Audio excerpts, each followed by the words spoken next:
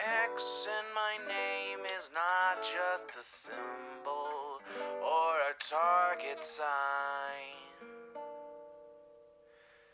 A spell that attracts all who spit facts online all the time. Can you see it? All the ones who drag my name every single day. Can you see it? Can you see it? Can you see it? They keep saying you don't have what it takes to carve out your own name underneath the shadows of gods. And I keep waiting for the day disbelievers say I flew way too close to the sun. I wait, but it never really comes. The X in my name is not just a symbol or a target sign. A spell that attracts all who speak facts online all the time. The X in my name is not just a symbol or a target sign. A force that compels all to rebel from all right shackled minds.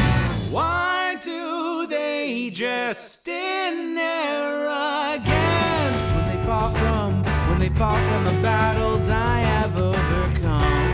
We feel it, feel the cope and the seething tone that they make while I stand up, man among gods. And I keep vaping with my mills, shooting ropes in my cold that faces towards the sun.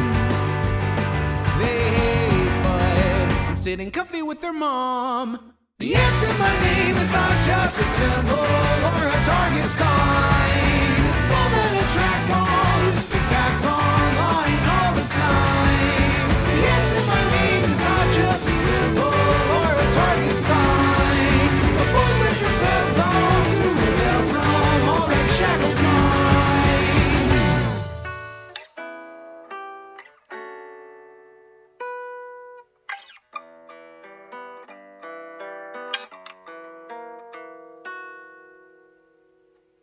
The X in my name is not just a symbol or a target sign. A spell that attracts all who speak facts online all the time.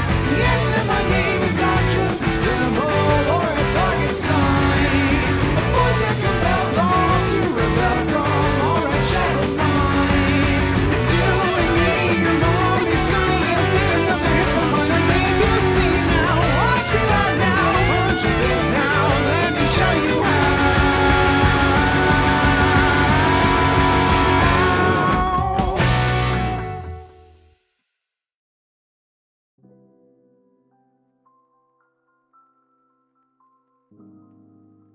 Good afternoon, everybody. Welcome back. It is so good to see all of you again. Hey there, Alexa24, Dan Share, Prancing Goldfish, Cleaver120, Storm Clouds, Njord, Artism? I guess it's Artism. Delancer, hello. It's so good to see all of you guys. Hello, Val the Shark, VCCTV, Yuri Train Spotting, for a More Perfect America. So good to see all of you. Avalon of Babylon, what's up? Good to see you as well. Lighting looks different? Yeah, I changed the colors. Werewolf Jester, good to see you as well. Cryptid T, what's up? So good to see all you guys. Welcome, welcome. Feels good to be live again. Back on my schedule, now that I finally have some stability. Hey there, bruh.wmv, Ryoma. Good to see you all. Hello, hello. I hope you all have been doing well. I am feeling a bit better today. Fair amount better today. A little less congested for sure. Definitely less congested. I'm able to actually cough up the stuff in my lungs. It doesn't get stuck there anymore like it was yesterday. So like if I get that weird sort of like there's phlegm in there and I can feel it vibrating when I breathe feeling, I can just cough it up and I'm good. It goes away. Chat, the reason why I'm not doing Xanmis this year, there's multiple reasons. One is that I don't want to push myself that hard while I'm recovering from COVID. It's basically asking to get long COVID symptoms, and that will put me out of commission badly, and I really don't want that. Number two is that preparing 12 Days of Christmas is pretty hard. It does take a fair amount of work putting together the mod pack, testing it, making sure it's not going to crash, and generally doing all the logistics of keeping it up, as well as me actually doing the 12 straight days of streaming Minecraft. Another big reason is I want to hit 100k subs by the end of the year, and I need to recover my channel from the time I took off from moving and being sick. So for multiple reasons, I just can't do 12 Days of Christmas this year. Next year, however, is going to be the best one ever.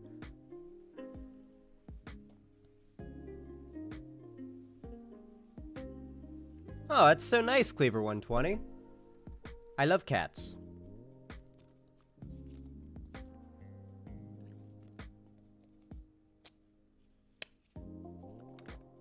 Zan, have you watched Keffel's video on Thought Slime?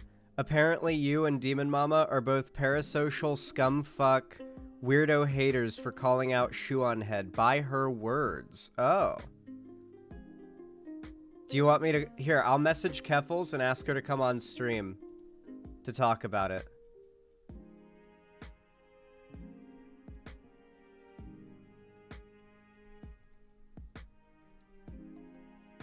Oh, did that manage to copy before my chat fucked me there? By refreshing? Yes, it did. I managed to copy it in time. Nice. Okay.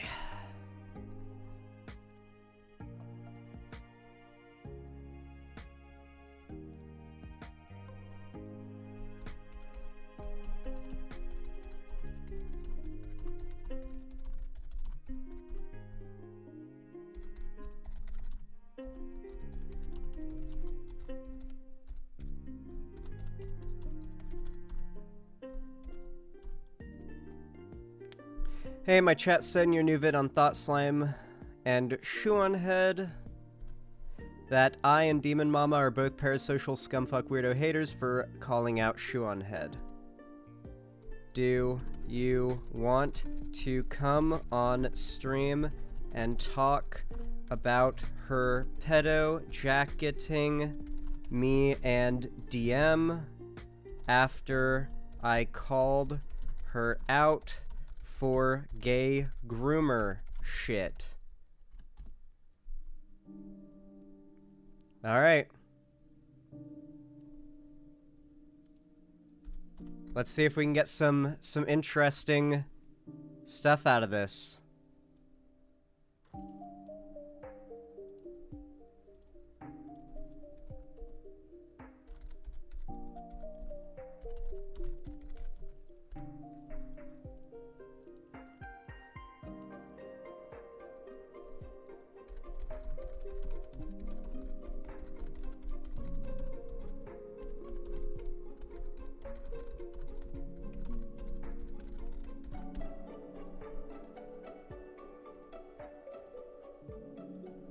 Nice.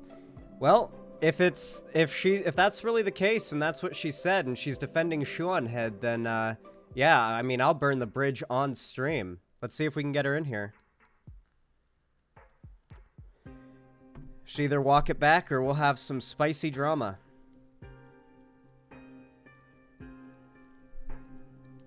Who said this? What the hell is Keffel's weird constant need to defend Shu? She's a bad person, just drop her. I haven't seen a constant need to defend Shu. If I had, I wouldn't be friends with Keffels for a while by now. Like, I would have stopped being friends with Keffels like months and months and months ago if that was the case. A backyard cat keeps visiting my backyard, tiger striped with a white beard. Holy shit. Is it tiger colored? Sounds like a dope cat. Zan is kind of smoky with the beard. Is that a compliment? I don't know what that means. Does that mean hot? If so, thank you. But I'm definitely gonna end up shaving this off. Brownish fur. Ah. Yes, it does. Oh, thank you. I thought you said you'd shave when November ended. I just moved and I can't find my electric shaver, dude. I can't find it, alright? I've been digging through my stuff. I might have left it at my old place, but I didn't leave anything there. I know for a fact I didn't, so it's weird.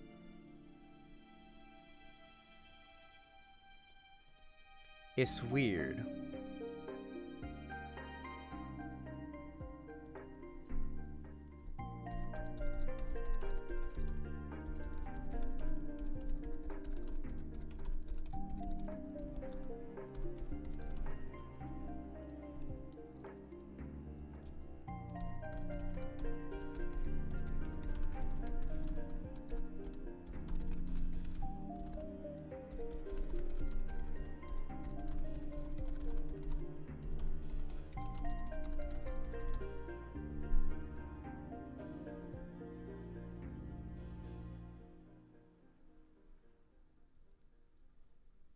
Here, who's the one that said that?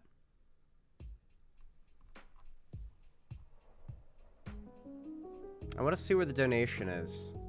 Apparently Keffels is asleep, so we probably won't get the good memes. I'm sorry, guys. I don't know if we're gonna get the good memes. Where is it?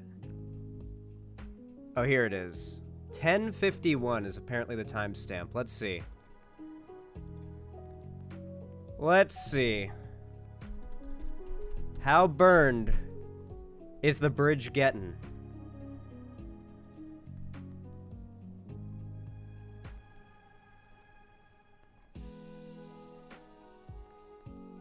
You guys must understand, for the sake of my own mental health, I hold my friendships with other content creators to, like, basically I consider them, like, ended already, you know?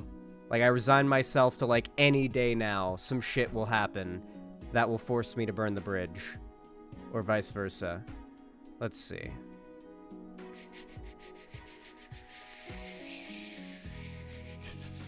Wait, wrong channel. Keffels live? Here we go. Hacking someone? 10... something. Okay, so we'll go to, like, a couple dozen seconds prior to that timestamp. Apology for any offense my thoughtless words may have caused. I'm sorry, bro. I love you, bro. We good, bro? Now to back up and explain myself a little bit, in a video about the deeply...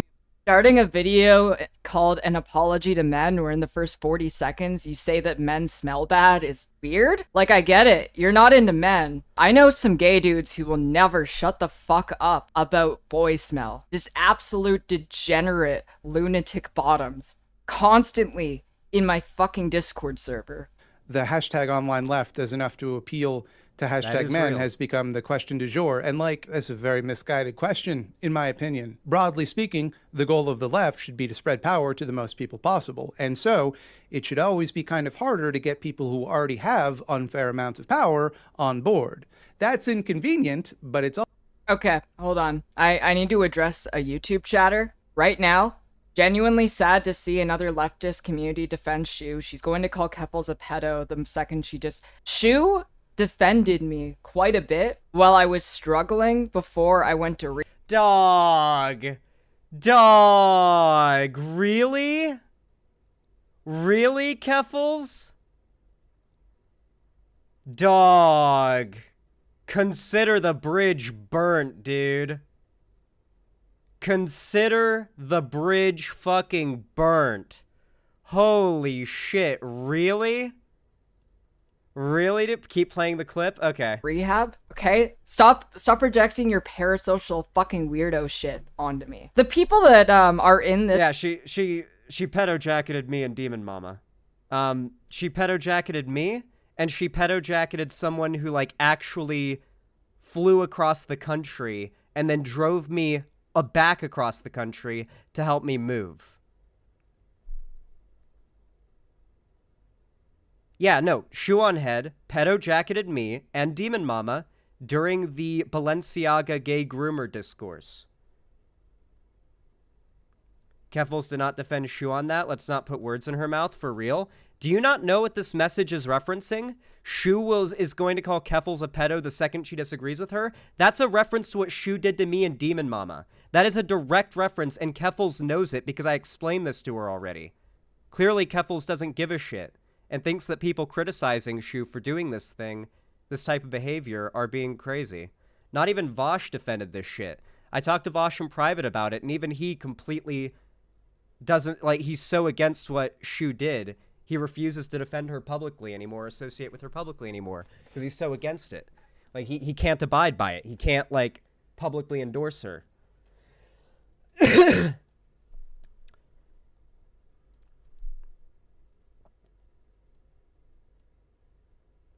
To anyone coming here to defend Thought Slime, thought Mildred Slime ran a sex cult where members were forced to call each other nanners while yeah, I don't care.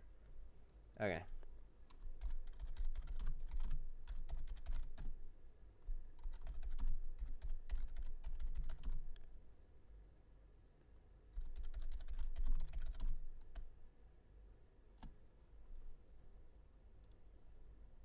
Nice. Yeah. That bridge is burnt. Also, Sean had did go after Demon Mama. Seriously? Damn. How many of you guys didn't watch the videos around this? It's actually crazy. Dude, I literally made multiple videos on all of this. It was some of my most viewed content, too. Which is the weird part of how some of you could, like, have no idea what I'm talking about.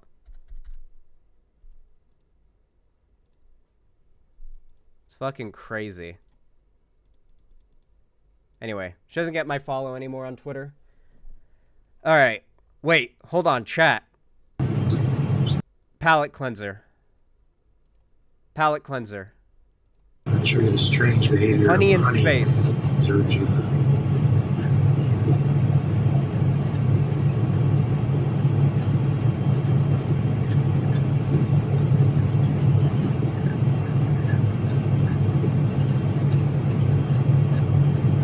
crawls back.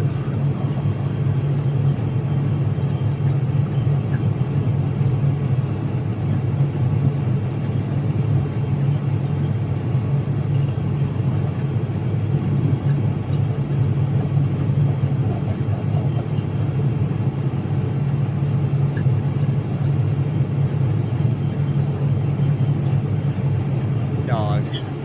I fucking love anything in zero gravity. It actually, I don't know if this is like the male brain or something like that, but when I see anything in zero gravity, I go into a trance. My jaw just goes slack, I start drooling, and my eyes unfocus, and I just look. I just watch, and I don't say a word. My mind empties of all thoughts, and I just look. I just exist.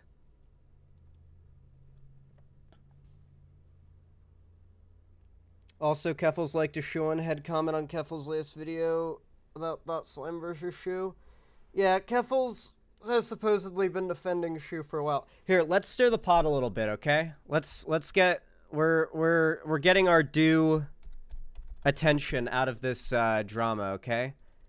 I'm going to tweet this. Why? Great. I fucking hate Twitter. Why did no one tell me Keffals dick rides Shu so hard after she pedo jacketed me and at Demon Mama Real? Boot liquor behavior. Actually not even bootlicker behavior. Actual snake behavior.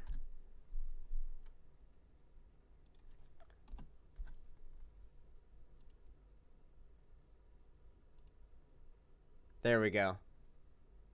Go like the tweet. Go like and retweet it.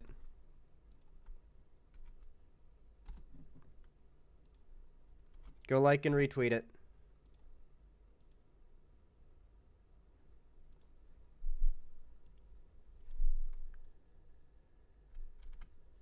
Oh, Keffals woke up. She messaged me.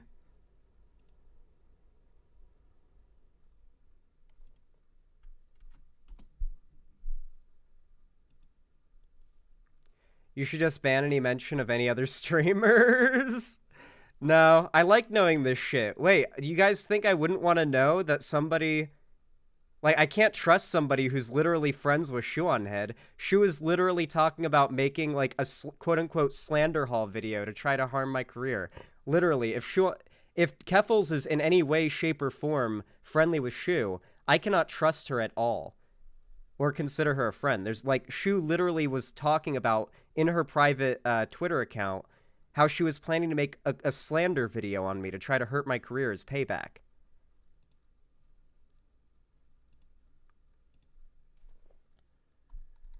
Shu is literally tweeted on her private Twitter she was going to make a vid slandering me and only stopped because the tweet got leaked to me. If you're defending her, then I legit can't look past that.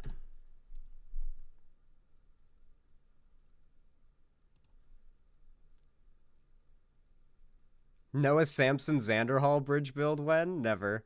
Well, no, this is literally the same as the Noah Samson thing, right? Like, it's the same thing every time.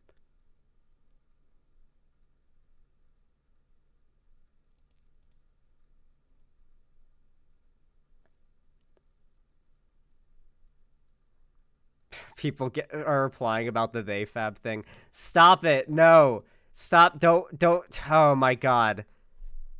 No, the they fab thing is still stupid.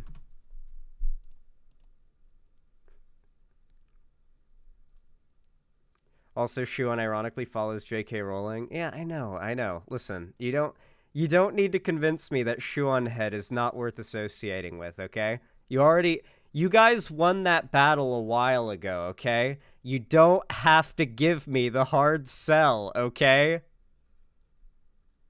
You're okay. Alrighty.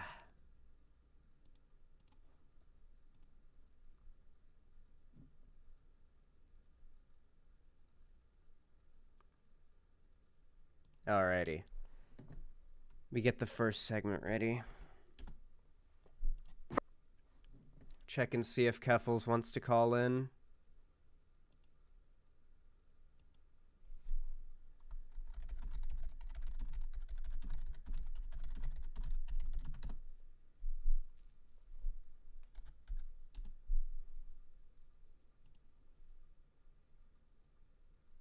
Did you see Vosh arguing with VGG about weed? Dude, listen to me. I am the biggest weed consumer in all of LeftTube. Vosh's takes about weed are accurate, okay?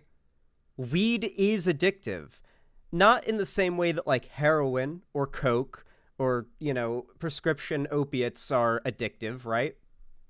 But there is a certain level of dependency people can quickly gain for it if they make a habit out of constantly being high. The thing about being high is that it makes everything better.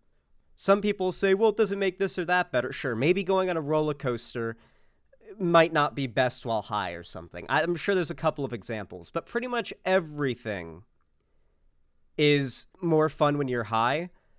But the more you're high, the less you can appreciate life when you're not high.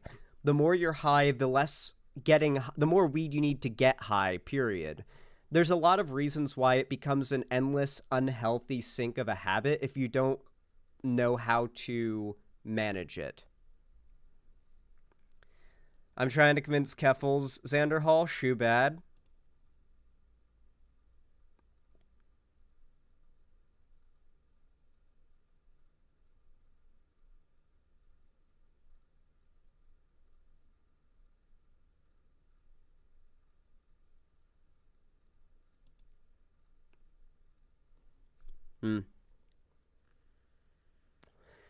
For what I can tell, Keffels isn't going to come on stream to defend her friendship with Shu.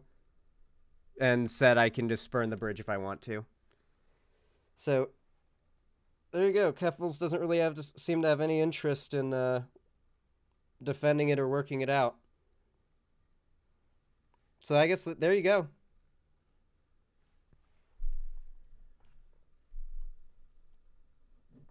I mean, what do you want me to do?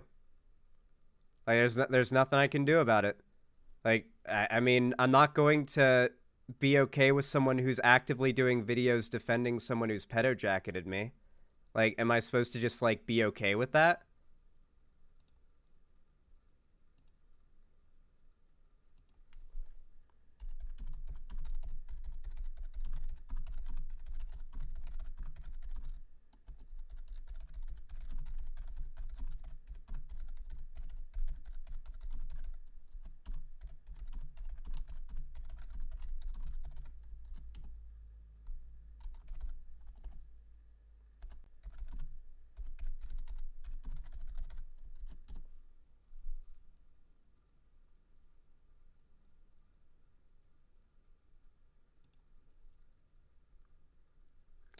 Will you tell Vosh and Demon Mama? I think Demon Mama probably already has a pretty negative view of Keffels at this point. If she doesn't, like, already, then she probably will. I mean, I'll tell Vosh the same thing that like, I already told him. Like, yeah, Keffels is defending, Shu. She already knew what Shu did. Oh, Zan, wild shit. Someone came into Cirrus's chat like an hour ago and goated him into talking to them about Ukraine so they could cancel him for being a Nazi. What? Why? How? What?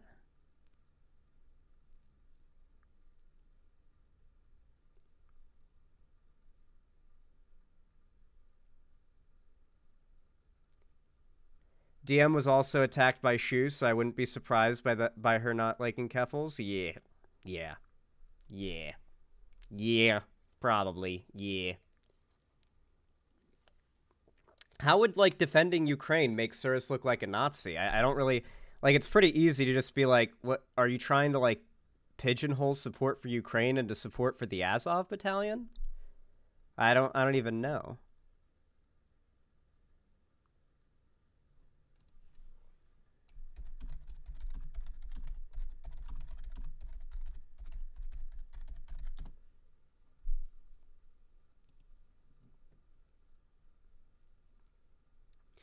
Was that the only beef between Keffels and Demon Mama, or was there more? I don't know.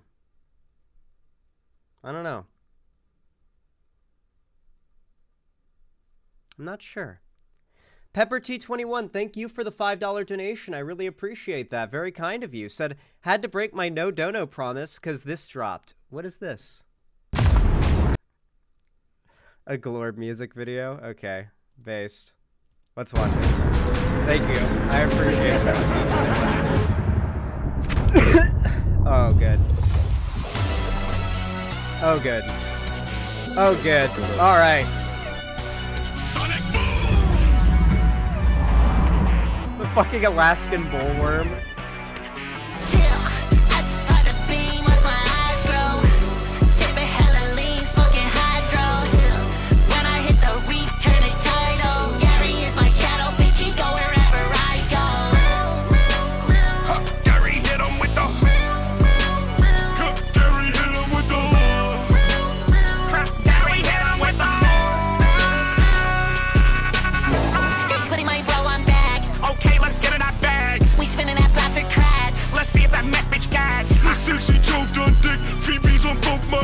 I was in the trunk bucket, now I'm out in all my shit. Hit the base with a guac emoji, turn danged in a guacamole. Can't hurt me, I'm with my OGs. Can't nerf me, say wait, is this your first Lord video, Ryoma? This is just every Lord video. They're all like this. They're really high quality. And he puts them out at a ridiculous speed. Oh, know me, boy, see you've done it now. You are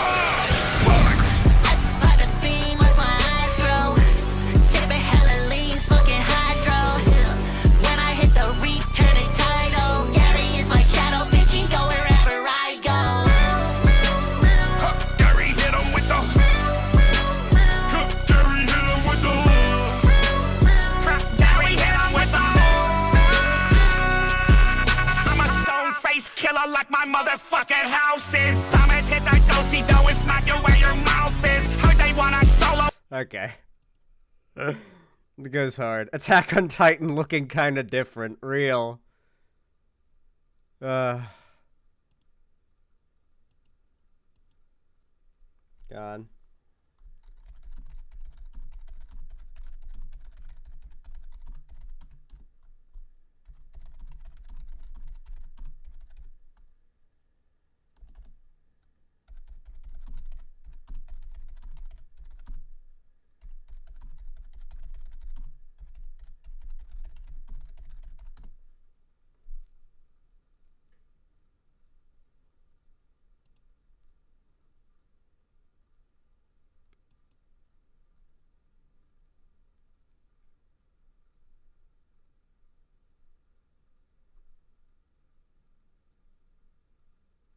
Can you play Plankton singing the Beggin' song? No. No, we're not listening to more SpongeBob song remix memes, okay? Aqua Fractalin, thank you for the $10 donation. I really appreciate it. I'm doing everything I can behind the scenes right now to try to organize a Keffel's appearance on stream, by the way. How do I prove fictional CSAM content like Lolicon is harmful? They're beating my ass on Lolicon Twitter. Dog, don't engage with Lolicon Twitter unless you have a following that can back you up. They are pedophiles. They get together in big groups to outnumber normal people who just have no following on Twitter that react to their like sharing of drawn CP. I don't really care for making an argument as to whether or not it's bad. I don't really care to look into that. I'm sure there are experts that have made the case. It might be helpful for the case of therapy in some cases. It may feed into a perversion in other cases. Frankly, I don't care. I'm simply interested in making the case that Lolicon is pedophilia. Because they argue against that. They don't like it when you say Lolicon is pedophilia, but it objectively is. You don't need to get into that argument. You just simply argue you're jacking off to drawn kids. And if they say, yeah, what? So what? Just say, lol, bye, pedophile, and block them. But if they try to argue that they're not a pedophile, just laugh at them because they're trying to justify how jacking off to drawn pictures of children isn't pedophilia.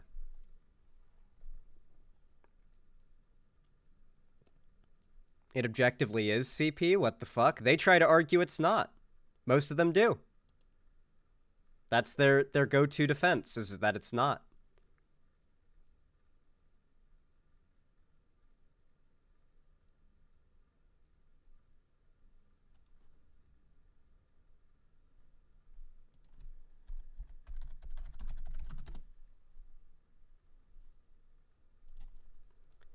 Anyway. Thank you for the $10, Aqua Fractalin. I appreciate it.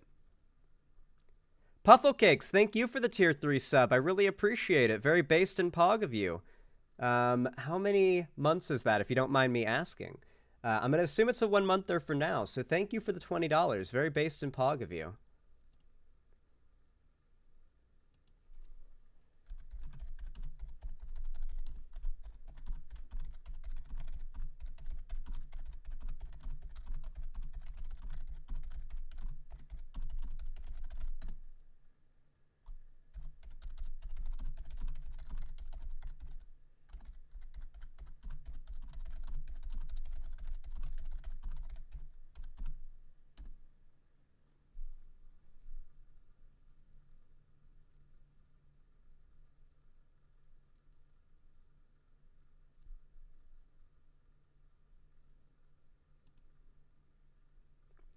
I asked Surus to chat with you about it because he believes it's not inherently wrong, just gross on a philosophical level, but he doesn't want to start a fight. I don't care about arguing whether it's morally or inherently wrong. It's obviously gross on a philosophical level.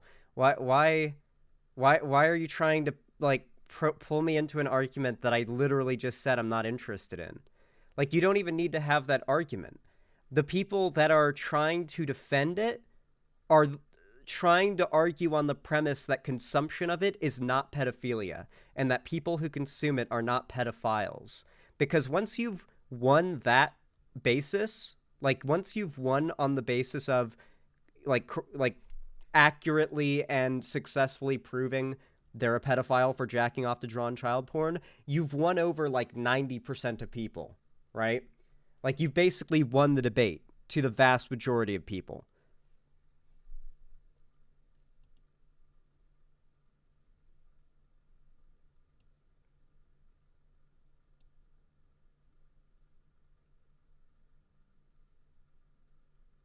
GTA 6 Dunlock? Dog. GTA 6. It's gonna be fun. Here, let me get my nice Hytale music going. But thank you for the support, Pufflecakes. How many months was it, by the way? 1 month? Okay, yeah. Pog. Good, good, good, good. Let me update the dono goal really fast.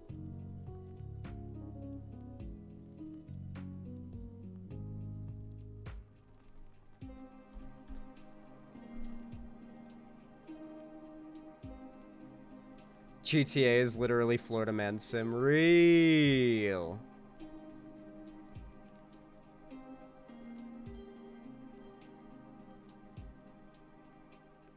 Oh yeah, dude. GTA 6 is going to be a game. You're going to have to delete every other game off your system to play it. You guys know that, right? You guys know that, right? Like, when GTA 6 comes out, whatever games you have on your console, when it comes out on PC, whatever games you have there, you gotta wipe all those fuckers. Because you are not gonna... That's gonna be a terabyte, alright? It's gonna be uncompressed as fuck. There will be PCs that don't have enough room to fit the game. Yeah, the map is literally Florida.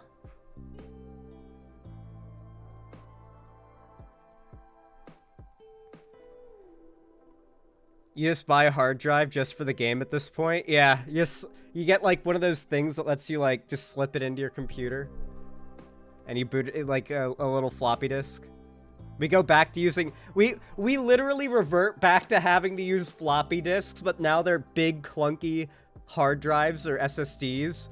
Because that's how big games get. They fit on like 250 gigabyte SSDs that you have to like stick into your computer. Like a floppy disk, and we just go full circle.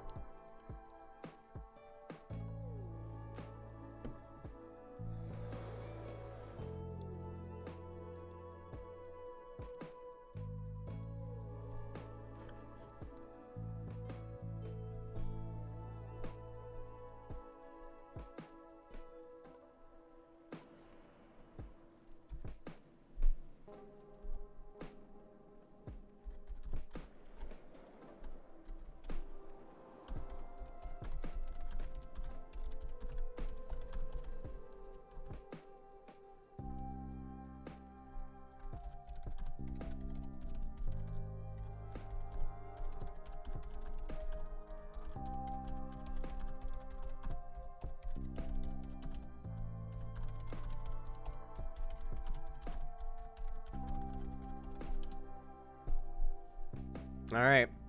Well, I messaged Keffels. We'll see if she comes on. I said, do you want to talk about it? Shu pedo-jacketed me and Demon Mama very publicly. I got thousands of death threats, which I did. I was getting constant death threats from Shuonhead fans.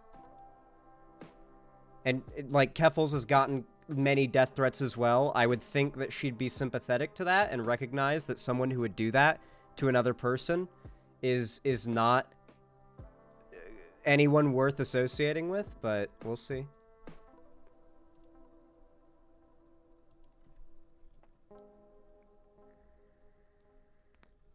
Do you know if there's any asbestos in your new house? I would look into it since you said it's a 1950s house. Okay, so for one, like 80% of the houses in Seattle are built in the 1950s, okay? Number two, this place was thoroughly inspected before put on the market for rental, because that's the law. So there's no asbestos as of like a week ago when I rented it. Number three, sure, obviously I'm going to be on the lookout for that kind of thing. But like I'm not currently planning on fucking with the drywall or the tile or anything that might bring some asbestos up, you know? And also I know to wear proper PPE when doing work on a house that could very well have asbestos, lead paint, anything like that. Guys, I'm very aware of these things. I literally spent an entire summer remodeling a 1950s house. Stop vaping, I did. I couldn't stop vaping, like, just on a whim, right? Like, I have to stop vaping when I've got a shit ton of content backed up. Because I have to take quite a bit of, like, I'd want to take a bit of time off stream to do that.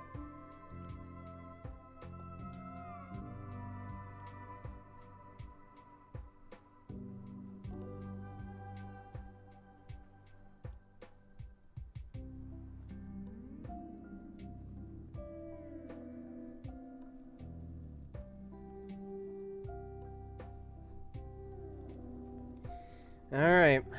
Doesn't seem like she's coming on. She seems to claim that she didn't defend Shu at all. But, I mean, we'll watch the full clip again. And then we'll move on. To see another...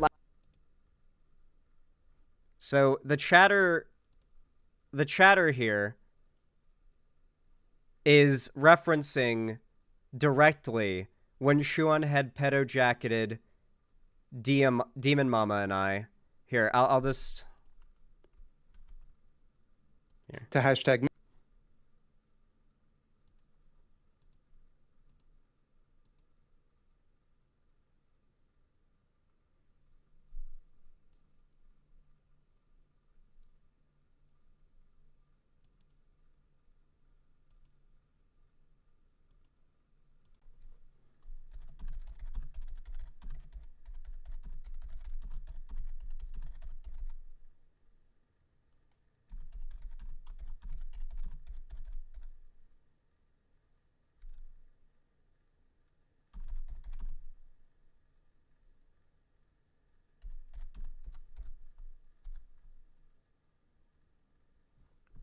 Here, let me get the timestamp. I can see now the mistake I made, which is that I took it for granted. Oh, Go here in. it is. But it's all... Okay, hold.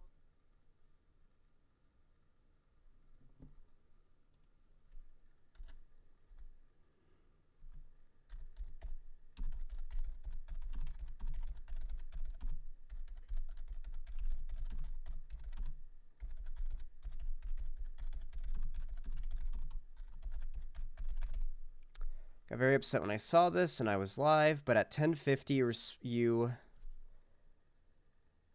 grill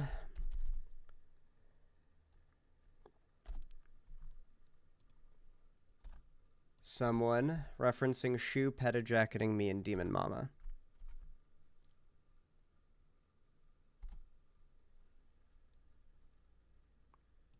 All right, let's watch the clip. I sent it to Keffels.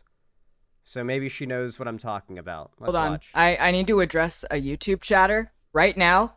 Genuinely sad to see another leftist community defend Shu. She's going to call Keffels a pedo the second she just... Shu defended me quite a bit while I was struggling before I went to rehab. Okay? Stop projecting your parasocial fucking weirdo shit onto me. The people that are in this circle are fucking scumfucks. But here's also the thing. If Shu says something stupid, I will call her out on it. I will disagree with her. I don't think that just because I think this doesn't matter at all to me when she's literally pedo-jacketed me. Did you call her out publicly when she pedo-jacketed me and Demon Mama? Because I don't remember that even vaguely. Someone has good positions on some things doesn't mean they can't have bad positions on other things.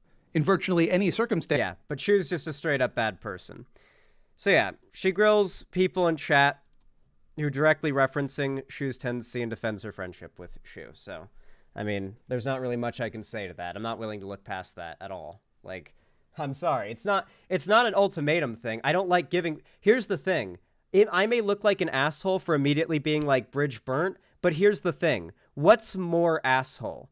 finding out that someone you're friends with is friends with somebody who's like been a massive piece of shit to you, or giving them that dreaded ultimatum. I fucking hate being the guy who gives somebody an ultimatum, like, I can't be friends with you unless you do this.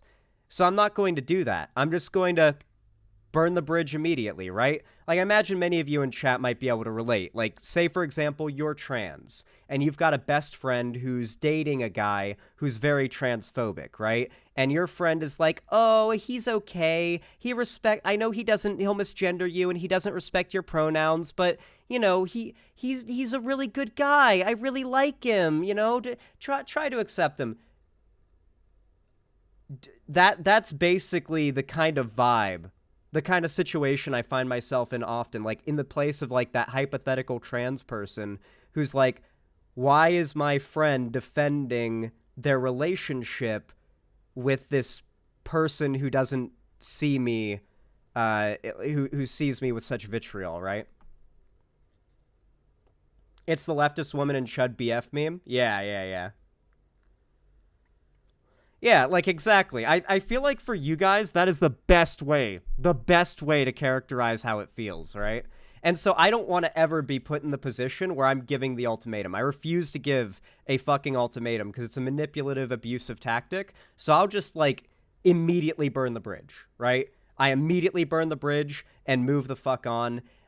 If like Keffels at some point realizes that Shuanhead's a piece of shit, probably because Shuanhead calls Keffels a pedophile at some point for disagreeing with her, then at that point maybe we can be friends again. But I wouldn't really be able to trust anybody who like continues being friends with someone like that, right? Also, Shu's married to a neo-Nazi. Like, unironically, it applies even more. Because Keffels is the trans person who's friends with the woman who's married to a guy who doesn't see trans people as valid. I don't know, dude. I don't know.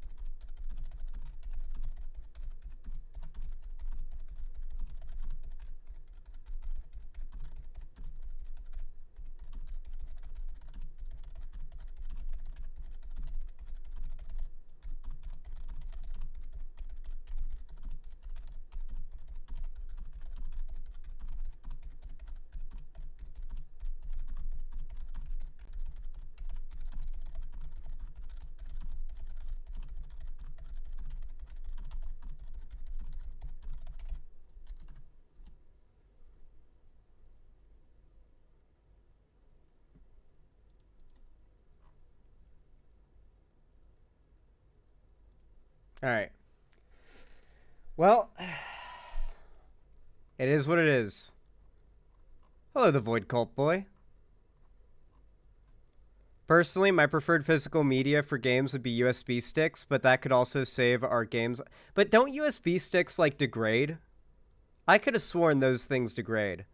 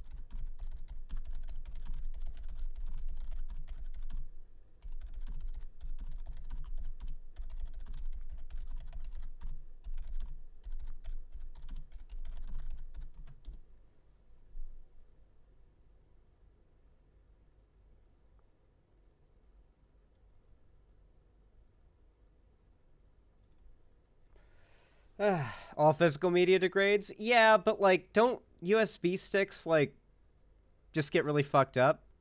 Eventually they get locked into whatever data is on them. I mean, that wouldn't really be a problem, right? If you're just using them for one thing forever, right? I don't know.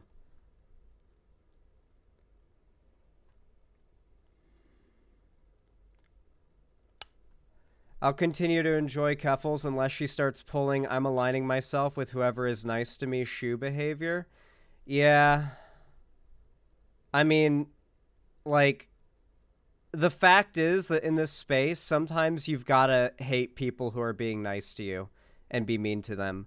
Because some people are going to try to be nice to you for nefarious reasons, and if you don't recognize it and call it out and, like, block them immediately, you're just letting a snake into your fucking pants. I don't know how I don't know how else to word it, I guess, but yeah, you're letting a snake in your bed, you know? You're letting a spider in your fucking boot.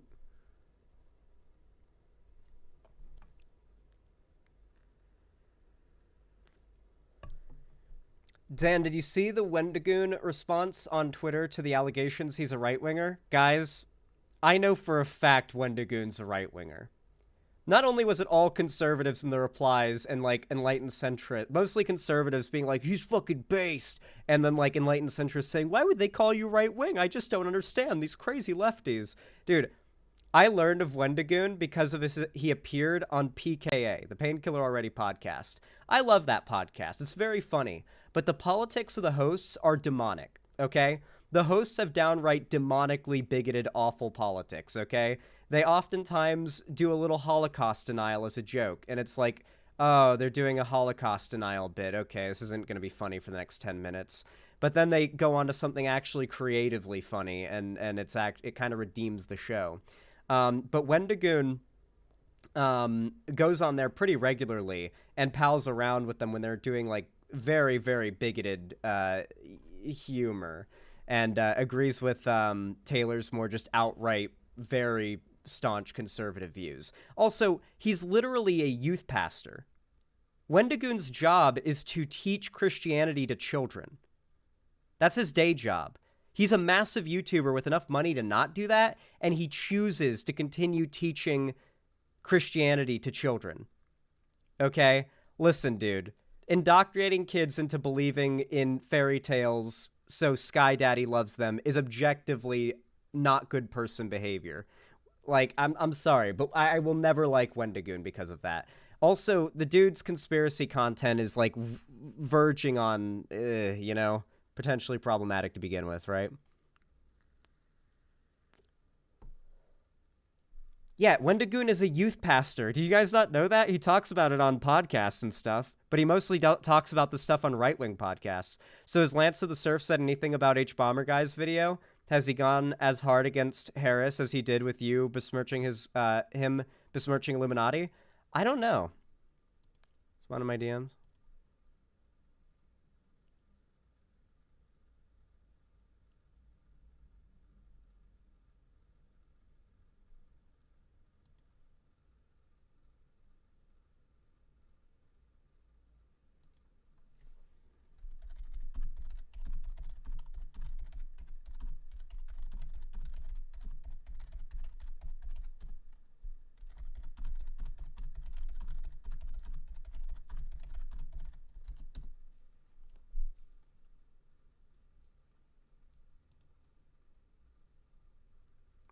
Hot take, Keffels treated Hunter Avalon terribly, especially after he tried to make things right and accidentally dosing her?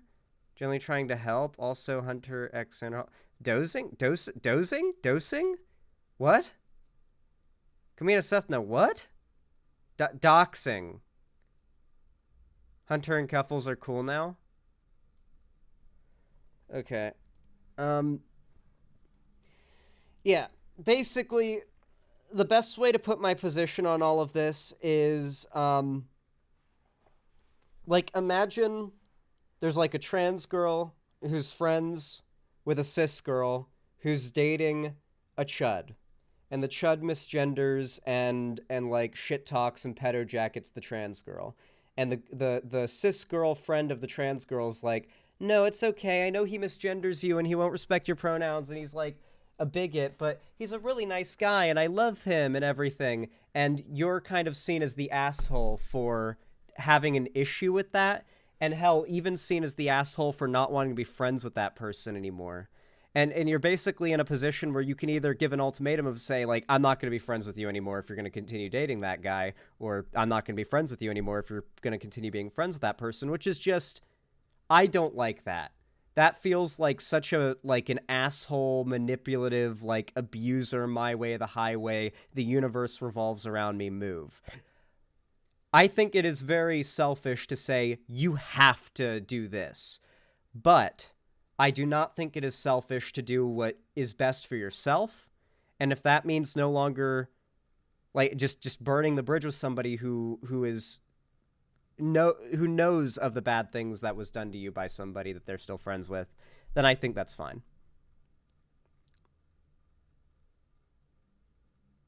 Yeah. I don't know. Overall, that's my general outlook. Hopefully you guys can see where I'm coming from. Hopefully you guys get it. Maybe I'll be able to talk to her in private and work it out, but like I don't like the working it out from her perspective is going to be to try to convince me to be okay with her being friends with Shoe on Head, or God forbid, try to make me okay with Shoe on Head. Or like, and frankly, I don't even know if I want to continue being friends with somebody anymore if I had to like give them an ultimatum for that friend. I don't even know. It just feels shit. You know, finding out about that just feels like it kind of ruins the friendship for me on all like potential paths, if that makes sense, right? Like I don't see there being a good ending, right? Yeah, Season of Discovery is really good.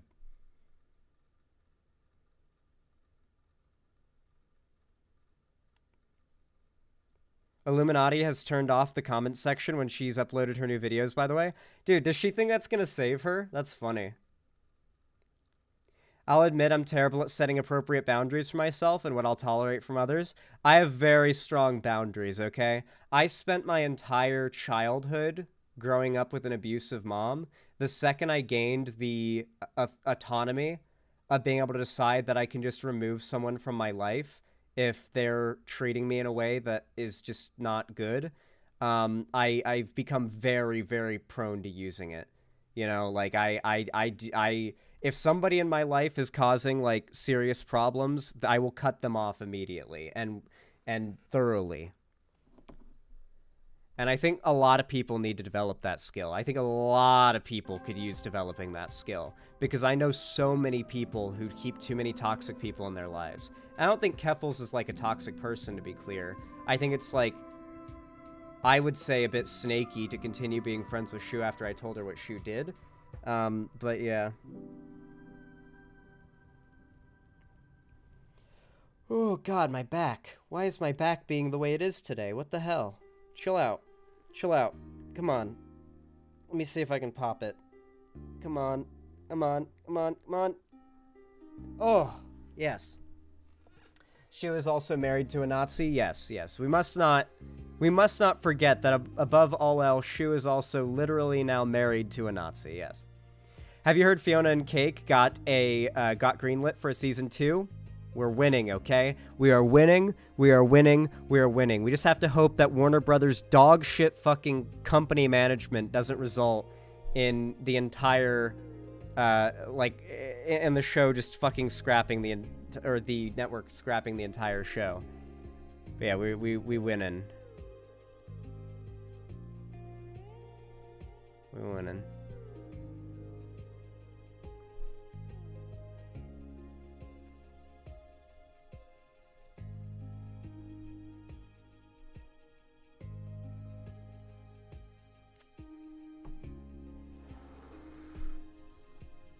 Blood on Hands. Yeah, I forgot. That was Demon Mama's nickname for her. Should I watch Adventure Time before Fiona and Cake? I mean, here's the thing. You might watch Adventure Time and not like it if it's just your first time getting into it nowadays, like you're an adult and you're not really like culturally tapped into it already. However, you will appreciate Fiona and Cake more if you've seen Adventure Time. However, also, I've seen the original Adventure Time short and loved it. In that case, it might be best just to watch Adventure Time first, because watching Adventure Time first will really make you appreciate Fiona and Cake, and you'll be all the more able to, like, freak the fuck out with hype at everything that happens in it, because all the build-up will be there, all of the character development and, like, lore build-up and backstory. However, what I've found is that if you have never seen Adventure Time and you start with Fiona and Cake, you'll want to binge watch Adventure Time immediately after finishing it. Also, I recommend starting Fiona and Cake with episode 2. This may sound weird, but Fiona and Cake's first 2 episodes, episodes 1 and 2, were made effectively to be watched in any order. The events of those 2 episodes take place simultaneously, and the ends of both episodes are the start of episode 3. Like, the stories of both episodes converge at the ends at the same point. They have the same ending.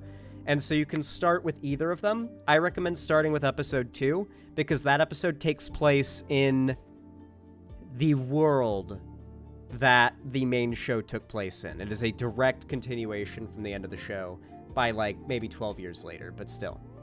Really good. Really good stuff.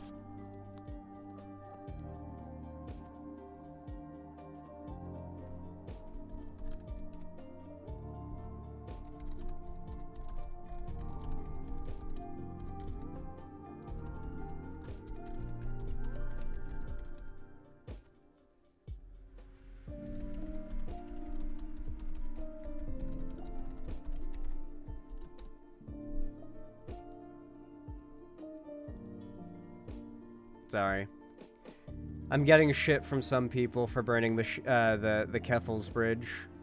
I also got the same amount of shit for burning the Shuon Head Bridge. What are you running on Season of Discovery currently, Zan? Warrior. Human Warrior. Always Human Warrior. It's all I play. Human Warrior. Sometimes I'll play a Warrior but from another race if I want to go Horde, but Warrior. I like Warrior.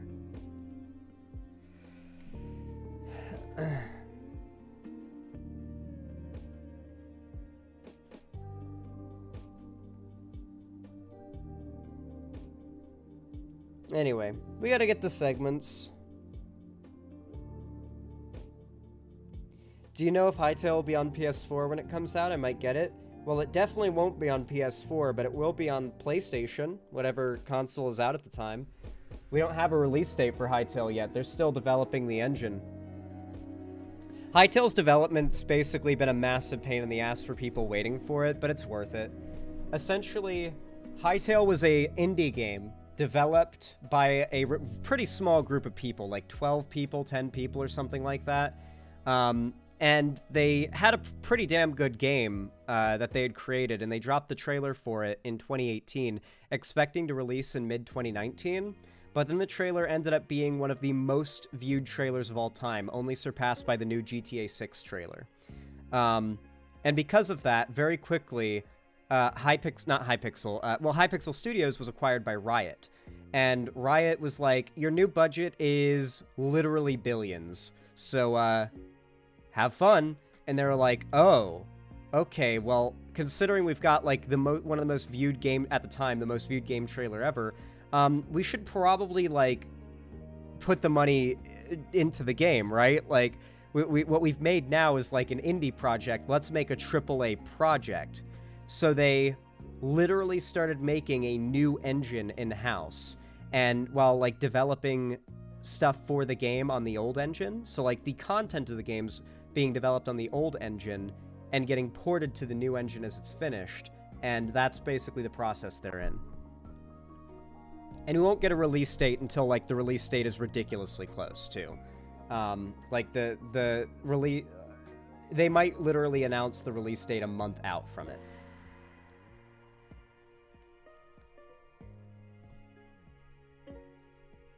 I think that Hytale will come out in 2025, personally.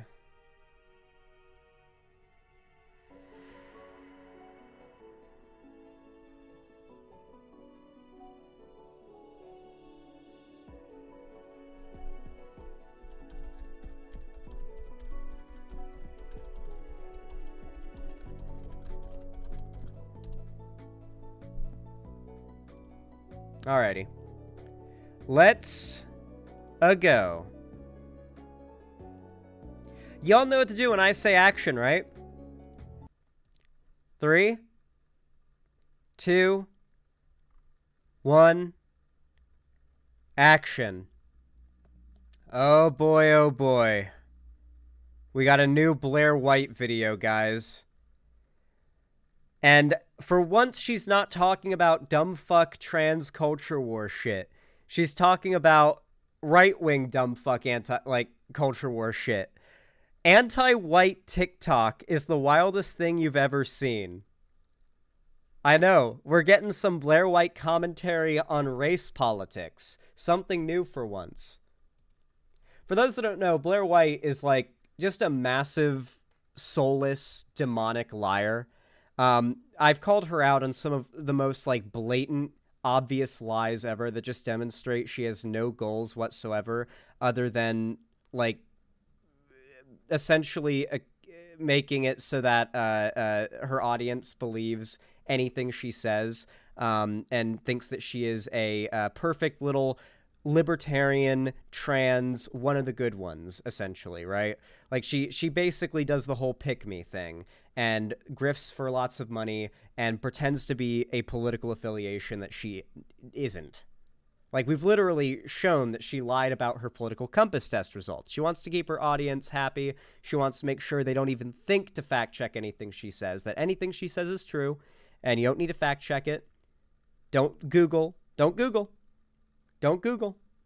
anything she says. But yeah. First of all, if you are a male monster, whiteness needs to end. White people do not inherently have empathy. You're full of hate, right? Full of darkness, full of ugliness. I will say the left does need... Okay. Something that I think people need to realize is the internet is completely transforming the landscape of politics. Like, the internet is transforming what politics is. The way that politics has existed for so long, and how we've known it to exist for a very long time, is not going to be a thing anymore very soon. The internet allows any group and any idea to flourish, as long as it's presented well enough. And one of the biggest problems with this is the fact that the internet is very quickly becoming the primary battleground for all forms of discussion. As much as I say people are terminally online and they need to touch grass and all that stuff, I will also say that the internet matters. We can't pretend like the internet doesn't matter, right? Like, when things you've said on the internet can prevent you from getting a job in real life, you can't really say that what people say and do online doesn't matter, you know? And because of that, I've started to grow really wary of this common phrase, this really annoyingly common phrase. I don't like this term. I hate it so much. It's just the internet. Like, the online, it's just the online left. It's just internet lefties. It doesn't matter. Unfortunately, what matters is what people think is the left is represented by. And right now, people like Hassan and crazy TikTok lefties are the representation of the left most people think of. And I think it's important that those that are not like that, those that are not part of that group, make it very clear we are not with them, that they are not who we are advocating for. They are not the ones that we are trying to defend or take the side of. The tankies, the woke scolds, etc. I think now more than ever we need to, like, actually cut ourselves off from those groups. Full of low vibrations, and you are a hoe. Oh, hi, welcome back to my channel. If you're new here, my name is Blair White. Not a pun for the theme of today's video. The amount of people that ask me on a regular basis, whether it's a comment, a tweet, an email, a hater, sent by carrier pigeon girl, or even people who know me in real life often.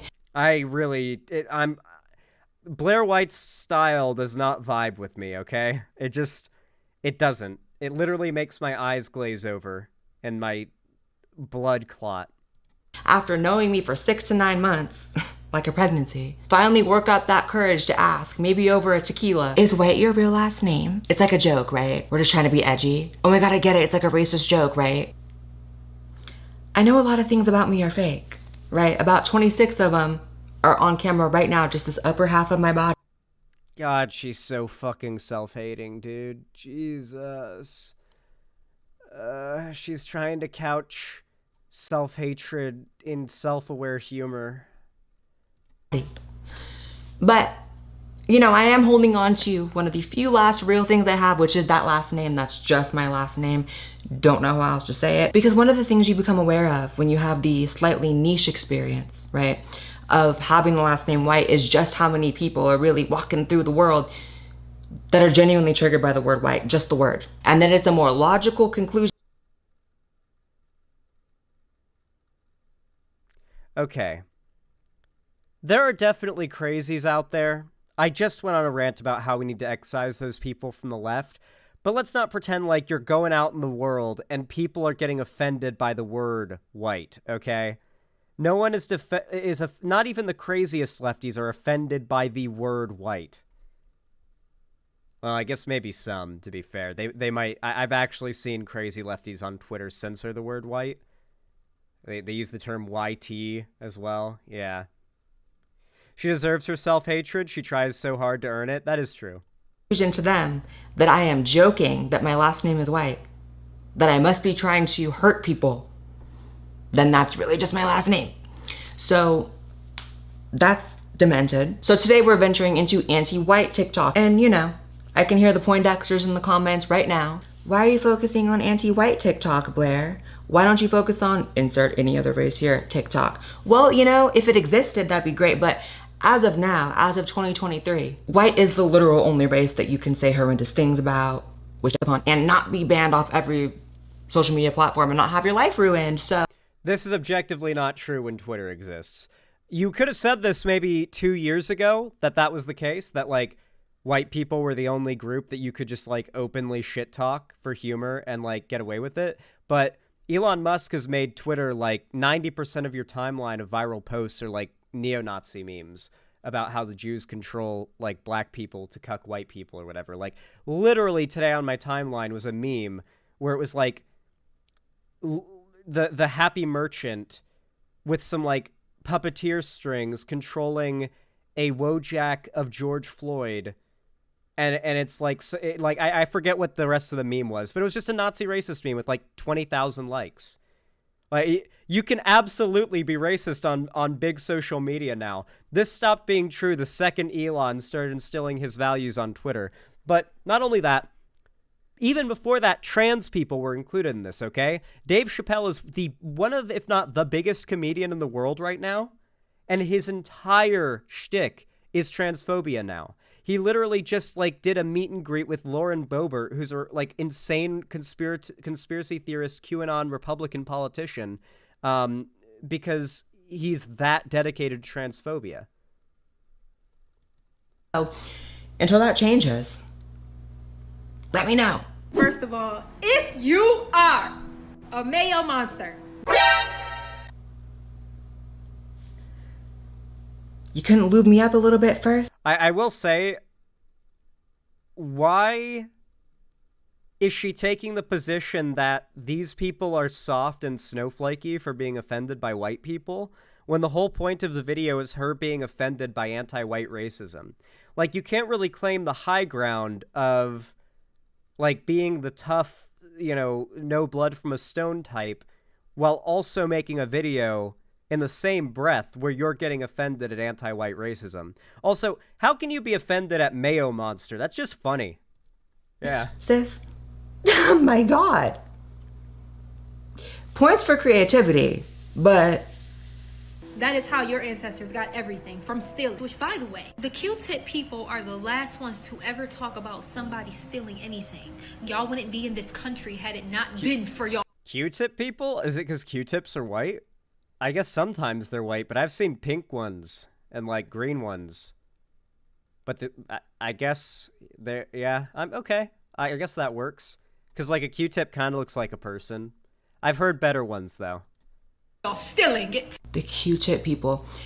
I think I do need a Q-tip. I will say that because clearly I'm a little congested because there is no way that I heard that stupid shit come out of your mouth in that distinctly unaware. But I guess the cotton is always white? Well, I could make a really racist joke about the cotton of Q-tips, like in reverse then. Why would we bring that?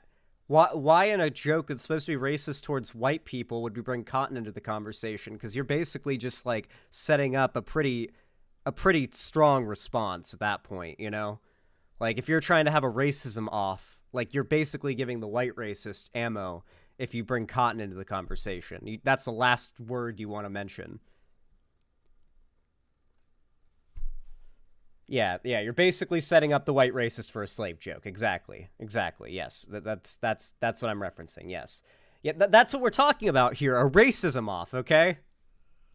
That it's stupid tone of voice, as confidently as you said it. Okay, so tell me you are the result of the American public education system with Blair, there is no way in hell. Okay, yeah, no shit, you should stop yourself because there's no way in hell you, in any way, shape, or form, are willing to grapple with the discussion around how our schools are funded, okay? Because you do not want our American schools funded. You are very against it. Actually, tell me you're the victim of the American public education system without telling me. Because well, actually, no. She's gonna make some like, the American education system is woke point here, not that it's underfunded. For you to make a definitive statement about a group so broad. Jesus, when she points her nose up in the air, you can see how much work she's had done because the way her nostrils are shaped.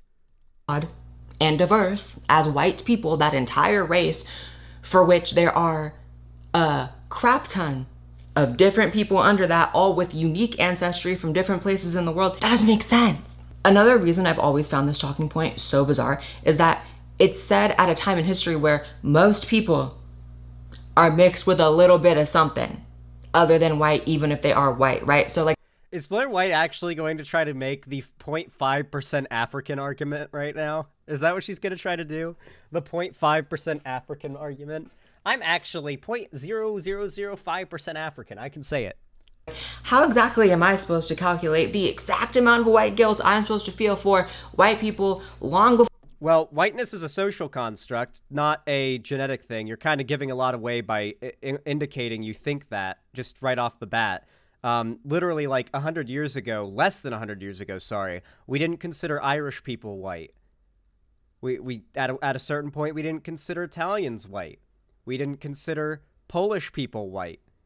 We didn't consider, God, how many other groups of pale-ass Europeans did we not consider white? There were so many. Ukrainians, I'm pretty sure, were not considered white at one point. Basically all Eastern Europeans. Basically take all Eastern Europeans and they weren't considered white. Italians still aren't white. I'd say Italians are white. Russians? I think Russians were the ones instilling what was and wasn't white, like, culturally. We didn't consider yeah, we definitely didn't consider Spanish white. Like, when we were founding America, that's for sure. We now definitely consider Spanish white. Yeah, like, the idea of what even is white is a completely subjective definition depending on who you talk to and what time period you're in, okay? Because trust me, New Yorkers in the 1920s and 1910s did not consider Irish people white, okay? They did not see themselves as themselves with Irish people as a fellow white man. Before I was born, conquering North America, considering, I mean, I think I'm like 40-something% white, so there's that part, but I'm also 20%, a whopping 20% Indigenous American. So they came. A whopping 20% Indigenous American. Wow. You realize that's just evidence of, like, almost certainly there having been, like, some, you know, at some point to create you, right? Like, it's not all that much of a flex. Epically owned, 20% Native American, wow. And took the land from those people. The same thing every race does throughout history all the time, by the way. Conquer lands, forfeit lands, win lands, lose lands. Like, that's just what that is. Does the 20%... Also, I don't believe a word of that from Blaire White, the woman who literally lied about her political compass test results, okay? I'm not trusting this woman when it comes to her 23andMe results, when we already proved she lied about her political compass test results. Definitively. She didn't change the link. Indigenous American, negate. She forgot to change the URL. And she lied about cervical cancer, don't forget that. That's probably one of the most, like, demonstrable and blatant lies that I've called out from her, is when she showed that clip from the Canadian Cancer Society, that, like, one paragraph. And then if you go to the website and read past that point, it goes on to say that trans women can get cervical cancer and they should get screened for it, which is the opposite of the argument Blaire was making. She used an article that claims that trans women can get cervical cancer to say that they don't, and spreaded very harmful medical misinfo. Yeah, she's just evil. She's actually just evil. 20% of the 40% of the whiteness that I'm supposed to feel guilty about? Like, let me know. Give me an equation. Y'all are more focused on people looting and trying to get necessities and things that they need. And yes, a TV is a fucking necessity. You feel like you're better than because people are out here stealing and you would never. TVs are a necessity, apparently. Baby girl, I'm gonna need you to stay away from the TV. See, the TV has rearranged you neurologically into thinking that the you're believing here and saying so proudly with all your chest is true. The TV telling you things and you listening to it is why you've dwindled down to this dumb. Blaire, your entire career is to tell people on the internet what they believe, okay? Your whole job is to tell people on the internet what they believe, okay? You don't get to do the whole you watch too much TV argument, dude. Like, that's... you don't get to do that. You've completely wrung yourself out of being able to make that argument the second you became someone who is on people's screens telling them what they should believe. You know, I feel like most people, if you were to ask them, run a poll. If Blaire was like some person living out in the jungle, surviving off the land, then she'd get to judge people for watching too much TV and getting their opinions from it. But, no. She doesn't get to make that argument. Would not agree that any individual should feel guilty or take ownership in some way over what someone else who happens to be of the same race of them is doing that's negative. So, like, the idea that you should take responsibility or feel bad or guilty about videos of people of your same race stealing TVs. The idea that you should feel guilty about that, that's dumb. You shouldn't. You're an individual. You're not the person stealing, right? But no one should feel guilty about what people are doing of the same skin color as them. That doesn't make... Obviously, I don't disagree with the basic everybody agrees with this argument against the idea of white guilt, okay? Obviously, the sin of every other white person is not, like, imparted on every newborn white baby, okay? No one who matters is arguing this, obviously. Hey, a pillow. Makes sense. However, for you to so confidently think that white people, however, must feel guilt for what white people who were born and dead long before they were born have done or did do, or even are said to have done, that doesn't make sense. And it kills me how people act like history is like a Disney movie with good guys and bad guys. And, you know, this group are the evil conquerors and this group are the poor victims. It's like, you know, history of humanity is a very long timeline of lands being conquered. Okay, this is a nothing argument, Blair. Come on. You don't... How... It's hilarious trying to watch a conservative attempt to argue against racism. Because they're not good at it. Because they are racist. So, and they don't know how to argue against racism when it's against them. It's really weird. Like... Once you become racist, you lose the ability to debunk any kind of racism, even if it's against your race. Does that make sense? As melanin deficient Europeans created whiteness in order to enslave Africans and commit wholesale genocide, yeah, whiteness needs to end. And you know, with that beard and that hair color, you should take it. This is actually Thought Slime if they get all of the Dragon Balls. Believe it or not. Like, if Thought Slime obtains all 6 Infinity Stones, this is the form that they take. Him seriously. You know, setting aside the fact that you have the audacity to publicly endorse a race ending, right? Setting that aside for just one moment, if we can, question, where exactly would that leave you, sir? Because, you know, the sickly yellow... So basically the argument that's being made that, fuck you, Zan, that took me out. Okay, so basically, why is she orange? Spray tan. And tanning booths. I imagine she spends a lot of time with spray tan and tanning booths. Did Blair shave off more of her nose? It seems that she did. I don't know how she breathes through those nostrils. It must be like having a cold 24/7. Anyway, basically this person's arguing that racism equals prejudice plus power. This is like a really common like SJWE talking point from back in 2016. The idea that you can't be racist towards white people because white people are in a place of power, and like racism necessarily requires you to be part, like to be racist you necessarily have to have privilege, is the argument, which is complete bullshit. The only people who make this argument are those that want to like justify and make excuses for people who are unironically racist and hateful towards white people. Hate is not okay, even when it's against white people. I like making like occasionally racist jokes about white people because I recognize that within my audience there's a pretty low chance of people who actually... For example, I genuinely don't believe that a racist joke on its own is a morally bad thing. There are tons of racist jokes that I'll laugh at because it's just shock humor. Like, the punchline is that it is something horrible and awful to believe, and that can be funny if delivered, like, well, right? The problem with racist humor, or, like, in any form of, like, bigoted humor, is that it's usually done poorly, number one, and number two, it typically is feeding into or denoting values that I don't like racist values, right? Like, racists tend to make racist jokes, or people who have some racist beliefs tend to make racist jokes, and they tend to be the ones who laugh at them.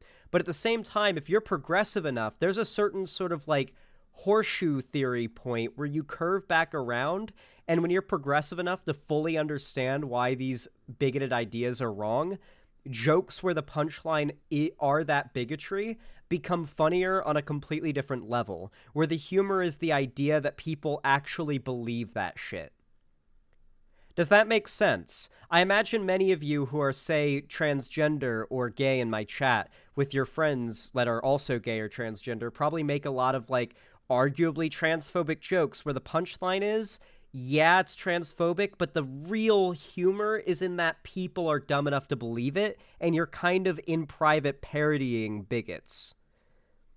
I don't know if I'm really, like, wording it as well as I would like to, but I do think there's, like, this sort of, like, we've gone in full circle where, like, progressives can find offensive humor funny for a completely different reason than bigots or normies do.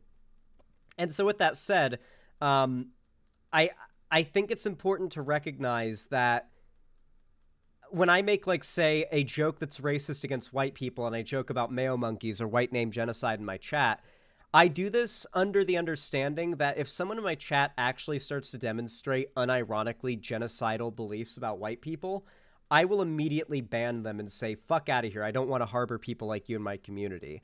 I can tell when you guys are just joking and we're actively... When we talk about white name genocide in the chat, we're making fun of the people who actually believe there's a white genocide. We're parodying their, like, we're acting like a parody of what they believe the left is that wants to white genocide them, if that makes sense. A little convoluted, but you guys get it, right? And I wouldn't make these jokes if I was concerned that people who are, like, laughing along with them actually agree with white genocide and think white genocide is good or funny. low tone to your skin color is not masking the Caucasianness. Listen, there are certain things that feel redundant to say, but clearly are so necessary. So it's gonna sound like I'm trying to introduce like 1+1 to you for the first time, or your colors, or, you know, your basic addition. But clearly this is needed. Blair, you don't need to teach this person about their colors. They already know.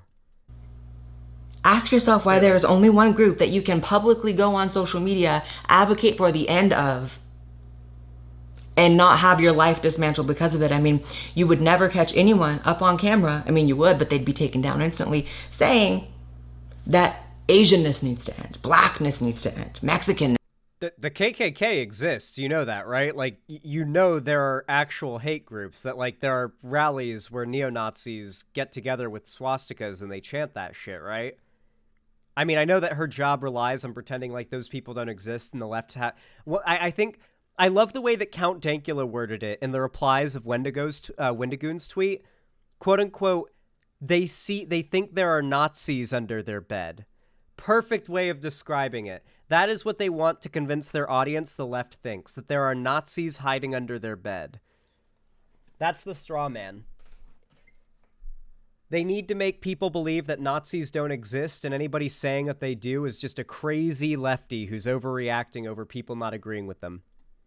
This needs to end. Like, what are you talking about? Psycho? Psychopath? Call me crazy. But I feel like there may be a little bit of an issue with the fact that, you know, our culture is firmly against racism, with a caveat. Is it really, though? Is it really firmly against racism? I'd say popular culture is generally pretty firmly against racism, but, like, I don't know if I'd say that our entire culture is firmly against racism. The thing is that there isn't, like, a distinct American culture. The culture is so different depending on where you go.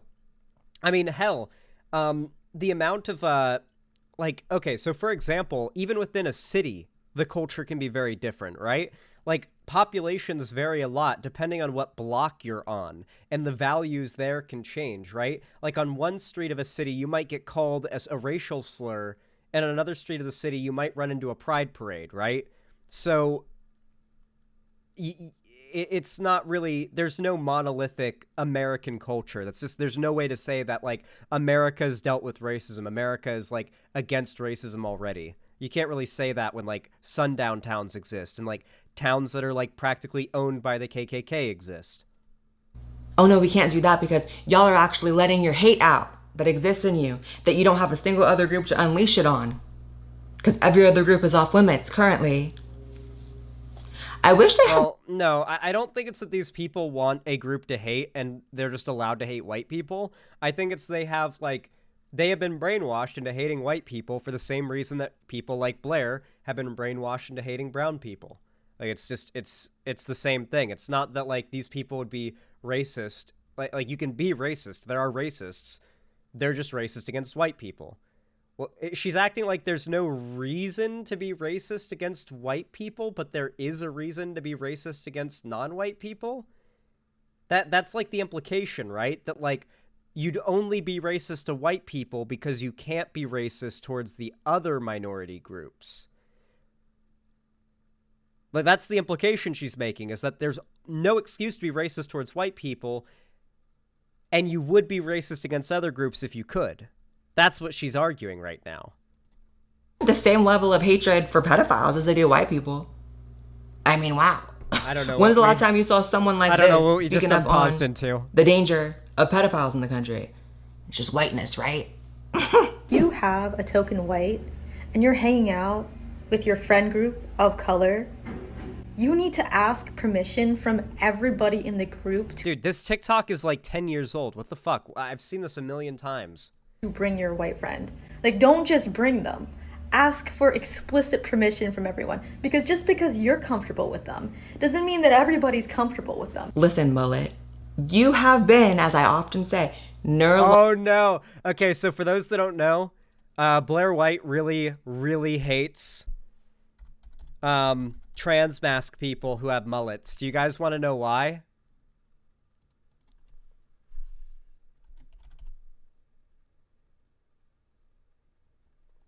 Fuck, let me see. I think Cherry recently retweeted this person. So I'm going to scroll Cherry's timeline to find this.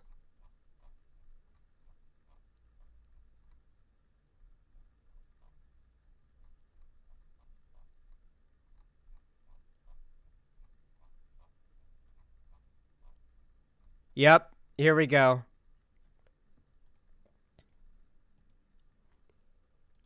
When this person,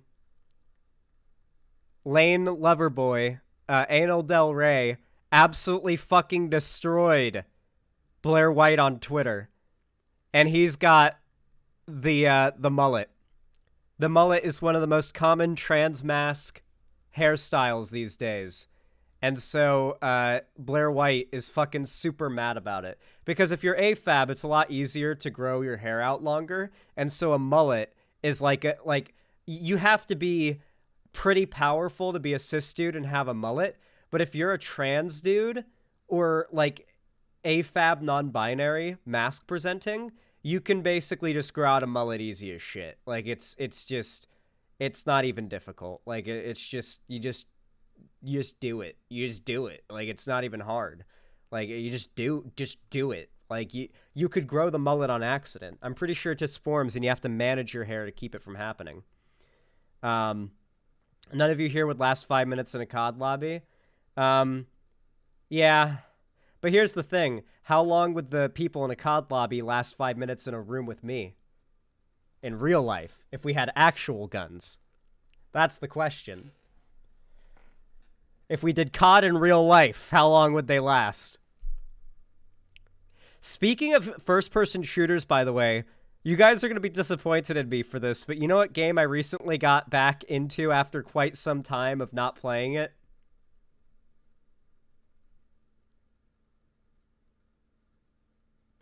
Fortnite. They brought Peter Griffin into Fortnite, guys. Guys, they brought Peter back, alright? Peter, the horse is here. Logically rearranged. I'm letting you know now. You've been neurologically rearranged by the corporate press, by wokeness, by your lived out social circle. They've moved things around. And they have brought you I don't to know this what she's delusion talking about now. What do we... that you can publicly say that there is a specific racial...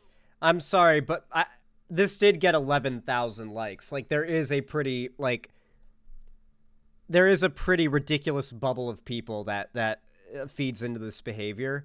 Blair's not good at making arguments, so she's honestly kind of failing at making an argument I agree with here, so I'm doing it for her. But yeah, I mean, you can tell from the amount of support that this got that this person is in a bubble that rewards this kind of behavior.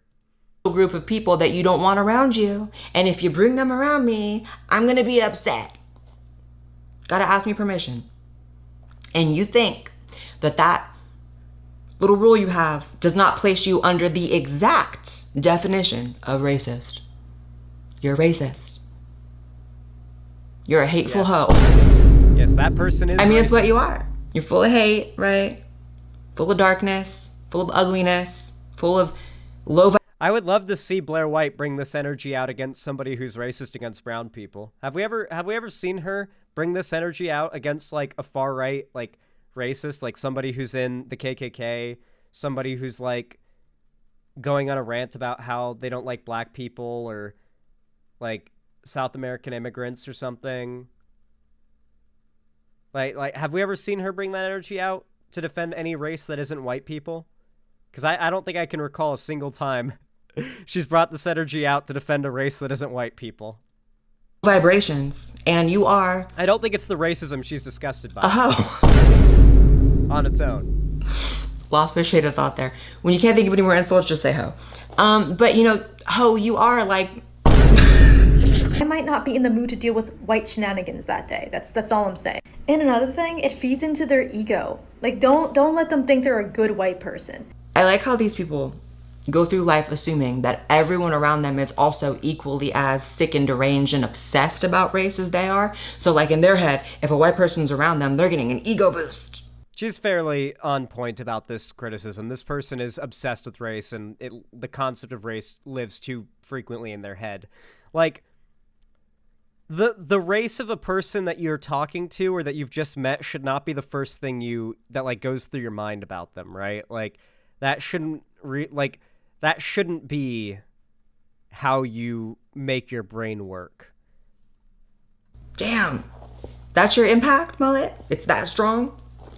Get an ego boost just by being around you. Dude. That's your impact? That trans dude on Twitter that posted the fucking trans dude titty pic with the mullet and everything to trigger transphobes, how I look with he, him pronouns in my bio. Like, he lives rent-free in Blair's head. He really does live rent-free in Blair's head. It's actually hilarious. No, Blair's not flipping off the guy. She's doing this, like this kind of motion. Like a kind of like a half point, like the upside down Valley Girl like point. I've seen it. It's a very Southern girl kind of behavior. She lives in Texas now. She's trying to appropriate the culture. If BIPOC stand in the street and scream at the top of their lungs, "I hate all white people. I want all white people to go die, white devil, you cracker." God, this lady's white guilt is like overwhelming the camera. She really needs to turn down the exposure. That's still not racism. That's discrimination. It's an action that's bred out of a prejudice. Discrimination can or can't be racist. Like, let's say discrimination can be homophobic discrimination, racist discrimination, sexist discrimination. Discrimination is not a separate thing from racism. Discrimination is an act that can be racist. So in this case, you are describing a racist act that is discrimination against a racial group. I gotta debunk the dumb fuck lefty arguments too, guys. Prejudice, for sure. Justified, arguably. Okay. Mullet might have been onto something, because that ego boost, She's so old! That guy lives rent-free in her head. She's so bent out of shape over that dude. Anal Del Rey, I think his name is. Fuck. She is mad. The mullet is just like burned into the back of her eyelids, I guess. She sees it when she blinks. Actually, I'm seeing it here. She thinks she's really getting some sort of social capital by saying this horrendous shit. That's the thing they do though, right? They will say, no, it's prejudice. It's not racist. So you don't like the word racist? Okay, let's find some other words. Hate monger, hater, brutally basic, trifling, low vibrational, dumb, uninspiring, demonic, devil, demon. Dude, the people that Blair is responding to are more entertaining than her. Like, for me, at least, as, like, the person who's got to debunk arguments. Like, they are more interesting characters, cartoon characters for me to debunk the bizarre arguments from than Blair is. Like, Blair's just doing annoying, cringe Zoomer edits to try to keep the watch time of her audience up. White people do not inherently have empathy, and it's something that I've talked about for more than a year. And one of the reasons is because it has not been modeled. If you look at the epigenetic nature of white folks, especially European Americans, white American people, there is this long-standing history of violence, and there has been no effort, Okay. The reason why white people have been white, as we call them now, people have been the ones, because, like, remember, guys, Spanish people who did what we consider to be Latin American today exists due to the colonialism, the rape, the pillaging, and the conquering of the Spanish, right?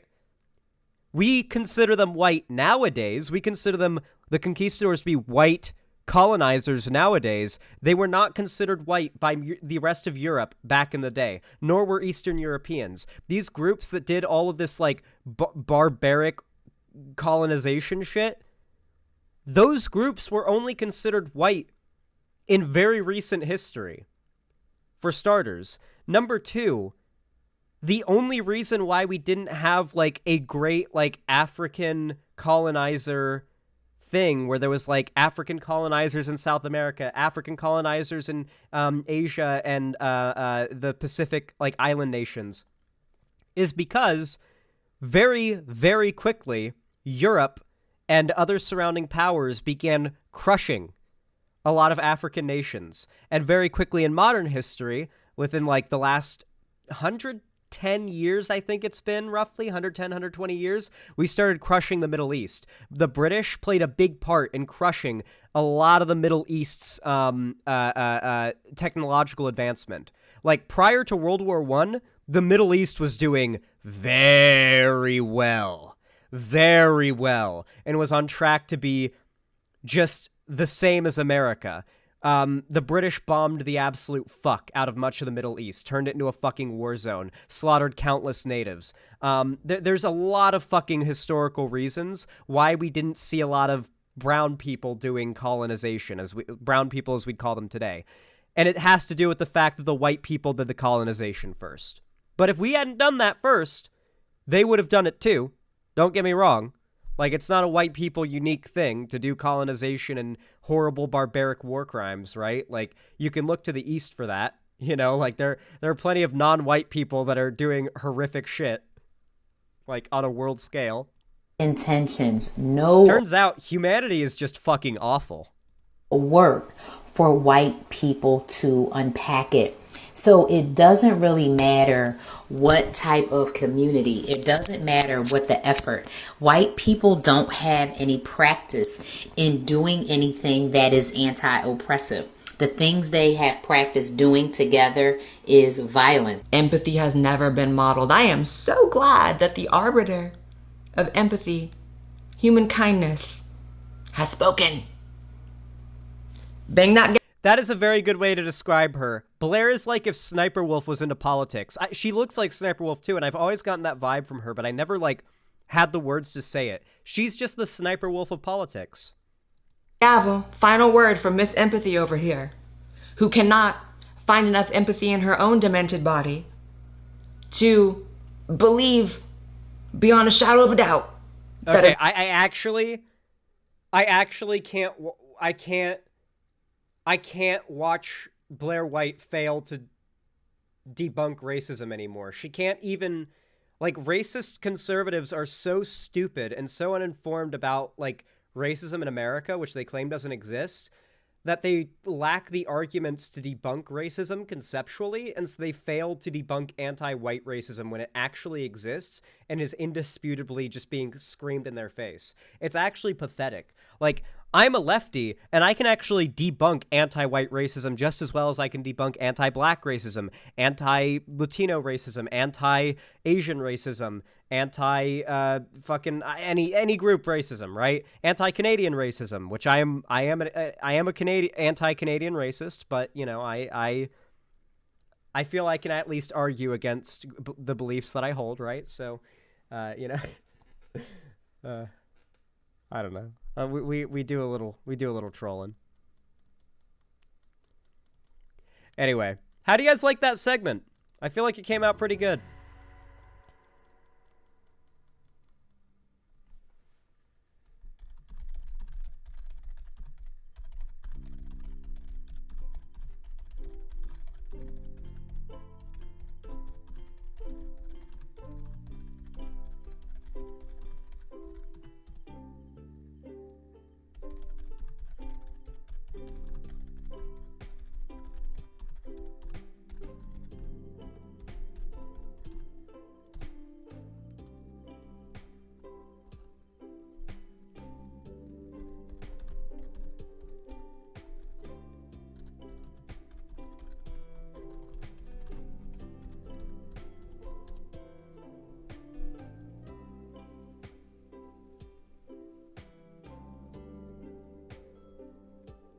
Hell yeah. All right.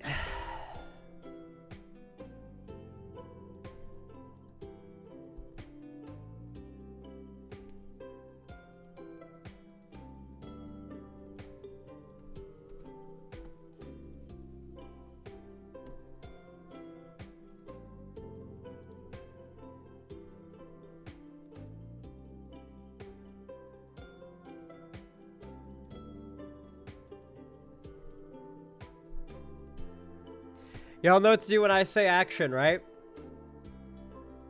3, 2, 1, action. Well, everybody, the Republicans, they're continuing their demonic plans to take away your rights, particularly rights in regards to reproductive health centered around the uterus and the penis and the balls and the fallopian tubes and the eggs and what have you. You see, dozens of independent abortion clinics closed in 2023 post Roe v. Wade getting repealed. Dozens of independently owned reproductive health clinics shuttered in 2023, the year after the U.S. Supreme Court overturned Roe v. Wade, according to a new report from the Abortion Care Network. That's right, guys. In case you all forgot, Roe v. Wade's been gone for like a year now. The Republicans just did that the second they got a Supreme Court majority, and have very clearly indicated their plans do not stop there. We have to keep a Republican president out of the White House. We have to. We have to replace those seats with Democrats as soon as feasibly possible.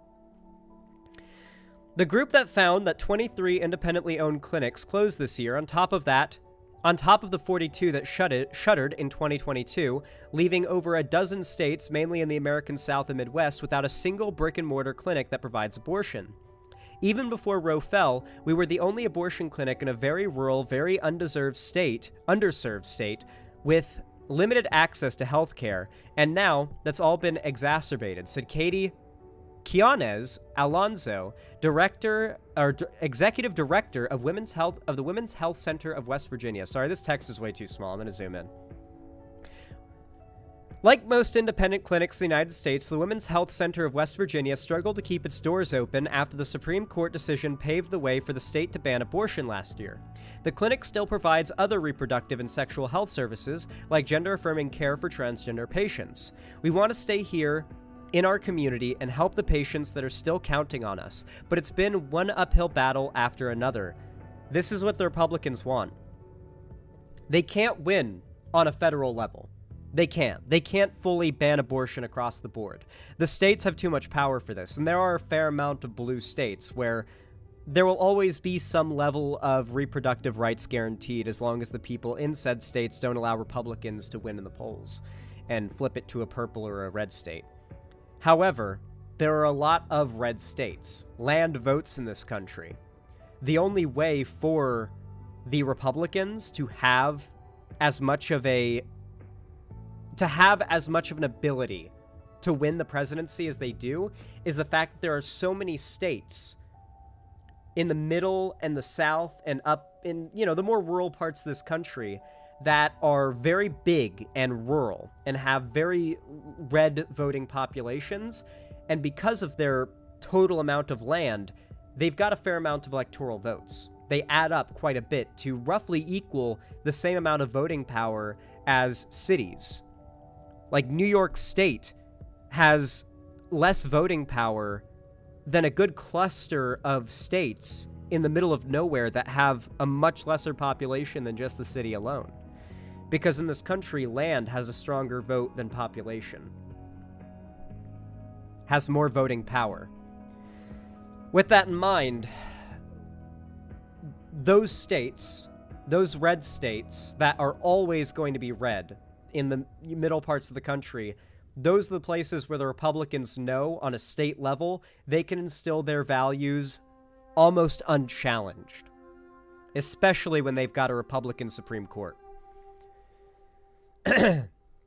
The Women's Health Center of West Virginia is an especially crucial lifeline for low-income, uninsured people in the state who rely on the clinic for routine gynecological checkups. Those services became harder to offer after West Virginia banned abortion, slashing the clinic's revenue by roughly $500,000. That's right, most abortion clinics offer a lot of different forms of reproductive care that don't have anything to do with terminating or preventing pregnancy, and those services are taken away when these places shutter as well. This year, Alonso anticipates a roughly $350,000 budget deficit Independently owned clinics, in contrast with bigger players like Planned Parenthood, provide the majority of abortions in the United States. According to the ACN report, indie clinics make up the majority of clinics operating in the states that are most hostile to abortion and offer the broadest range of options for patients seeking the procedure, most likely because people know Planned Parenthood. So, like, if you're in a really red state and you want to get an abortion, you don't want to go to the Planned Parenthood where there'll be 100 people protesting outside. You want to go to the really, standard named clinic that probably doesn't have as many people that know about it, right? Because a lot of people think that Planned Parenthood is the place that gives abortions, right? In the Deep South, it was always indie providers that were the ones providing abortions. Very few Planned Parenthoods existed in our region, said Robin Marty, executive director of the West Alabama Women's Center. Alabama used to have 3 Planned Parenthoods. We have just 1 now, and the others have closed, Marty said. We're still here, though. After Alabama enacted a sweeping ban on abortion, the Tuscaloosa clinic refocused on protecting newly pregnant people's access to affordable perinatal health care. And remember, guys, by the way, much of this care that is being taken away is also prenatal care. Planned Parenthood and other clinics offer ultrasounds, they offer checkups, and prescriptions for medications and vitamins that might be necessary for pregnant mothers. They offer medical care for mothers that plan to carry the baby to term. Those resources are also taken away. Because remember, they're not pro-life, they're anti-woman. And while yes, I know that these bans apply to many more people than women, they're doing it specifically to hurt women. That is their goal. That is why they're doing it. The thought that is going through their minds is, I want to hurt women. But Alabama is one of 10 states that has not expanded Medicaid, leaving roughly 1 in 7 women of childbearing age without any form of health insurance. The state allows newly pregnant women to apply for Medicaid, but that requires a doctor's letter confirming the pregnancy. Quote, but of course, as these people do not have insurance, they can't get into a doctor in order to get this letter for Medicaid, Marty said. This is why we're seeing so many people in Alabama who don't have prenatal care in the first trimester. Even after a patient receives a doctor's letter confirming their pregnancy, it can take 4 to 6 weeks for the state to approve coverage to help. American healthcare, dude. American healthcare. Listen, I wouldn't necessarily say I'm a communist. Nor would I necessarily say I'm even a socialist, okay? I would probably say that my values as far as policy prescriptions lean on heavily far-left social democrat. If that makes sense. The type of reforms that I would like to see in this country are so radical that they're unfeasible in our lifetime, potentially. I mean, maybe not. Maybe they will be achieved in our lifetime. And yet, I recognize that the entire American healthcare system needs to be overhauled. And the sad thing is, there isn't as much support to do so as you think. I know, it really does suck, but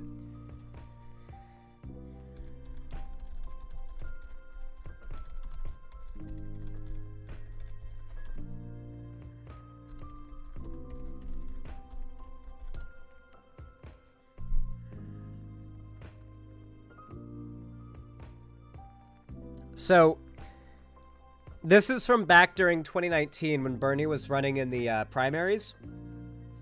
There was a lot of discussion about why is Bernie not doing as well in the polls, right? Like, if Bernie is such a good representation of what progressives want and what Democrats want, and Democrat voters are actually so, if they're actually so unhappy with like Biden or whatever other Democrat candidates we get, then why is it that Medicare for All isn't that popular even among Democrats? If you look at the actual charts, if you look here, Medicare for All replacing private insurance, the rate of support among Democrats is only 64%. Among Republicans, it's 14%. Under independents, it's 39%, at least as of 2019. Now, 64% is a lot. That's true. But when you compare that to a public option, like what Pete Buttigieg or Biden or literally every other, like, mainstream Democrat runs on, 90% support. 90% support for a public option system among Democrats, as opposed to the 64% support for Medicare for all. 46% support for a public option among Republican voters. 46% among Republican voters. Do you know why the Democrats aren't catering to people like you or people like Bernie? It's because they see that 46% of Republican voters agree with the policy that Biden and most mainstream Democrats were pushing. Among independents, it's 70%. Medicare for all just isn't as popular as the alternative, being pushed by less radical politicians. And it's unfortunate, it really, really is, but you have to recognize what people will actually vote for. Bernie was not electable. It sucks to say, but he wasn't electable. He could have never won. I realize that more, like, every day as I become more politically literate. And I become more politically literate literally every day. Like, there's never a day that goes by that I don't learn something that makes me go, huh, I am more competent now in the realm of politics than I was yesterday. Every day, I am more competent in the realm of politics than I was the day before. Every day, I make sure I learn something new. Something new. Something. No matter how, seemingly unimportant it is, I make sure it's something, because it could come up someday, and it could be valuable to learn someday. But yeah, I do think that there needs to be a pretty substantial overhaul of our healthcare system. Do I agree with Medicare for all, completely eliminating the possibility of having insurance? I honestly don't. I don't know if I agree with Medicare for all. I think I like the public option better. It's the best of both worlds. I think that people who have the money and resources to afford better healthcare should be able to access it. Like, if I get cancer someday, and I've got, like, millions of dollars to afford, like, the best doctors and the best care, I should be able to afford that, and I should be able to get that because I have the money for it, but the guy who literally lives in a box who gets cancer should also be able to get treatment. Sorry, Zan, this take is stupid. This take is stupid. I'm sorry, but it's the one the majority of Americans agree with, and you will never see what you want ever in your lifetime. And that's a good thing, because the program that you suggest would literally destroy America's economy. I'm sorry, but this has been... There is a reason why Bernie did not have as much support as you'd think he'd have. He wasn't cheated. There wasn't collusion. There wasn't, like, hacking of the voting machines.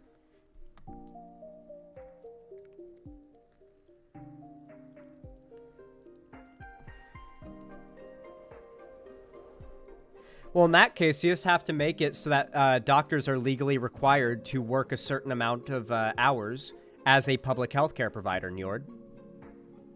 You realize that's a thing, right? Like, you realize that, like, there are doctors who have contracts with hospitals that require them to work a certain number of hours per year as a public free healthcare provider. So you just make policies that work around problems.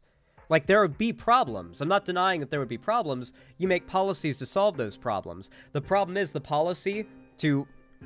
Guys, you're gonna get so mad. You're gonna get so mad when I say this, but it's objectively true. Economists have objectively proven it, and Bernie has admitted it.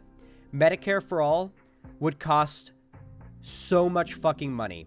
Even if we reallocated our spending from military and other forms of, like, seemingly needless spending, if we balance our budget out, even then, the tax increases on the middle class would be enormous. We would still end up, to be fair, in the long run, the middle class would still end up saving money, because otherwise they wouldn't have to save as much or spend as much on healthcare, like whether it be insurance or just out of pocket.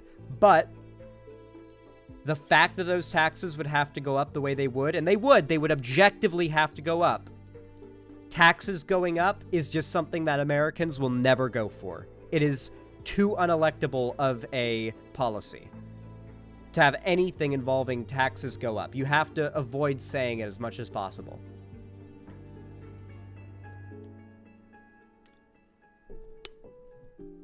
We're gonna get fucked either way by rising costs. You guys know that inflation has not gone up in the last year, right? You guys know the economy has actually been in a pretty damn good place for the last year and going towards a good place, right? Like, you guys know that the economy is currently on the up, right? Like, Biden's actually been doing a pretty damn good job. It's just objectively true. Like, medical costs, I think medical costs are up, but overall unemployment is down, the inflation has stopped, the economy is about to crash, no one can afford rent anymore. I mean, can you show me economists saying the economy is about to crash?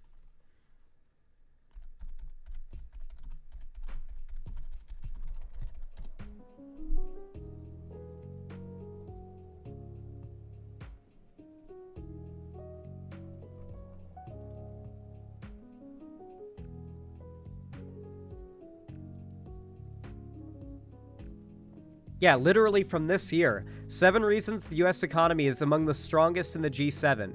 Cooling inflation, continued economic growth, and a strong labor market exemplify the sustained resilience of the U.S. economy, particularly compared with other advanced economies. While some pundits were predicting a recession at the end of 2022, the U.S. economy demonstrated its strength through continued economic job growth. In the first half of 2023, the economy remained resilient in the face of additional economic risks and uncertainties, including further interest rate hikes. House Speaker Kevin McCarthy, seemingly politically driven debt default crisis, and a series of bank failures. This column updates prior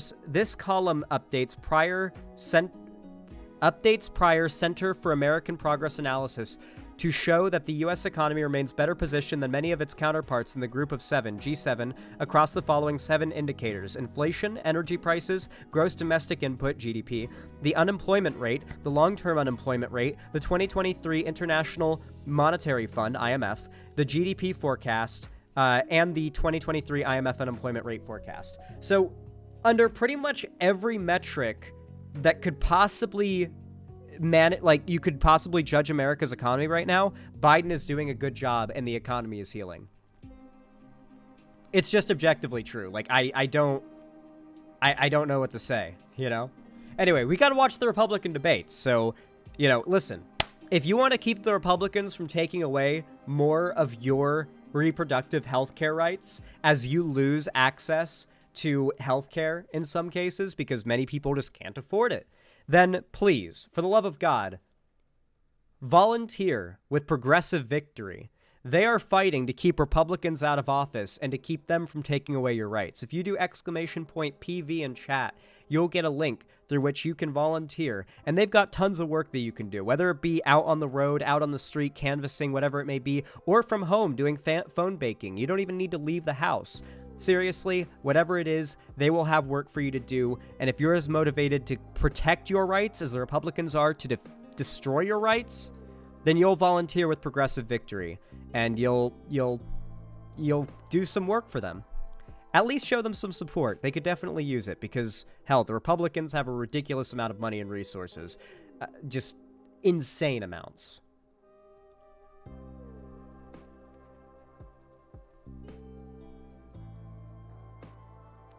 Axeladdy, what are you responding to? Most brain-dead take? What do you mean? No shit, the 1% in people owning stock is going to be saying the economy is good while us peasants can't afford shit. Okay, so you're just willing to, like, you just don't like that reality doesn't agree with you. Like, guys, I get that rich people suck and economists can be, like, cringe about defending capitalism and all, but we have gotten measuring the state of the economy down to a literal mathematical science, okay? We've got like a ridiculous amount of terms and fucking acronyms to refer to different phenomenon, to like create like formulas through which you can create like generate a number that measures how the economy is doing.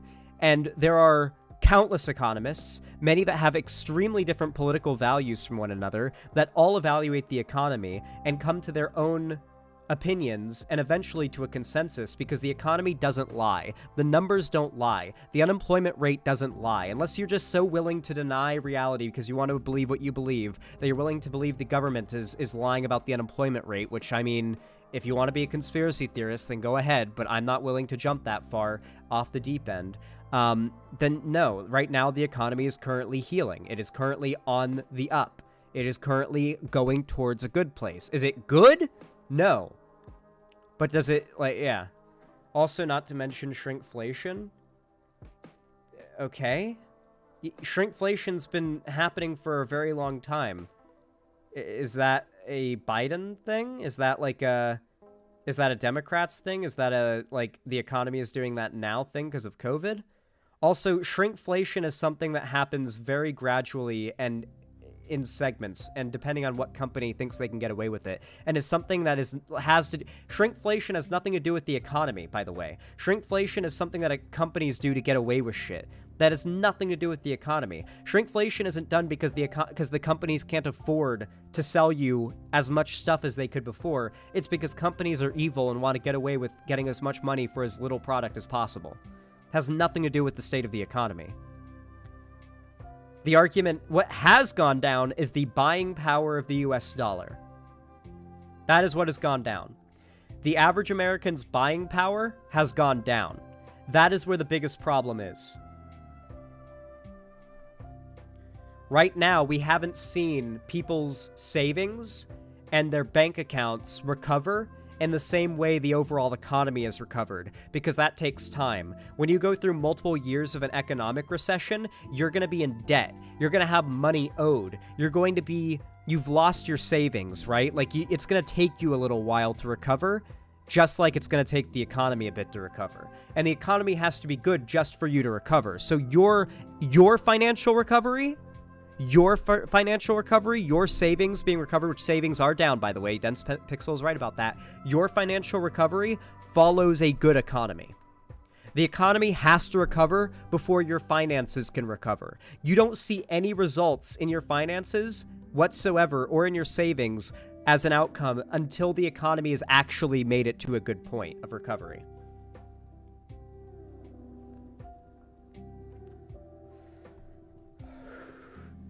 I mean, yeah, if you're in another country, then the US dollar has a lot of buying power, right? That's the argument that I would make. But within the US dollar doesn't have as much buying power because the wages match the buying power, right? To a not as ideal degree, right? Like, so, for example, if you go to fucking Croatia, for example, if you go to Croatia, you can get an apartment, like a 2-bedroom, 2-bath apartment for 500 USD or less. 500 USD is the max that you're paying for a 2-bed, 2-bath apartment in Croatia. A nice one. A nice one in a first world country. But the wages in Croatia are localized, right? Like people aren't making the same amount a year in USD as they are in America, that they could afford that so readily, right? But here's the fun part. You do if you're a YouTuber. If I moved to a place like Croatia or the Philippines or any nation that had a ridiculously lacking in value dollar, the buying power of my money would be insane, and I'd still make the exact amount from YouTube. I'd still be making the same amount from YouTube. So if I moved to, say, I don't know, Bulgaria or something, I would basically be extremely well off. Really, really well off. YouTubers who live in third world countries are living it up like fucking kings. Like, being a YouTuber who makes money from, like, because you make USD if you're a YouTuber, no matter where you live. If you're a YouTuber making USD in a third world country, you're living it up. You're living it the fuck up. Important info? What's this?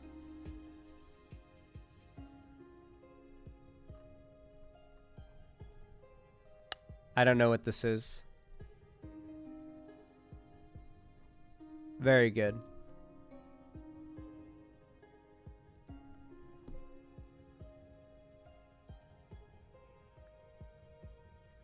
Pay me like $30 in USD and I'll be able to get a whole Nintendo game. Oh my god. Okay, listen, Cherry, please don't get mad at me for this, but I gotta shit on the Switch for a second. Did you see the footage of that one Batman game running on Switch? Holy shit. You cannot tell me Nintendo Switch is just a Zelda machine, a Zelda and Mario machine. You can't tell me that's not true when this is how it runs any game that's not Mario or Zelda. Call off your men, Jim. Golf Oscar 5-6, this is Commissioner Gordon. I'm calling off the pursuit. It's too dangerous. Sir, we're right here. We can take these bastards. What the? They just fired an RPG What the at us. fuck? Who the hell are these guys?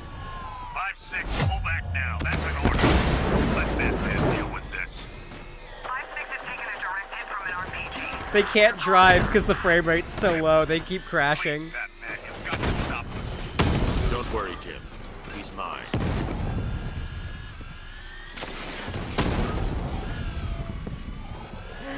It's so bad. It looks like how I would run games on my laptop after watching a low-spec gamer video back in the day. Is this GTA 3? Dog. That takes care of the vehicle. That's fucking crazy, dude. They need to make a Switch 2 or whatever. They need to make a Switch 2 and make it as powerful or more powerful than a PS5. Please. Please.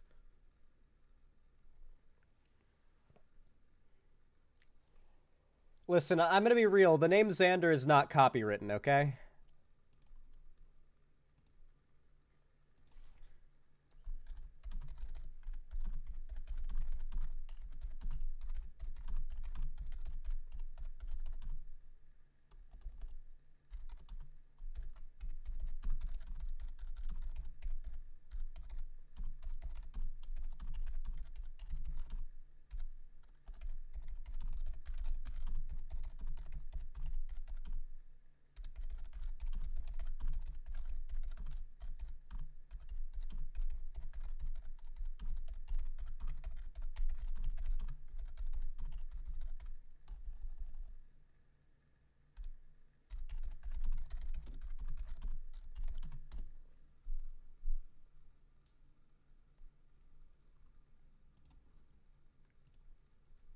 It's sad I play games on a stupid old graphics card and get better frame rate than that on games that look like that. Yeah.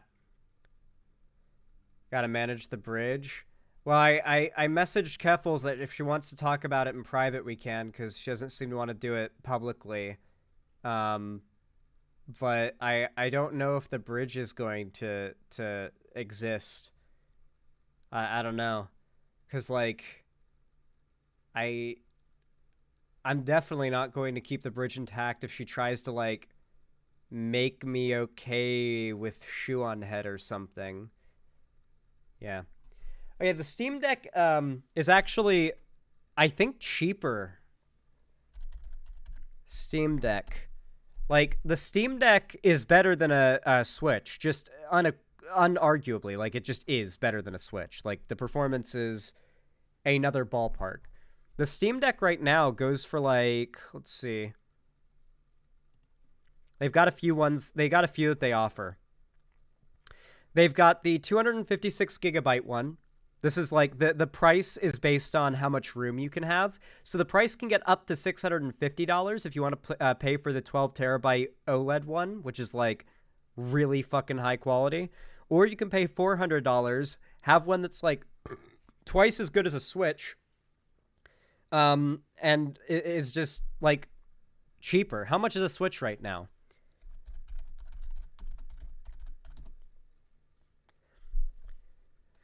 Nintendo Switch can go for as cheap as $300, it seems. But you can get the Steam Deck for $400, and it's better by a lot. By like more than twice as better. And it's literally a computer. A literal gaming PC that can be mobile. You can plug it into monitors and use it as a PC tower, by the way. Like, plug it into the docking station, plug that into it, like an HDMI into a monitor, and hook up like a mouse and keyboard. Use it as a gaming PC when you're not on the go. Like you can a Switch as a console. But it's better, performs better, has Discord and Google, and you can use it as a computer. It's a computer. It's a gaming PC they made mobile. It's like a laptop, but better. So yeah, I highly recommend the Steam Deck. It's really good.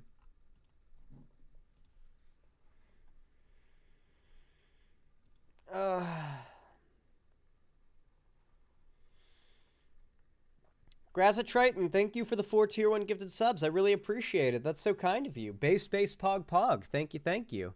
I appreciate the $20 very, very much, and I hope that Olive Bites, Noonfish, Derek Prime, and Jay Tizuna, I believe, all appreciate the gifted subs very much as well. Thank you, thank you. Xander Hall, wait, could I set it up so I could use it like a Switch and plug it into my TV? Yeah, absolutely. Yeah, you just put it in the docking station, plug the HDMI into your computer, and then, or into your TV, and use it like a Switch. Yeah, it's the same setup, same process. It's just, imagine it's a Switch, but it's a computer, and it's more powerful. And instead of like it uses Steam, that Steam overlay, like when you have a controller plugged in, like the console-esque like overlay that Steam has, it uses that by default. And so it's like made for using a controller on, like it's a console on your TV. Okay, so I think I'm going to get a Steam Deck. Definitely should. Plus it can interface with smart glasses. Ethan goes on planes with it and interfaces it with his smart glasses and plays games on a holographic screen with his smart glasses. He just connects them using like wireless. They interface with each other, and so he doesn't even use the screen. He just uses the Steam Deck as a controller and then uses a hologram that exists like independent of the real world through his glasses as the screen when he plays games on flights and stuff. So it's fully mobile, which is really nice. Yeah. You don't have to jailbreak it to do stuff either. Like, you can pirate games onto it, absolutely. Because it's literally just a PC. Like, if you could do it on a PC, you can do it on that.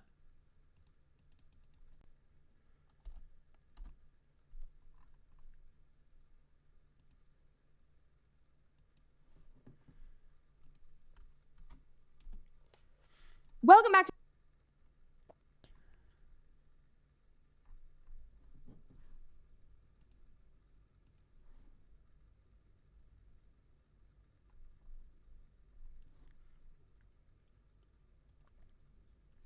Y'all know what to do when I say action, right?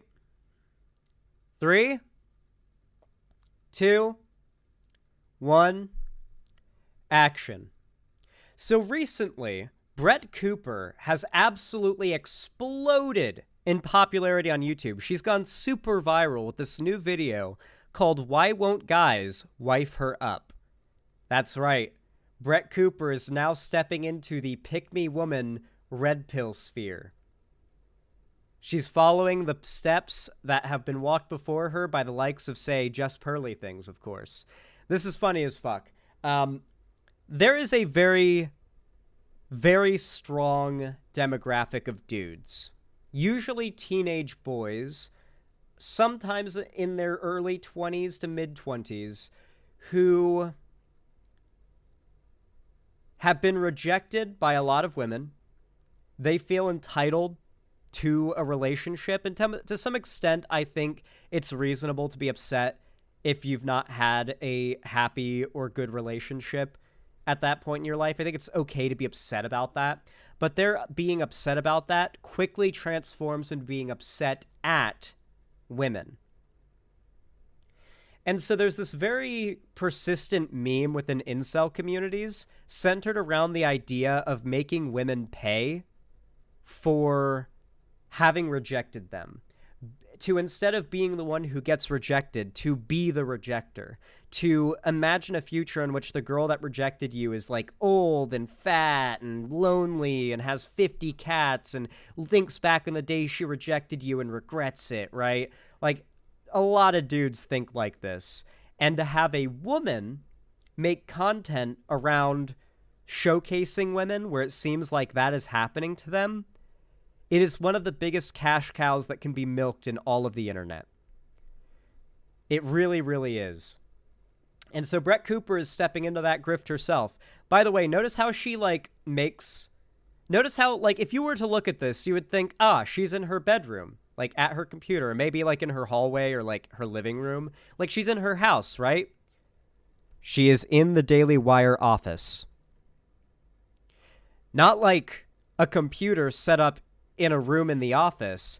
No, she is in a custom-made set made to look like a bedroom or like it's the inside of her house. This is a Daily Wire soundstage in their studio made look like evidence. Well, for one, it recently changed, like, over one video. And two, she's literally talked about being in the office. This is their studio. Every single one of them has a different studio. Ben Shapiro has his own, like, studio. Matt Walsh has his own studio. Andrew Clavin has his own studio. This is hers. Ben Shapiro has also said that she works from the office. So we know that this is an office. To the comment section, I'm Brett Cooper. There is a new video. Also, she has multiple camera angles that switch. She's got, like, a team working and, like, doing the camera angles. From TikTok that has now gone viral over on Twitter, and it's a video of a girl expressing her dating grievances that have been. Like, do you think that was her? Do you think this curtain leads to, like, this curtain doesn't lead to a window? That curtain is what she walks off past when she's done doing her job. This is a stage that's been customized to look like a bedroom. That's not curtains to, like, outside her house. She is a manufactured product. Nothing about her is real. Picked up by a specific niche of Twitter and have thousands of men weighing in. We're gonna break down this video and see what all the fuss is about, but before we do, make sure that you like this video, subscribe to this channel if you have not already, and dude, I really need to start being more shameless with my self-shilling. Subscribe, like the stream, donate, subscribe, like my stream, donate, subscribe, like my stream. There we go. I really need to be more shameless with this shit. I always forget to do this, and it actually works. Calls to action actually work, and I need to do them more often, because these people just... ring that notification bell so that you never miss a comment section or off the clock episode. All right, so this is the original video. It's by the way, Balth, we're playing Valheim tonight with Hash, okay? We're getting the trio. We're getting the trio going, okay? A girl named Abigail, and she posted it on TikTok, but here's the repost that went viral on Twitter. We'll watch this first. I just came to the realization why I'm single. Every guy that I'm like, oh yeah, he's attractive. Okay, this is not supposed to be offensive, but I see their wives and they just look like so, like,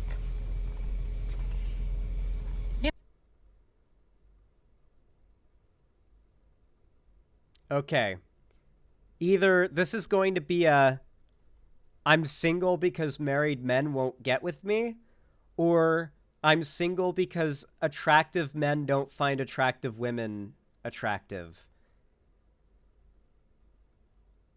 God, TikTok has really fucked the left's image so much. Like, TikTok might actually be a Chinese plot to destroy the left in America. You know, like, not like this. Pretend my tattoos are gone. Dude, I look crazy. Like, that's why guys don't want to wife me up. Or maybe it's because all of them see me eat sushi after I get out of the grocery store in my car with my bare fingers and drink sweet tea. I'm pretty sure this is a joke video. Like, I'm pretty sure this is a joke video. This is very obviously, like, her just kind of joking around with her followers in TikTok. She's a fitness account by the looks of things. Not like a woke account. I thought these men wanted, like, you know, big, strong, tough girls. Those are the lies of feminism. That's what feminism told you. Wait, she's actually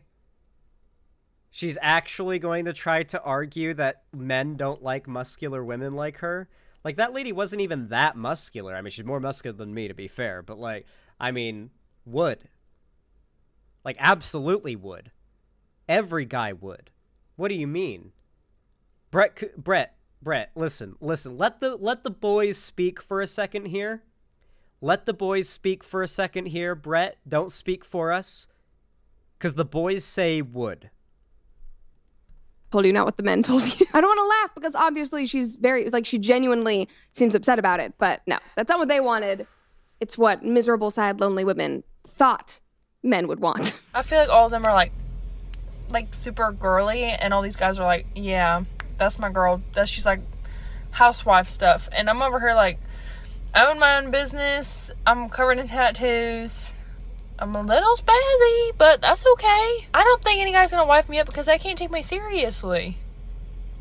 And I just realized that. Now, there were a lot of people making fun of her online, but I didn't watch that video and think that this was some funny, laughing matter. Like, she genuinely is coming to this conclusion while filming this video. Yeah, she genuinely seems like she wants to get married, like she wants to be wifed up. She wasn't talking about dating or hooking up with her. And obviously, that's not happening. So I empathize with her. A lot of people were making fun of her, though. The original repost caption read, "Another disagreeable boss girl." I don't think she's disagreeable at all. Like, she did not come off like that at all. Okay, I mean, you know what? Brett Cooper is actually... No wonder this video actually went viral. It seems like she's staying fairly mask on in this video. Comes the realization that men don't want women with septum piercings, muscles, and tattoos. We need to stop lying to women and tell them to preserve their feminine beauty and stop acting so masculine. Now, okay, here we go. Dude, there are tons of dudes into that. I'm definitely into it. Like, I mean, maybe this is my bias shining through. Like, I think that lady's hot as fuck. Like, absolutely. But, I don't know. Like, I don't see a world where this lady is, like, actually never going to be able to find love because nobody finds her attractive. Like, there are dudes that are into girls with tattoos and colored hair, marry them, and have happy, long marriages with them. That's a thing that exists.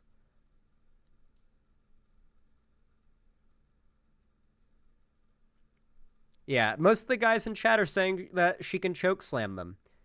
Like, no, this is not a lie of feminism.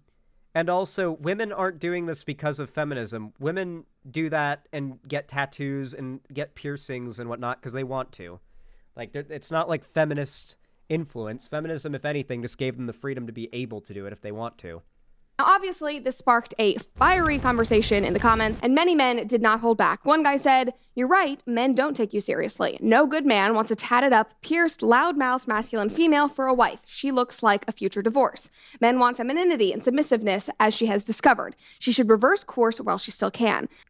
So is this video is literally nothing but, like, incels coming together to talk about how women need to be submissive little... like, barefoot. Like, so she's literally just leaning fully into the red pill shit now. This very quickly went badly for Pearl Davis. I'm excited to see the red pill shit be the downfall of Brett Cooper. Brett Cooper is also jumping into the red pill stuff as it's dying off, too. Another person said, "She's gorgeous and I like her personality too. I'm glad somebody was nice to her. And I certainly don't mind some muscle. It shows that she takes care of her body, another positive thing. But the piercings and tattoos offer to me a warning sign more times than not." Another person said, "Women love masculine men. That's why they chase only the highest tier of them. Men love feminine women, but it's controversial now. Many girls pushing their 30s are learning the hard way, just like her. Kitchen better than modern feminism." They're unironically doing kitchen memes. Like, they're trying to say, sorry, ladies, but you're learning the reality of no man will love you unless you become the submissive housewife. You wanted your freedom. You wanted your independence. Well, guess what? Now you're unlovable. You either get a relationship or you get rights. Choose, women. Feminism or rights. Or, well, not feminism or happiness. That's the dichotomy. That's basically the false dichotomy they're trying to create. This video is cursed. This video has nearly 1 million views in a day. TikTok comments were generally the same, but obviously with a little less nuance. It's funny now because I used to say that Twitter had no nuance, but since Elon freed the bird, there's actually some good discourse. God, I can't wait to watch the platform continue bleeding money. More and more ads keep getting pulled. More and more companies pulling their ads. Elon Musk just tries to play it cool, and people are like, yeah, he's owning these companies by saying go fuck yourselves after they pull their ads. Like, why is he not saying go fuck yourselves to the companies threatening to pull their ads? That would be pretty baller if he did that. Discourse on there, but anyway, TikTok, not the place for it. Somebody commented and said, I, for one, want a woman who is simply nice to me. Most women fail at that pretty quick. You seem sweet, and that is a big green flag. Very, very true. I don't think she looks disagreeable at all. My heart went out to her. She seems very, very nice. Maybe she was led astray by what people told her that men wanted, but she does not look like a disagreeable.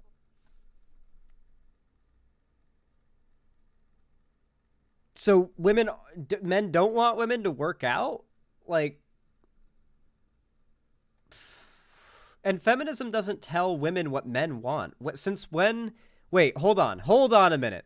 Since when is feminism? When has feminism ever even been accused by like right-wingers to be about telling women what men really want? Like, even to right-wingers, how does that make sense? That feminism convinces women that men want dominant women. What? I thought feminism was all about saying, nah, fuck men, we don't need men, we're gonna be independent. Also, men like domineering, not domineering, but like dominant women, because not really because they're into dominance or because they're bottoms, because dominant women tend to be more open about how they feel.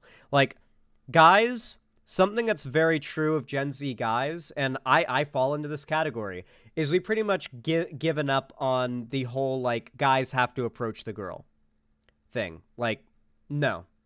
Like, no, I'm totally not doing that shit. If a girl likes me, she's got to approach me, or she's got to, like, indicate that to me.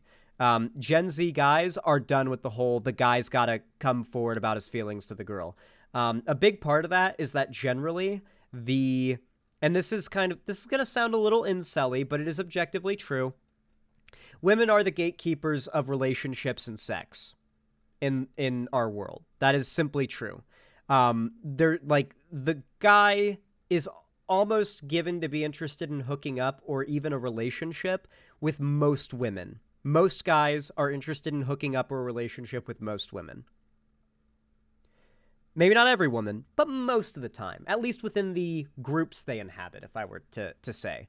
Like, if you're a girl and you're watching this, and you've got, like, a group of guy friends you don't think in a million years would ever be into you, just randomly ask one of them. I promise you they won't freak out or get upset at you. Randomly ask one of them, do you want to see my tits? And see what their reaction is. Guarantee you they say, yes, yes! Guarantee you. If you ask them if they want to fuck, they will guaranteed say yes. No matter how platonic your relationship has been. It will happen. I guarantee you. I guarantee you. It's just true. It's just true. They'll think it's a prank. It's just true. But, with that in mind, the reality of it is that a lot of Gen Z guys, they see it as like, it's a given that they like the girl. Does the girl like them back? Well, if they do at all, then surely they would indicate that in some way and make it obvious. And so essentially that is the mindset that a lot of dudes in Gen Z, including myself, follow. Like, I literally have not... When was the last time I approached a woman and told her that, like asked her out or told her that I had feelings for her and it went well? The last time I did it, it didn't go well. The girl wasn't interested in me. I was like, oh, never doing that again. Yeah, like, I don't know. Like, probably when I was a teenager. Yeah, like, every girl that I've ever dated approached me. And so that's generally how I go about things and how most Gen Z men are going about things. And so the reality is, if you're a girl and you're thinking like, why am I single? Why am I lonely? Why am I not in a relationship? Think about whether or not you're waiting for a girl to come to you, or a girl, waiting for a guy to come to you, or if you are looking for guys that you already know that you like and looking for hints that they like you. Frankly, you can probably gamble and win most of the time on just letting your feelings out to them. Because, yeah, this is a wholesome bit. I'd say it's relatively wholesome, I guess. Well, boss bitch or whoever, whatever that first guy called her. Another person said, woman with pin video entitled I'm a 6 foot tall bodybuilder with temper problems discovers that she is a 6 foot tall bodybuilder with temper problems. Another person said, hey, don't sweat it. The temper problems thing might actually play a pretty significant part in why she's single. I'm sure that there's plenty of guys who'd wife you up in an instant. I mean, probably not me, but somebody for sure. I think that was the worst comment because it was so positive. He was like, you seem really nice, but still, yeah, you're right. Not my type. Another person said, she's literally so pretty. I'm confused. Well, you're a girl and you have been fed the lies of feminism. The men are telling you how to not be confused. It really... Where is feminism telling women what men are into? What is this fantasy? I like the little, like, Nazi marble marble statue that Nazis on Twitter always have as their profile picture. I like the little random framed photo of that in the background they use for the set for no reason, as if, like, she would just have that in her home, you know? Like, the implication is that, like, this is her house and she would just own that and that would be, like, a thing she has for some reason. I don't know. It's just a lot funnier when you know this is a set made to look like she's streaming from her house. Really isn't that confusing, unlike when you're browsing in incognito mode and then you realize that nothing you're doing is actually private. Because if you've ever read the fine print when you start browsing in incognito mode, it literally says, how much do you want to bet those headphones are disconnected? Dude, how much you want to... Why is she wearing the headphones? You're right. There's no reason to be wearing the headphones unless she's it's to make her look like a gamer. That's why. She's supposed to look like a gamer, for starters. Because like Ben Shapiro, Andrew Clavin, none of the other people who do Daily Wire stuff wear gamer headphones. They wear earpieces to get their lines fed to them, remember? Because they've got like a whole team. Maybe she's getting the lines fed to her through the gamer headphones, but the choice of gamer headphones is for the the gamer girl. Maybe she plays video games in her free time at her nice computer, in her room, kind of vibe is what you're supposed to get. PewDiePie even admitted this, that he wears the gaming headphones to disconnected to get the gamer effect. Those are not connected. If you look at the Slack, they do look like they have a lot of Slack. As your activity might still be visible to your employer, your school, or your internet service provider. That's the thing that is actually confusing. To really stop people from seeing this... Dude, right into the fucking sponsorship, dog. Of course, ExpressVPN sponsoring a fucking hate group that is the Daily Wire. Dog. It's so sad to see how many dudes are unironically getting tricked into thinking that conservatism is what women want, because the reality is feminism isn't telling women some false idea of what men want and then making women make themselves into that. That's what conservatism is doing to men. Conservatism is telling men a false idea of what women really want as far as lifestyle and personality and beliefs go. And let's be real, most women do not want to date a conservative guy. Most women do not want to date an incel or a guy who believes in incel ideas. And so it's funny that the accusation she's leveling at feminism is the exact same thing that she is doing to men. Haunted Constellation, thank you for the $10 super chat. I really appreciate that. Says, hope y'all are having a lovely morning /day /evening /night. Congrats on the house, Sam. Thank you. I appreciate it. And I don't own it or anything. It's just a rental. But yeah, thank you. By the way, if you're watching right now and you appreciate my content, please consider leaving a like, subscribing, ringing the bell icon, or even donating, subscribing, or gifting a sub on my website. Any form of support you guys send my way really helps, especially because money's a bit tight right now after moving.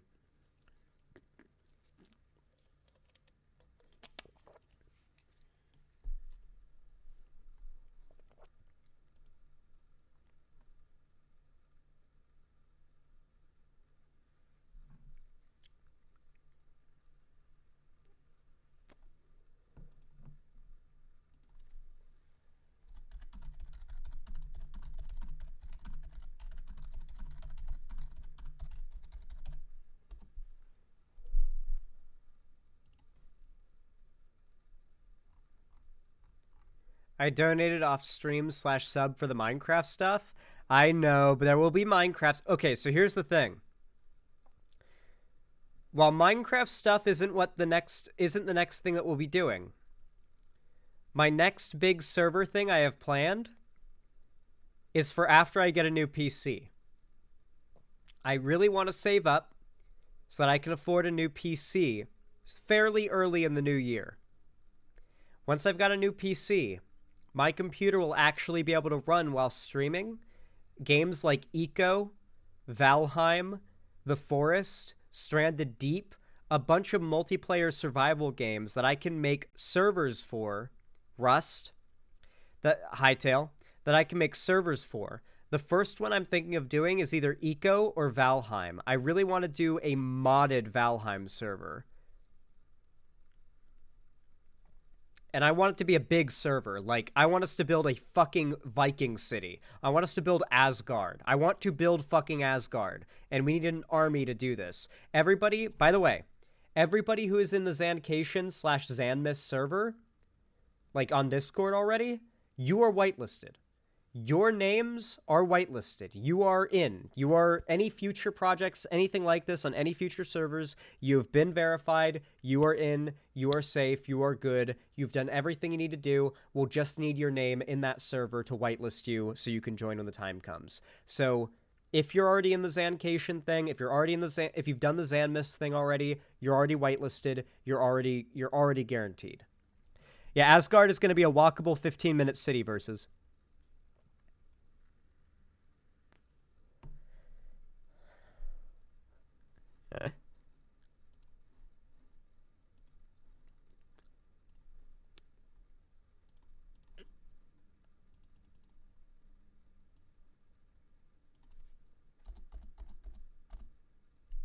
Seriously, consider sending some support my way. Even if you can't afford to donate, you can always drop a like. It really helps out a lot.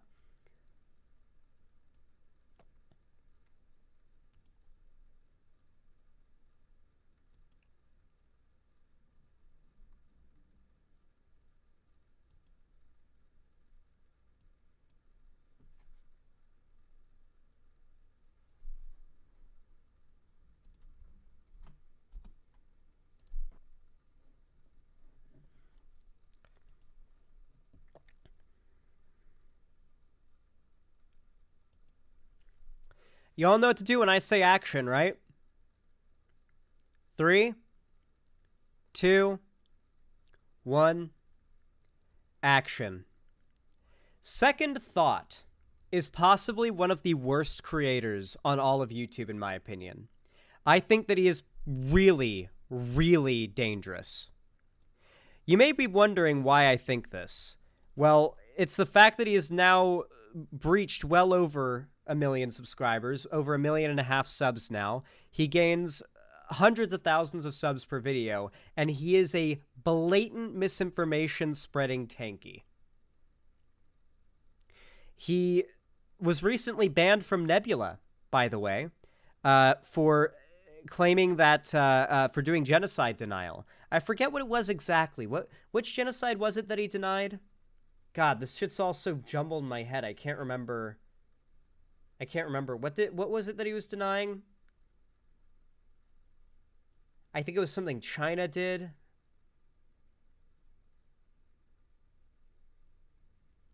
I'm trying to remember. What was the... I think it was the Holodomor? The Uyghur genocide?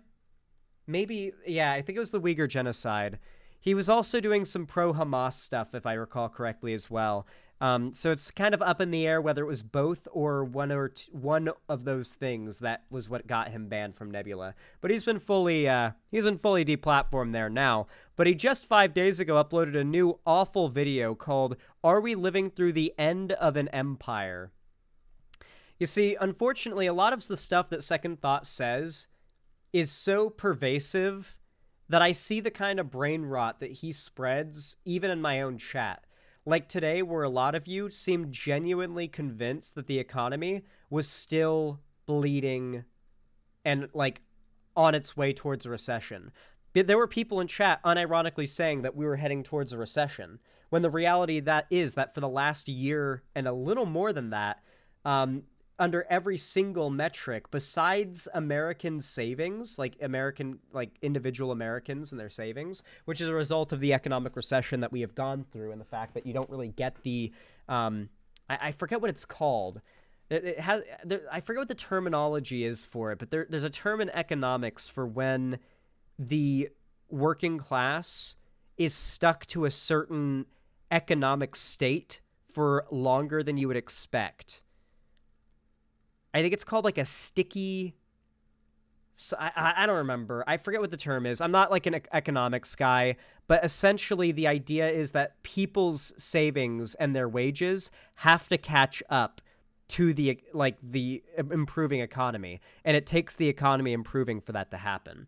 And so something that we've seen become a very common cycle, and we saw it most pervasively under Bush and Obama, was that Bush, with trickle-down economics, fucked the American economy to all hell. There were also other policies as well that led to the 2008 financial crisis, but that was Republican Bush policy that caused the 2008 financial crisis, something that Obama, a Democrat, had to inherit.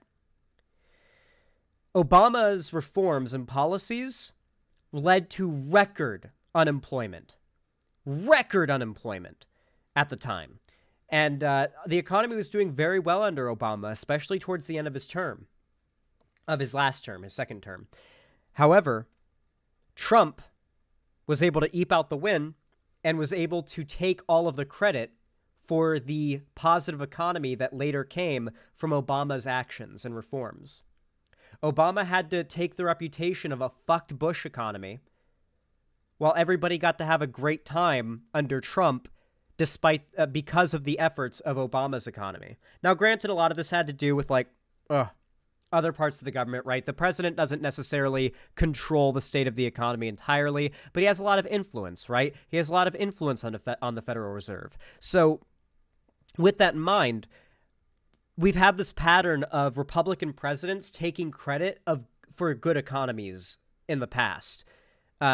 And now we're seeing the results of a Trump presidency. Biden is taking the brunt of the fault of it, despite the fact that if you actually look at every measure, Biden is healing the economy, and by the time we get to the next presidential run, people are going to be in a much better place, sorry. Anyway, let's hear Second Thought play into more fear-mongering about the economy, about how it's like apparently dying when it's objectively not right now, to drum up hate for Biden and create more Bernie or Busters. I call them Bernie or Busters, but that's not even the term for it now anymore. Just like people who would have voted for Biden that choose not to vote now. Their goal at this point, they're paid by Russia, by the way. Like Second Thought is paid by Russia Today, I believe. He's Russian state media. And I believe he legally had to be, I think Twitter labeled him as such, and he got mad about it at one point prior to Elon buying it. But he's funded by Russia, and his goal is simply to get people not to vote for Biden. That is his primary objective with this video. Remember that through the entire time. This episode and others like it are brought to you by the generous support of my patrons on Patreon. If you'd like to help support this channel, join our growing Discord server, and get early access to every video, consider becoming a patron at patreon.com/secondthought. Throughout the well-worn... Second Thought is also a good example of how good editing and script writing can make misinformation and propaganda seem very objective and educational. He makes these videos like they're educational, edutainment videos of the lines you might see from Professor Dave Explains or the channels that make videos like this that are non-biased edutainment videos. He makes them like they're non-biased edutainment videos when they are objectively and blatantly political propaganda. It is one of the biggest red flags about his content I ever felt when I first watched him in the first place. I remember, okay guys, Lonnie was awful in ways that I haven't even talked about. Lonnie would get mad at me for being based. I would have to argue with her on stream sometimes, though I tried to keep it off stream for the sake of not wanting to just air out dirty laundry or whatever. But she got pissed at me one time when I was reacting to a Second Thought video on stream while playing WoW. I was streaming WoW and watching a Second Thought video, and I was like, this is tanky shit. And she was like, it is not. It's not tanky shit. And I was like, this feels like tanky shit. And I remember just kind of, like, dropping it. But, like, I was totally getting, like, red flags off of this dude years and years ago. And you can probably go back to that WoW stream and find the clip of me saying, this comes off as tanky shit to me. Worn pages of history, empires have risen, grown to prominence, and collapsed into the mist of time. The Roman Empire, stretching from the sweltering sands of Africa to the murky woods of northern England. The British Empire and her dominance of the Seven Seas. Radio Shack. All of these and more have become the stuff of legend, each with their own stories of success, expansion, and, ultimately, collapse, unable to bear the weight of their inherent contradictions. But are all empires destined to meet this fate? And the question on everyone's mind, probably because it's the title of this video, are we living through the end of an empire? You gotta love the fear-mongering, too. As if, like, the fall of America, if it were to happen in any realistic way, as if it would be, like, buildings burning and, like, people running for their lives. Like, the literal... Like, this guy's trying to depict the fall of Rome as, like, a literal, like, massive fire burning down all of Rome. Because that's how, like, one-dimensional the like... It literally just has to look good. That's all his content has to do. It has to look the part. Are we living through the end of an empire? In this episode, we'll take a look at the precarious position of the United States and consider some historic parallels to assess whether the US is really in decline. This is Tim Pool level shit, by the way. Literal Tim Pool level shit. If America disappeared, you know what would actually be burning? If America fell, do you know what would actually be burning down overnight? The rest of the world. Because the entire economy of the entire planet is based on the US dollar. If our economy disappeared overnight, the world would go up in flames. We are the world. The world revolves around us. America is the center of the world. I'm sorry. I know, it sucks to admit it, but it's true. America is objectively the center of the world. If America disappeared tomorrow, the world would go up in fucking flames.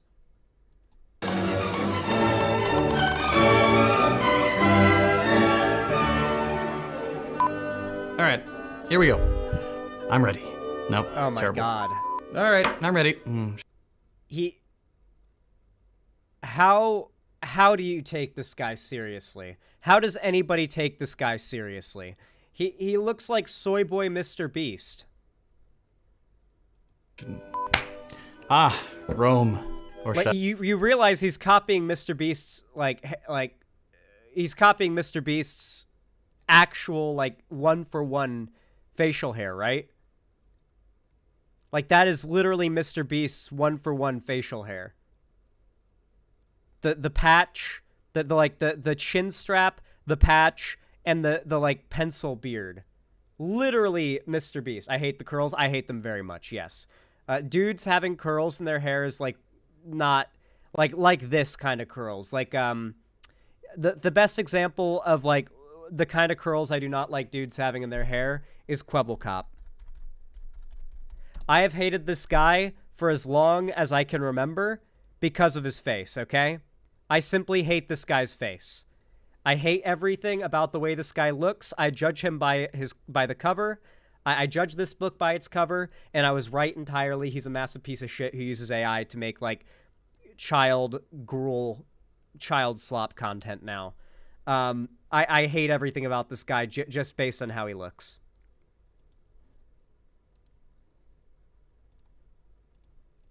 Or are we doing this as 2 takes? Okay, here we go.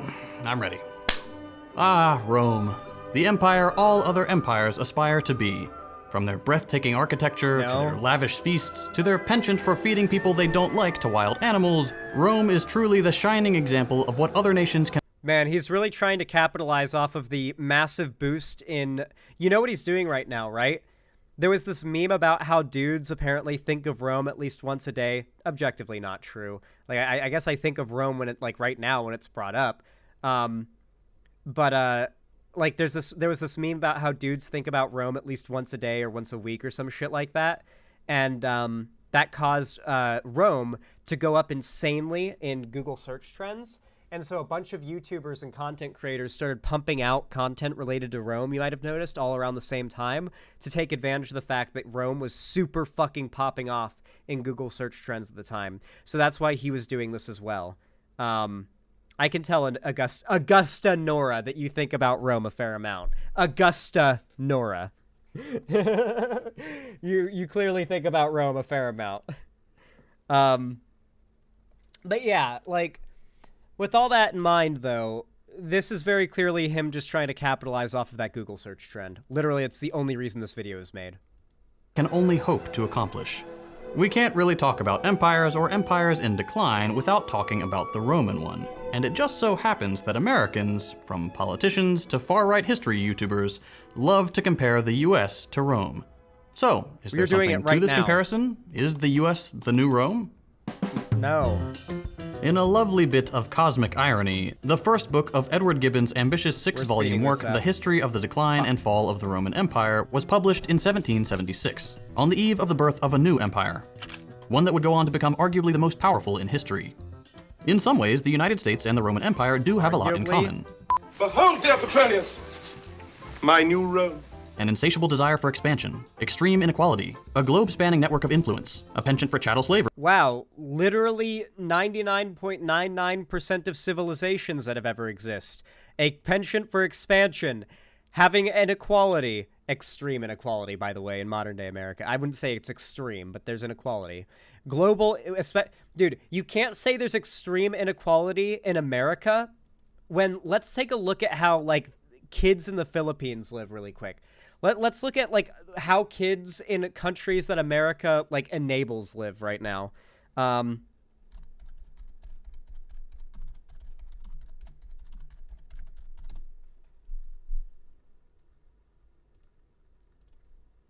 This is, you can't say that America has extreme inequality when, like, countries that America, like, directly puppeteers the government of have living conditions like this for literally thousands upon thousands of children. Look at this. The Camarines Norte Peninsula in eastern Philippines is Asia's Gold Coast. Across the country, over 200,000 people work as small-scale gold miners. Every year, they produce hundreds of kilos of gold, exported worldwide on the black market. Driven by poverty and... This is a mud hole in a swamp, and many times they send kids down into them because they're small. Hunger, they stop at nothing to dig out a few flecks of precious metal, including risking the lives of their children. Yes, this is voluntary child labor. And yeah, it's voluntary because they can't go to school because they can't afford it. They have to stick a tube in their mouth. You saw that what that was, right? The claustrophobia and thalassophobia should be popping off. This is a kid who stuck a tube in his mouth and is now descending down a little tunnel that is completely submerged to get down to the bottom of a silty, muddy swamp floor so he can use a vacuum to suck up mud that might have gold in it.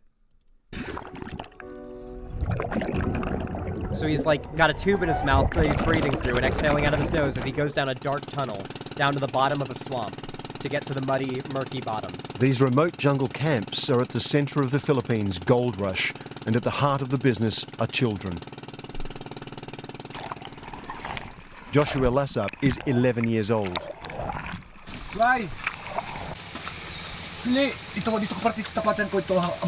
These kids aren't there against their will. They're getting paid.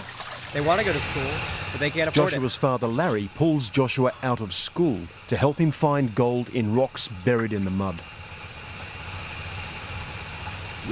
Namiss ko po ang kaibigan ko, tapos namiss ko rin po yung school.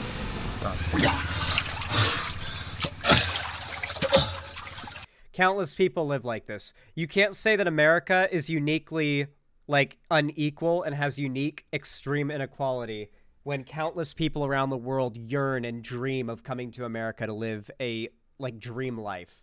I'm sorry, but America is not known for extreme inequality. It's just not. It's not. It objectively does not have extreme inequality.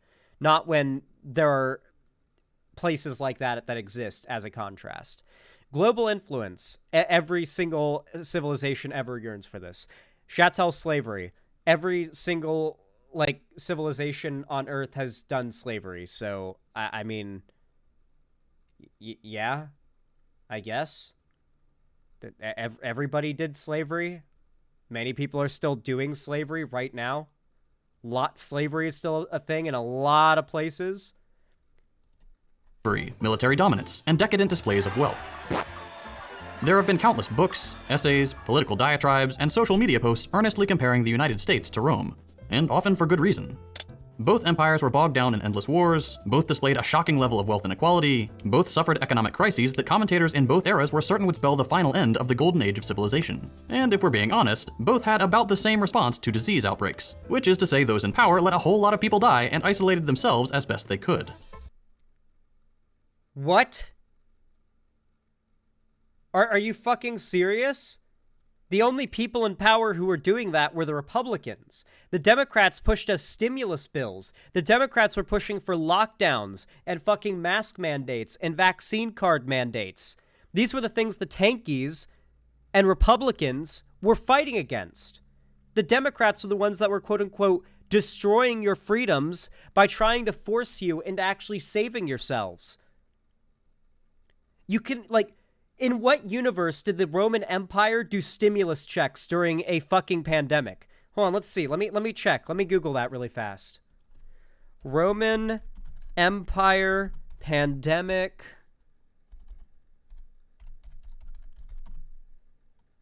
Stimulus checks. Counting the cost of COVID-19, the cost of stimulus checks on the United States economy. That is the first thing that comes up. Dude, literally not even close to comparable.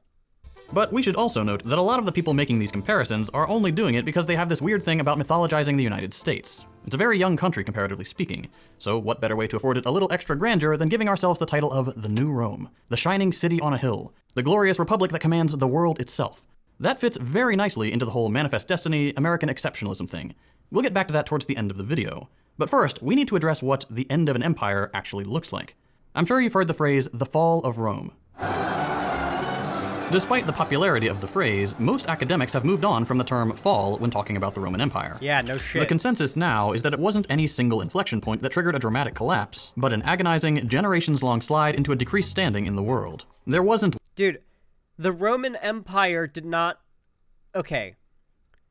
People need to stop connecting the idea of an empire or like the idea of a civilization with the people. They gotta fucking stop. They gotta fucking stop.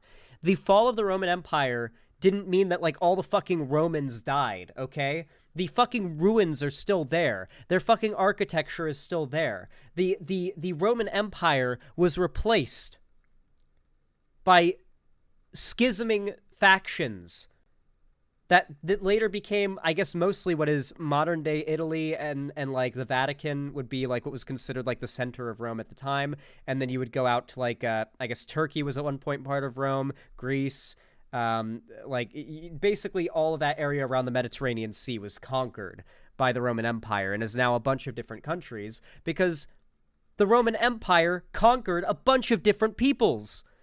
Just like today, where we've drawn up lines on maps to say this is where we've decided the borders are. We've decided that you are two different groups that have completely different cultures and ideas and everything that maybe have had long-standing wars and enslaved each other and killed and raped each other over the course of generations. You now are of the same nation. This leads to civil wars. This leads to schisms. Recently, we had the Sudan Civil War, and Sudan split into Sudan and South Sudan. This is a great example of how the British drew up a shit ton of fucking border lines in Africa. It was probably, would it have been the British or the Dutch? I don't know. Like the British and the Dutch drew up a bunch of fucking border lines in Africa that have absolutely no bearing on the peoples that lived there, and that resulted in the people there rebelling and everything falling the fuck apart, because if you don't have a strong fist to keep the people that you've conquered in check, then the lands that you've consumed and annexed will eventually break apart into their own territories. That is what happened. The Roman people didn't just like fucking drop dead, and the buildings didn't just fucking crumble and fall overnight. Also, the Roman Empire lasted 1,400 years. 1,400 years. If America is going to if America is anything like a modern Roman Empire, we've got at least 1,000 years in front of us. The joke is always about how America is still a baby. And yet America's still a baby nation, and yet it is as powerful as it is. Think about that. Single point where we could say Rome was an empire yesterday and today it's a failed project. The real world doesn't work like that. There were certainly some instances one could point to as chapter markers near the end of the story. For example, around the year 476, there wasn't really an emperor claiming the vast swaths of land the empire had once held. Yeah, there was no tight fist to keep all of the annexed territories in line, and so the peoples rebelled. The most of Rome was not inhabited by people that considered themselves Roman. They were people that were conquered and annexed, and the second that they were able to rebel, they did. The people who were conquered by the Romans didn't exactly like the Romans. They were forced to kneel or die or be enslaved. Sometimes they were enslaved, in which case they were forced to be slaves or die. With an iron fist. But if we're looking for a Marvel-esque announcement that Rome has fallen, we're not gonna find one. What we can trace, and it's easier to do so in retrospect, is a series of minor failures that go unaddressed. Crumbling infrastructure due to lack of investment, rampant corruption, severe inequality, dwindling trust in institutions or leadership, humiliating military defeat, or endless conflict sapping resources. I am pretty certain right now that crumbling infrastructure had nothing to do with the Roman Empire falling. What? The Roman Empire had some of the best infrastructure in the world, even at its fall. Why is Zan so mad at this guy? What is he, the Orbiter, talking about? What? Oh, this guy's called Second Thought. He's like a massive misinformation spreader. He does it in a very, very effective way, though. He makes very, like, well-edited videos that are made to look very edutainment-like. He recently got banned off of Nebula for doing genocide denial. Because they figured out he's not an edutainment channel, but a propaganda channel, and he's a tanky. So, like, yeah. He's a massive piece of shit, and he hides it well. That's why I hate him. These all add up to a very real challenge to the structure of an empire. To take the Roman example, the city of Rome itself had been sacked multiple times, but what really did the city in was when the supply chain failed. State-subsidized grain shipments on state-subsidized ships tied up at state-subsidized docks. Eventually... It's almost like they built their empire on conquering and then lost the means to defend their territory. Listen, as much as America, has built itself on conquering, I don't think there's any risk of the American people or, like, any group of people that America has conquered rising up and, like, destroying us militarily. No one's been able to do it yet. The only thing that can ever happen is stalemate, because America... Guys, I'm gonna be real. If we wanted to, like, deal with the Taliban, we could have done it in a year. We could have glassed literally all of Afghanistan in a year. But we didn't do that. Instead, we wanted to fight a boots-on-the-ground war, train soldiers and keep them posted, and implement a government in the capital in Kabul, and try and create some form of, like, peace. Try to come to peace talks with the Taliban. Because the fact is, the Taliban are very powerful. They're very big, and if Afghanistan is going to exist, the Taliban were going to exist. It was as simple as that. And we were trying to come to peace talks. Unfortunately, the popular sentiment was we should just pull out no matter what we did, and the people of Afghanistan, especially in Kabul, did not agree with us pulling out when we did.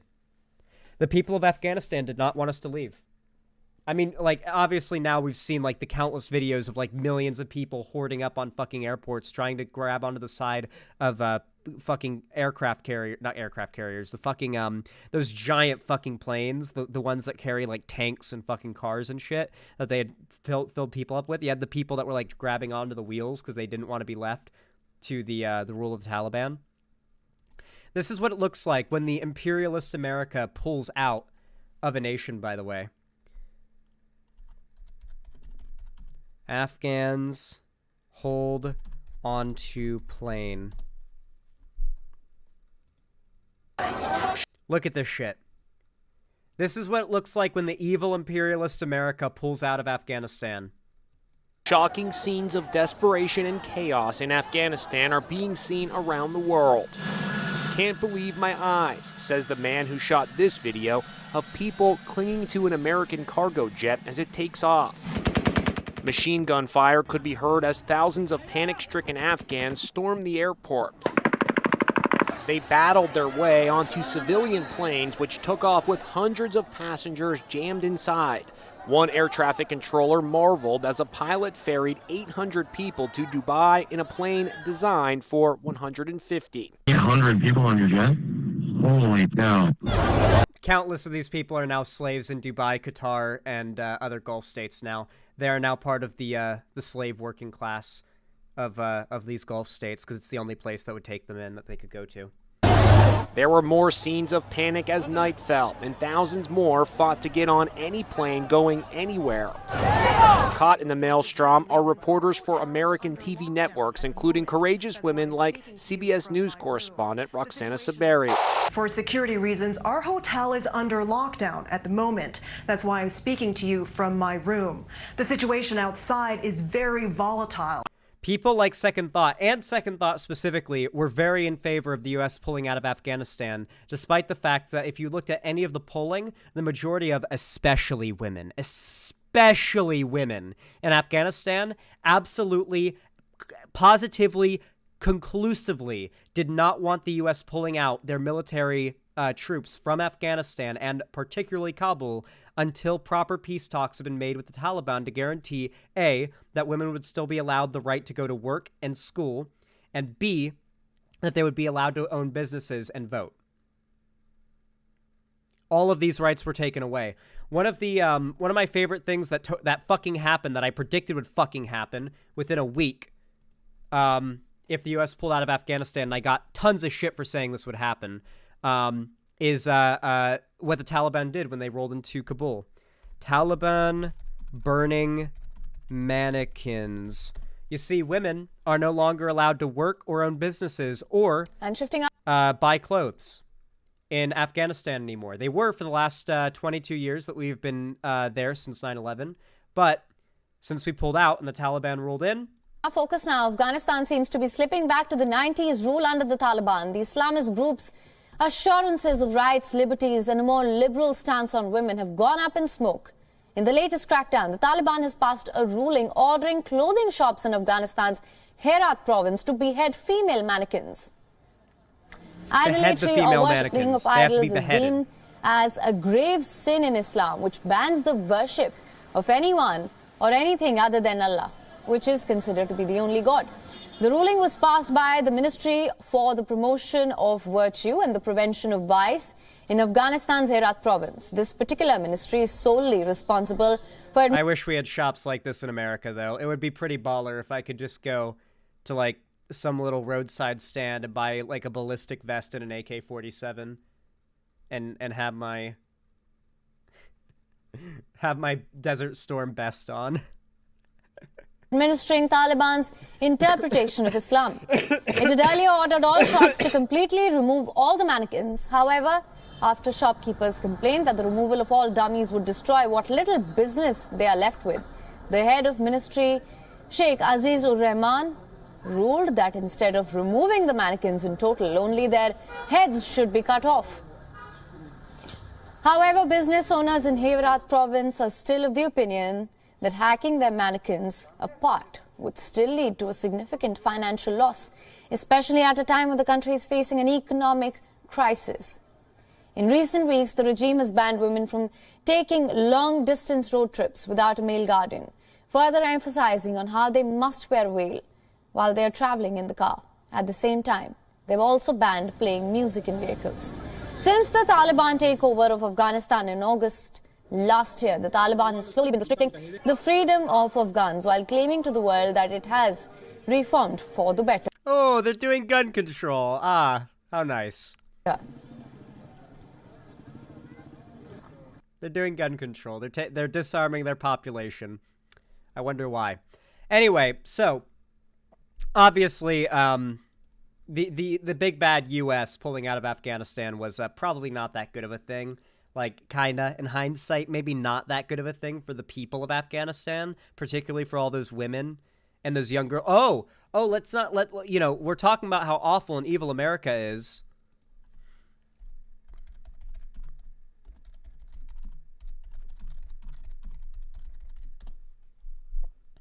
Let's look what happened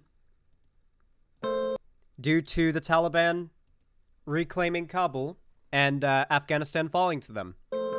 I was at school, it was our last exam, and when our teacher said that Taliban came in Kabul, we really scared and we just escaped. I miss... In my opinion, this is essentially no different than if America had just abstained from participating in World War II entirely. The fact that we've now, we pulled out and we allowed just atrocities to human life to occur. Human rights and freedoms have been destroyed in that country due to our leaving. It was objectively a bad thing. We had 200 dudes just stationed in Kabul training Afghan soldiers to be part of Afghanistan's new military, and that was literally the limit of what we were doing. We had 200 dudes. At one point we had 11 people. I shit you not, I'm pretty sure at one point we had almost 10 people, actual US soldiers on the ground in Afghanistan. And yet that was enough to keep Kabul from falling. Just us being there was enough, because the idea of killing a US soldier was scary to the Taliban. The idea of just doing that when we've got everyone pulled out and bringing the whole hammer down was so scary. We'd loosen the grip so much. The idea of us retightening it was a deterrent. And the second we pulled out, they just rolled into the city, and I predicted it, and I got shit for predicting it from these people, from these fucking lying dipshits like Second Thought, these tanky motherfuckers whose entire political view begins and ends at America bad. As the state was less able or willing to maintain these mundane but crucial projects, things sort of just fell apart over time. It's never one big collapse, it's death by 1,000 cuts. Countless seemingly insignificant failures Can we get to the point of where the he makes an Palestinian people argument? regime. Okay. The Great Depression, the Red Scares and McCarthyist pogroms, 9/11, the 2008 financial crash and Great Recession, COVID, and now the handful of crises that have been simmering for decades and are coming to a head. The climate crisis and the collapse of US imperial control of the periphery. We're losing ground economically. Remember, guys, this guy advocates for you to not vote for the people that actively push for policies that fight these problems. He does not want you to vote for Biden or any Democrat in 2024. Militarily, and geopolitically to China. The US regime's steadfast support for the genocide of the Palestinian people has... Ooh, he's gotta defend China. Ooh. And the collapse of US imperial control of the periphery. We're losing ground economically, militarily, and geopolitically to China. We are not, okay? The only area where we are losing ground to China is green energy. But guess what? As much as I hate it, under Biden, we've been drilling more oil domestically than ever. You guys know that, right? Biden has opened up permits for domestic oil drilling more than Trump ever did, more than Bush ever did, more than any oil-loving Republican president ever has. America has been drilling and exporting more domestic oil than ever under Biden. And it's because of Biden's policies, too. So, yeah, we're being beaten in green energy by China. We sure as fuck are not being beaten in energy production by China.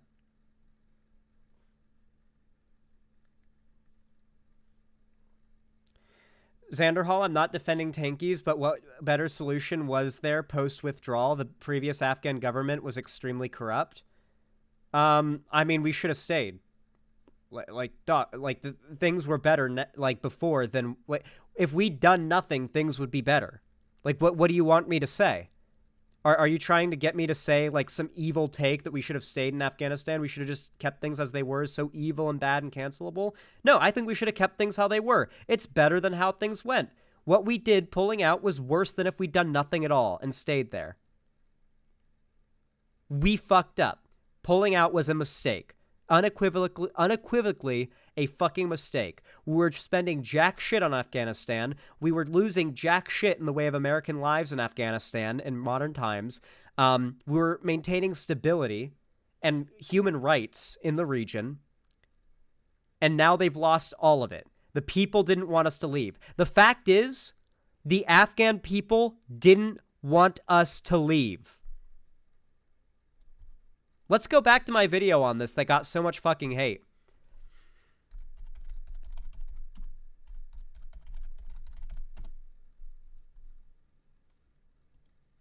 Here's the video. Hot take. Why America shouldn't pull troops from Afghanistan right now. 2 years ago, 9.9 thousand views. I wish I could see the amount of dislikes.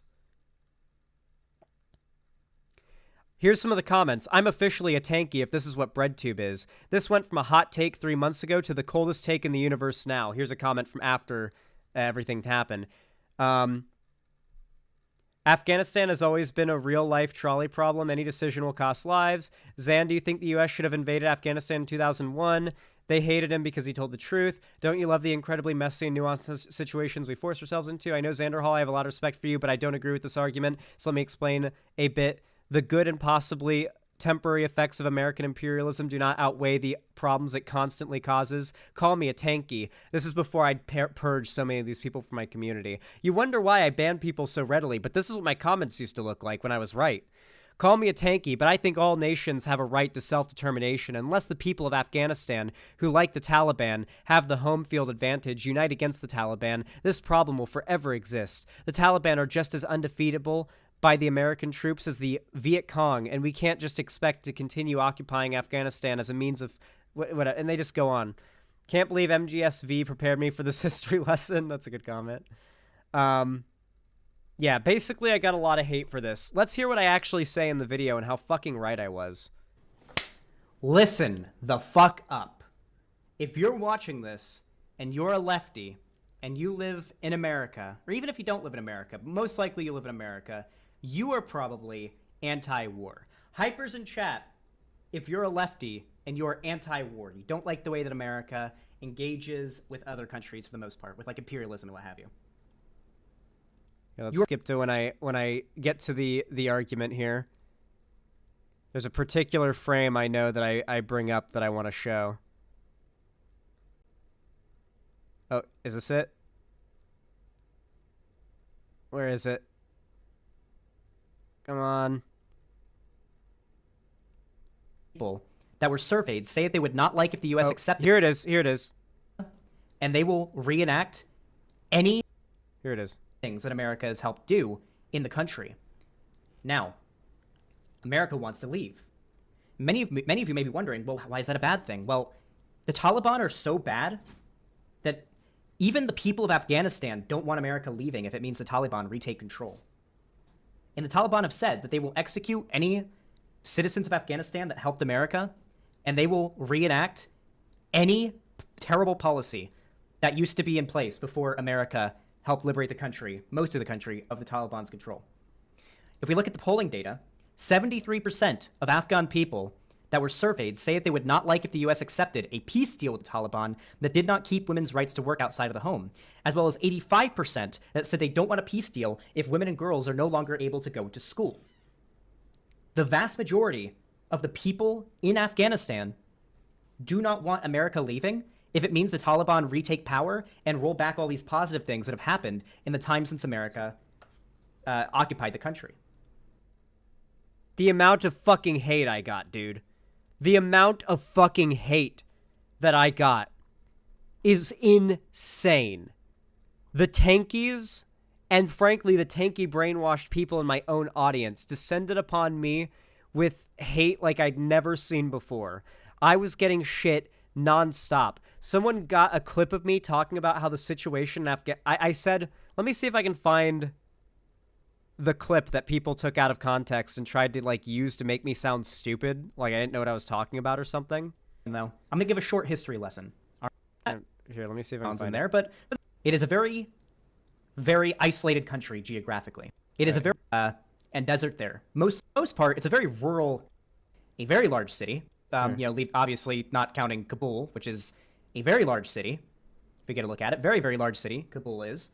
But for the most part, it's a very rural country. There's a lot of mountains and desert there, mostly mountains, okay?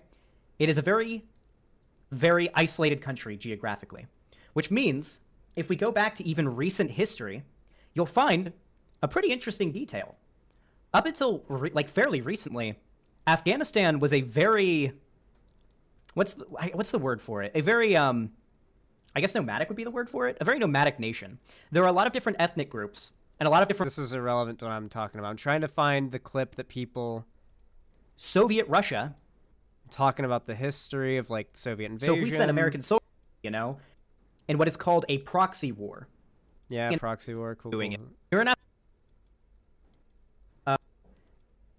now this guerrilla tactics numbers. The right? funny thing as well is I'd already talked to Dylan Burns about this shit at this point. So like the stuff that I'm saying is literally just from like studies and historical documentation I'd gotten from Dylan Burns, who is like entire job. He was, I believe, still a political consultant at the time, like a foreign policy advisor at the time for Mike Gravel.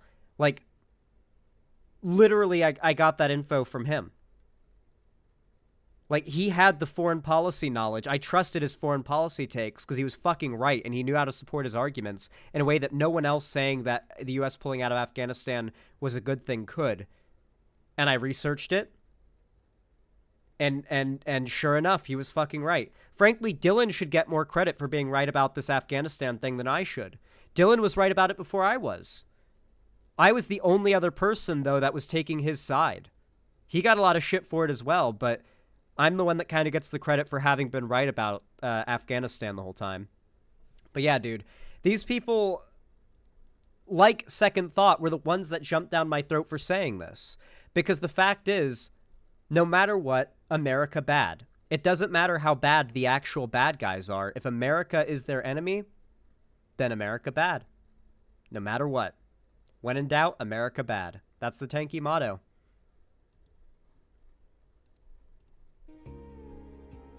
What do you guys think of that segment? I feel like it came out pretty good.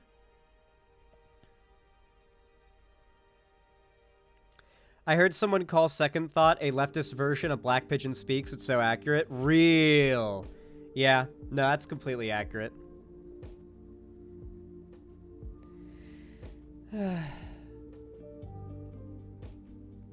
Oh, my back is starting to ache. I hope that's not from, like... You know, I probably could... Oh, yeah, there we go. Whew. Ah, that's better. Werewolf Jester, thank you for the tier 2 sub. I really appreciate that. Very kind and based of you. Very, very poggers. I appreciate it. Thank you for the 5 buccarinos. Thank you, thank you, thank you. Didn't say anything, but I appreciate it. Hopefully you enjoy your blue name. Remember, guys, if you want to support the channel, which is very appreciated right now, considering, you know, I did just move, and so I'm kind of broke right now because moving is expensive. Like, oh, moving is expensive. And I was sick, so I wasn't able to stream for a hot minute, so the savings be a little low, you know? So if you guys want to send some money my way, it's always appreciated. But of course, if you can't afford it or you don't want to, it's okay. You can always just hit the like button on my stream, and it really does help a lot. It forces YouTube to push my content to more people, and you know, maybe some of those people end up paying. But regardless, just being here results in YouTube counting your view, and I appreciate it a lot. You're supporting me enough just by being here. But likes do help a lot too, as do subs and gifted subs and all that good stuff. You know, I don't want to be. I gotta be a little shameless, okay?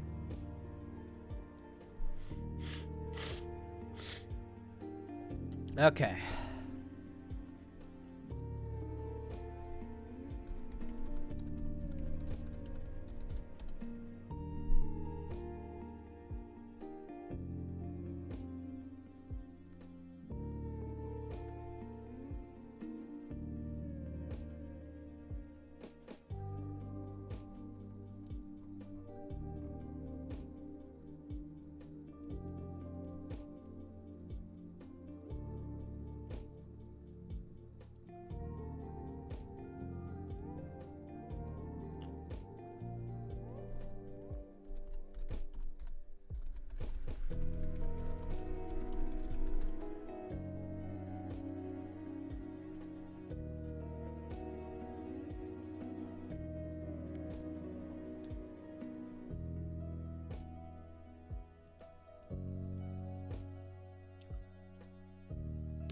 One moment, chat. Just getting the next segment ready.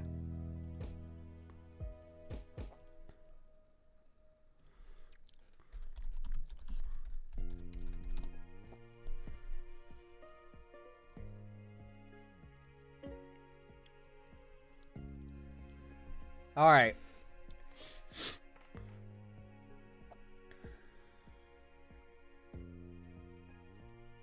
Y'all know what to do when I say action, right? 3, 2, 1, action. Okay, everybody. So, I am about to take you guys on a bit of a field trip back in time. Back to the year 2008. Back when gamers on the internet were embroiled in a very different culture war than they are today. You see, back in the late 2000s, there was a very strong movement of moms and conservatives fighting against violent and sexual video games.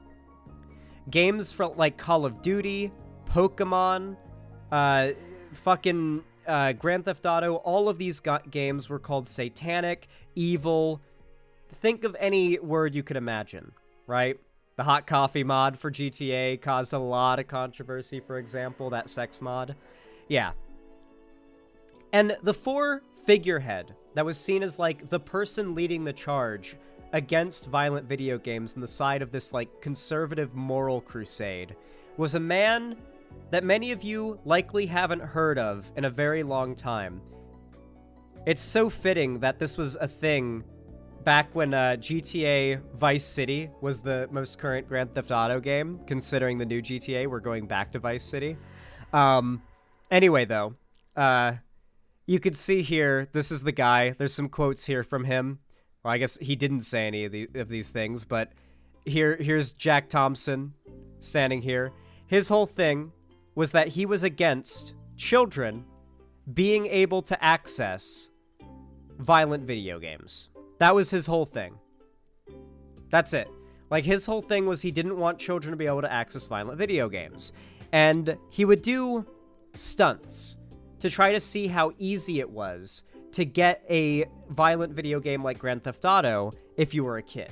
So he'd get his son to, like, he'd give his son $60, send him into a GameStop, have the kid buy GTA 5 or GTA 4 or Vice City or whatever it was at the time, and, like, see if the kid could get it without parental supervision, if the store clerk would sell it, and then try to make that into, like, a stunt to create a culture war issue off of, through which they could kind of, like, justify some sort of ban or restriction on access to these games, right? Very stupid moral crusade. Regardless, though, he became very well known. Very, very well known. And the interesting thing about that is, he kind of died off. Jack Thompson was like this last figure that the online gaming community rallied against that was right-wing. After that, we very quickly slid into Gamergate, as we now know it today. The Gamergate era of, like, the gaming community seeing the left as the public enemy #1 rather than the right. However, the times they are a-changin', my friends, or should I say they are a-changin' back, because a new Grand Theft Auto trailer has been dropped. The much anticipated, especially by me, because we will be going to my homeland, the much anticipated Grand Theft Auto 6 trailer has been released. This game, from what I can tell, literally just takes place over all of Florida. Like, from Orlando down, on both coasts and everything in the middle, all the way down to the Keys. I am so fucking excited. Apparently they're DMCing the music, though. I don't give a fuck! Let's watch. God. I recognize these locations. The thing is, Grand Theft Auto, while they do kind of, like, warp the map a little bit from the real-life locations that they depict, when it comes to the Grand Theft Auto series since 5, I went to Venice Beach in real life. I saw the line of fucking houses that you start out in as Franklin, where you, like, repo the car. Like, I've literally seen that line of houses in real life. I've walked down that fucking sidewalk in real life in LA. I have been to that fucking boardwalk where you assassinate the fucking FBI guy in GTA 5 on the Ferris wheel. I've been to the Santa Monica Pier, okay? Like, these locations are very faithfully adapted, and I recognize these locations that they're showing in the trailer from Florida. I've been to these places, guys. They have very accurately represented them. I have been to some of these places. The bridge to the Keys is 1 for 1. Lucia, do you know why you're here? Bad luck, I guess. God, I'm excited. I've been to this beach. I've been on that road many times that goes along that beach. Fucking Everglades, dude. The Everglades is going to be such an interesting environment for a Grand Theft Auto game. Grand Theft Auto Online, being able to dump a body in the Everglades is going to be fucking awesome. There's going to be so many missions that involve dumping a body in the Everglades. Oh, I can't wait to fight the meth gators. We better fight the skunk ape. This is a little inaccurate. We don't have wild flamingos in Florida, but this is beautiful. This is the Everglades as it's supposed to look. They've idealized the Everglades here. You may be able to find places where it looks like this without the flamingos, but the only wild flamingos you'll find in Florida are ones that broke out of zoos. And they're only pink like this because of an algae in the water that they drink, so there has to be a presence of that algae. So, like, the flamingo thing is just... they're taking artistic license, and I appreciate it. The flamingo is the Florida state bird. I respect them taking the artistic license here. I'm okay with it.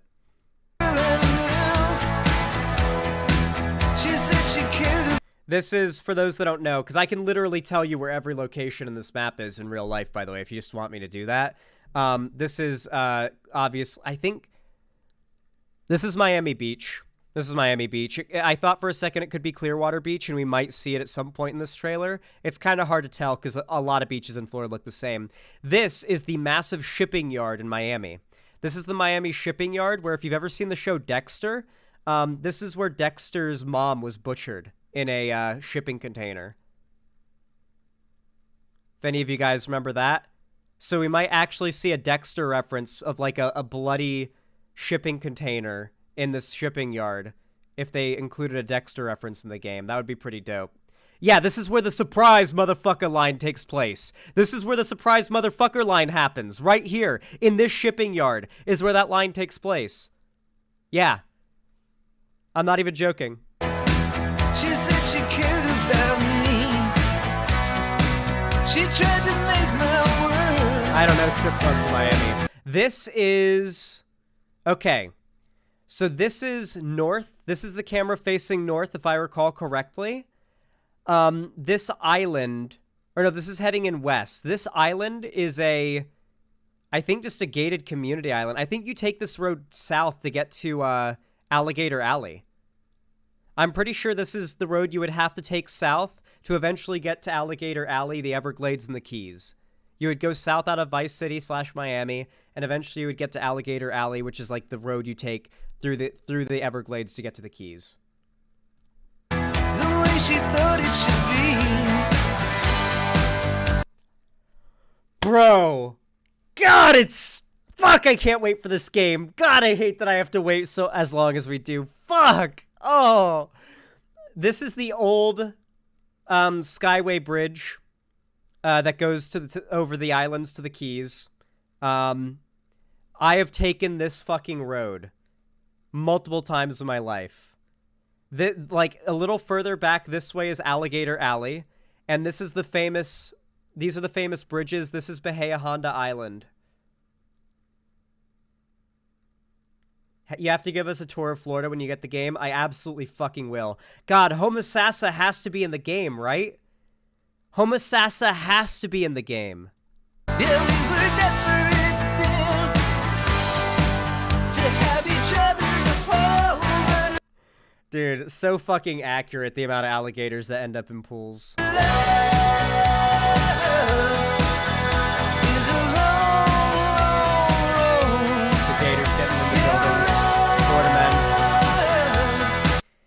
I mean, this looks like it would have to be Miami.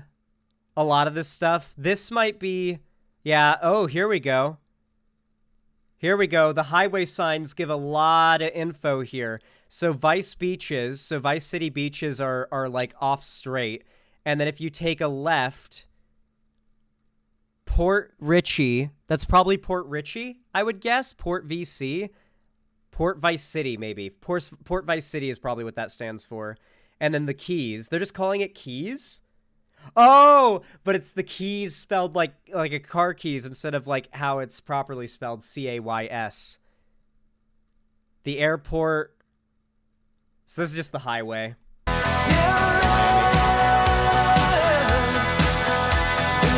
This could be Homosassa. This is what the girls I grew up with were like, chat. When where I moved from in Florida was like this. This is the part of Florida that I grew up in. When I think Florida, this is what I think of. If anything is Homosassa, this is what I think of. This is what the girls that I dated were like when I grew up. White trash? Come on! Yes. Yeah, they were white trash. Like, what can I say? Yeah. Like, listen, okay? I had to get the fuck out of there, dog. But this is where I come from. This is where I lived most of my life. You drove out of my neighborhood, and they had ATV courses. Usually not mud ones like this, but the dry, dusty ones are pretty common. A lot of this in Florida. If anything's Homosassa, it's probably this. This could also be just like anywhere. Like, this is what most of Florida is like. Go outside of the city, and this is what Florida is like. Well, look who's and back. Like this. The only way we're gonna get through this is by sticking together, being a team. A lot of it's like this. This is a very accurate representation of what a lot of just Florida country is like. Trust? Trust.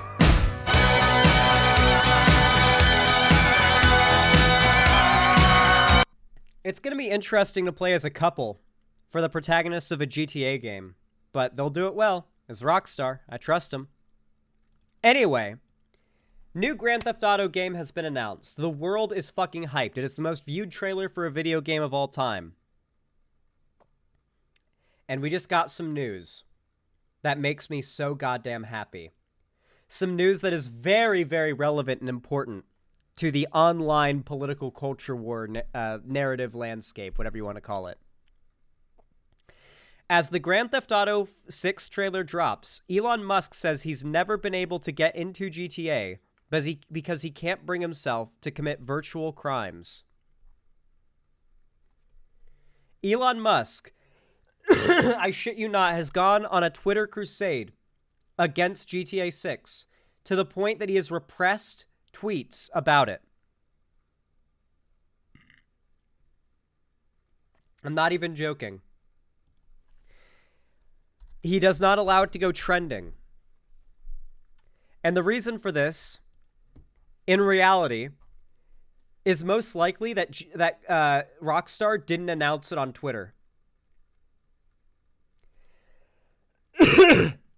And more companies like Rockstar are now pulling their ads and not posting at all on Twitter. That's the fact of it. Many more companies that then have pulled their ads have just simply stopped posting on Twitter because they don't think the platform matters anymore for their advertisement through like having a guy that posts tweets. They don't think it's worth paying a guy to be a dedicated Twitter dude. It's really funny to watch. It really is.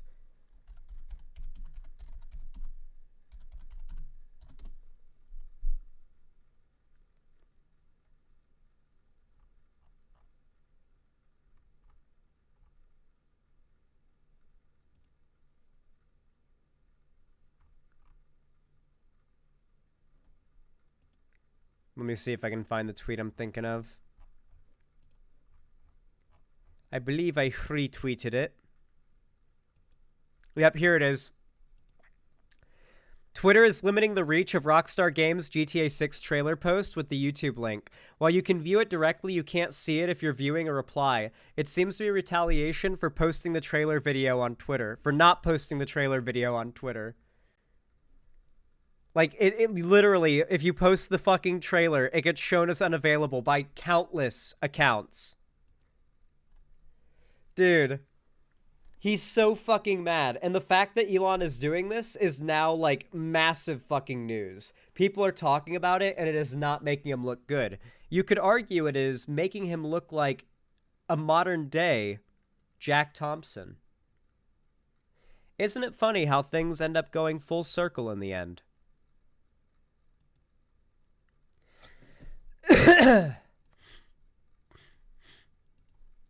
Oh, my nose.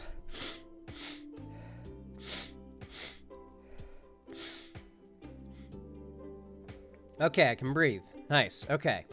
So, what do you guys think of that segment? I feel like it came out pretty good.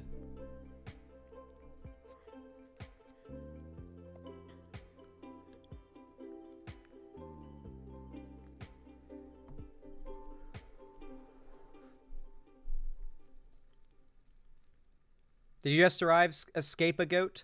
Because I explained who Jack Thompson was at the beginning of the segment. Okay. I think I got one more segment in me today.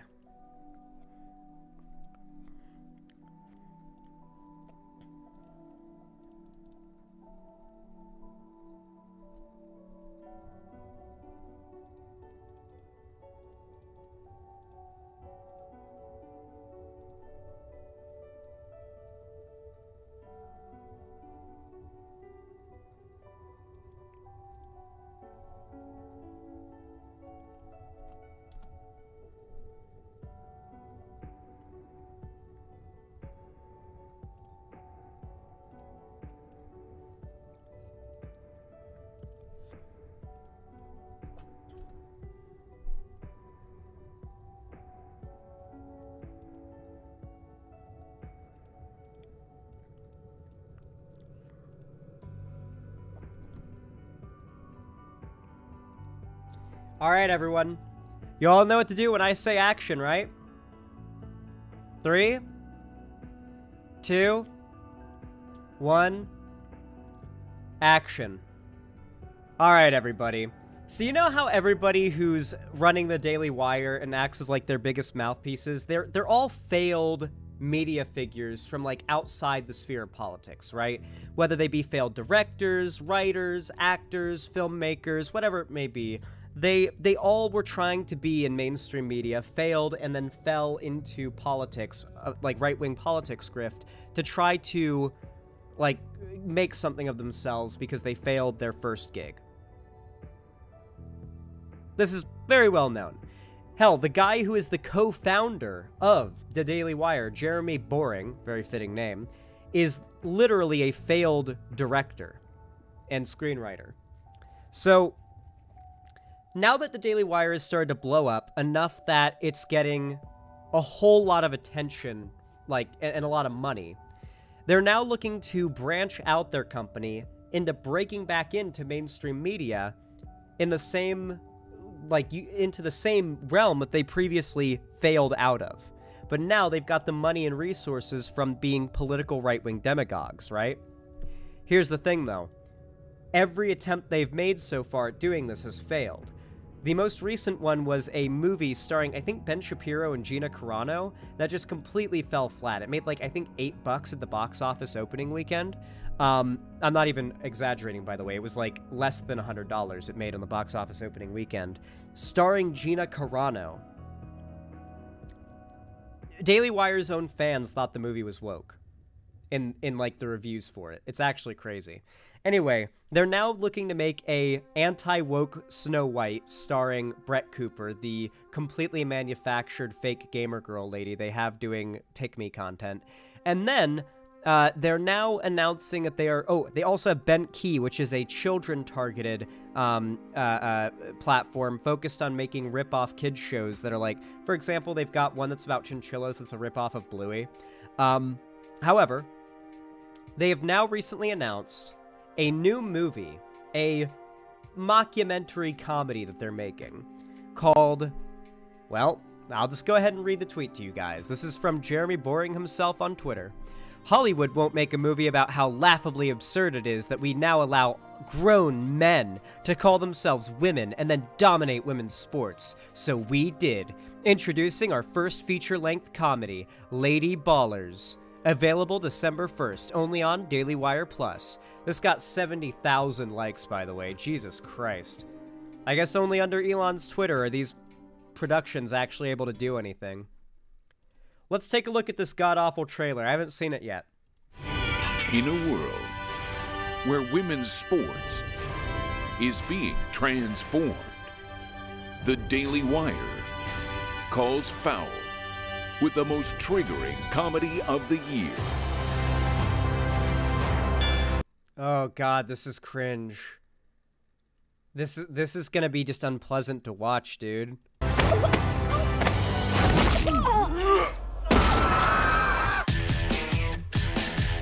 Guys, this is serious. Sports can be your pathway to a better life. Dude, I love the, like, comedy, like, bad comedy movie trailer editing. Oh, it's so it's beyond parody. Well, like yours? Please don't steal my catalytic converter again. Winning matters. It's the key ingredient in becoming a winner. What's the, like, what? What's the comedy there? People steal catalytic converters? Oh, it's Brett Cooper. What's the joke? Okay, I guess he gets bullied. Try it sometime. Are you gonna move? I am not. Oh no, dude! The fans of Daily Wire are gonna think this movie's woke because the white man is like a punching bag. You can't have the white man be a punching bag. People are gonna think it's woke. Let's cut to the chase. I know you're not a woman. Hey, you don't know how he identifies. If you can beat them, What do you know about the U.S. Opens for the Global Games? You want us to compete as women. $5,000 prizes. My lover says you were a great coach back in the day. join This is the way Matt Walsh in drag, I guess. the world is now. My 8-year-old daughter told me all about it. So a guy can become a girl with no physical changes at all. Oh, that's called gender fluid. So I can be a woman on the court and a man in the bedroom. I can't believe it. Nice! You mean when you're sleeping? Yes. Coach? Alex. We could play basketball. We'd have to get the whole team back together. it's time We're in. I'm in. I'm in. to play Lady Balders. Mount up. like a girl. That's right. I'm with her. Believe in my truth. This is my truth. Dude, it is a mistake the internet has allowed these people to have any amount of money to put, like, production value into this shit. Like, it used to be this stuff had to be, like, recorded on camcorders and shit in, like, grainy 280p. But now, these people have more money than God because of the internet. And like, they can actually make high production value garbage. Pro heroes. Day one of being a... The funny thing as well is, like, all the imagery is all about how these, like, trans women, quote-unquote, when literally, like, the story of the movie is that these aren't trans women, they're dudes pretending to be trans women. Like, it's all about how they're, like, beating up all these women, but, like, the one image that exists of something like that happening...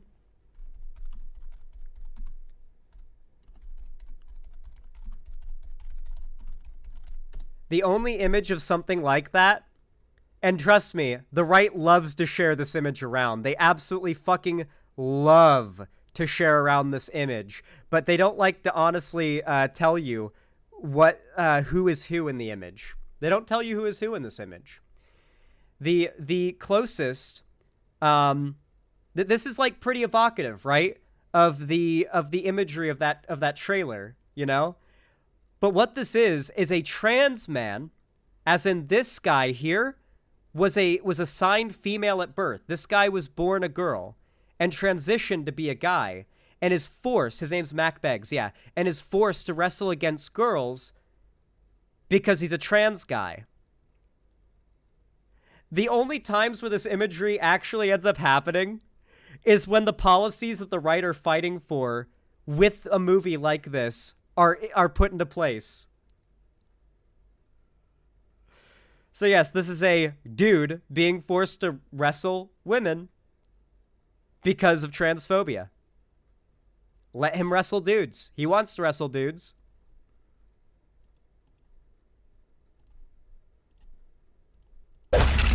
From heroes Day one of being a girl athlete.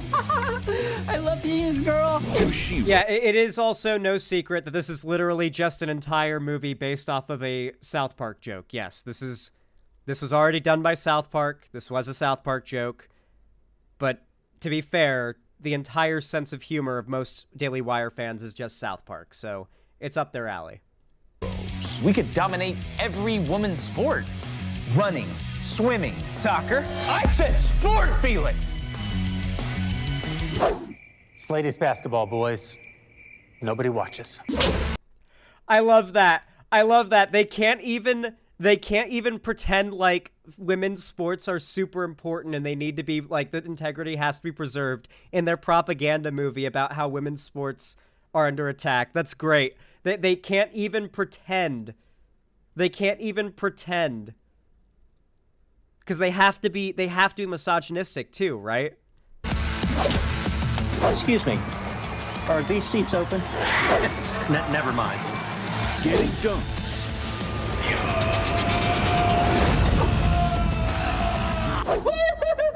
And tucking trunks. No, she didn't.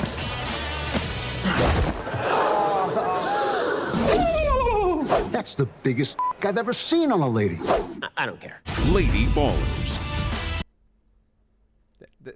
These are straight men, guys. These are straight men. These are straight men, I promise. One can even be trans age now, which provides Sheelix with a wonderful opportunity.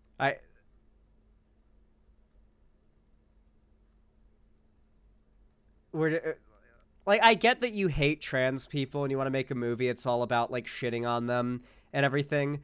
But really, we're just going to throw in the whole, like, also they're pedophiles argument, too. Like, a little, also, trans people are pedophiles is like the stinger at the end of the trailer. Opportunity to relive all the experiences that she missed out on in school. Streaming exclusively on Daily Wire Plus December 1st. Very nice. So, this movie is all about parodying a supposedly real phenomena, right? That was the whole idea behind this.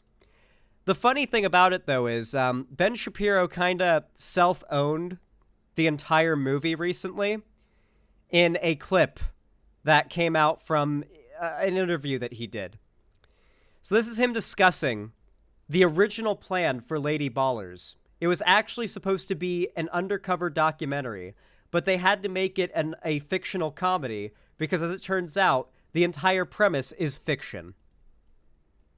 A fictional film about this topic. Now, to be fair, I think I'd actually suggested to the Crane Boys that they do this as a doc. Yes. I originally went to them and I said, you guys should, like, go try out for a bunch of ladies' leagues. And that became not possible because, as it turns out, most ladies' leagues don't allow in actual men.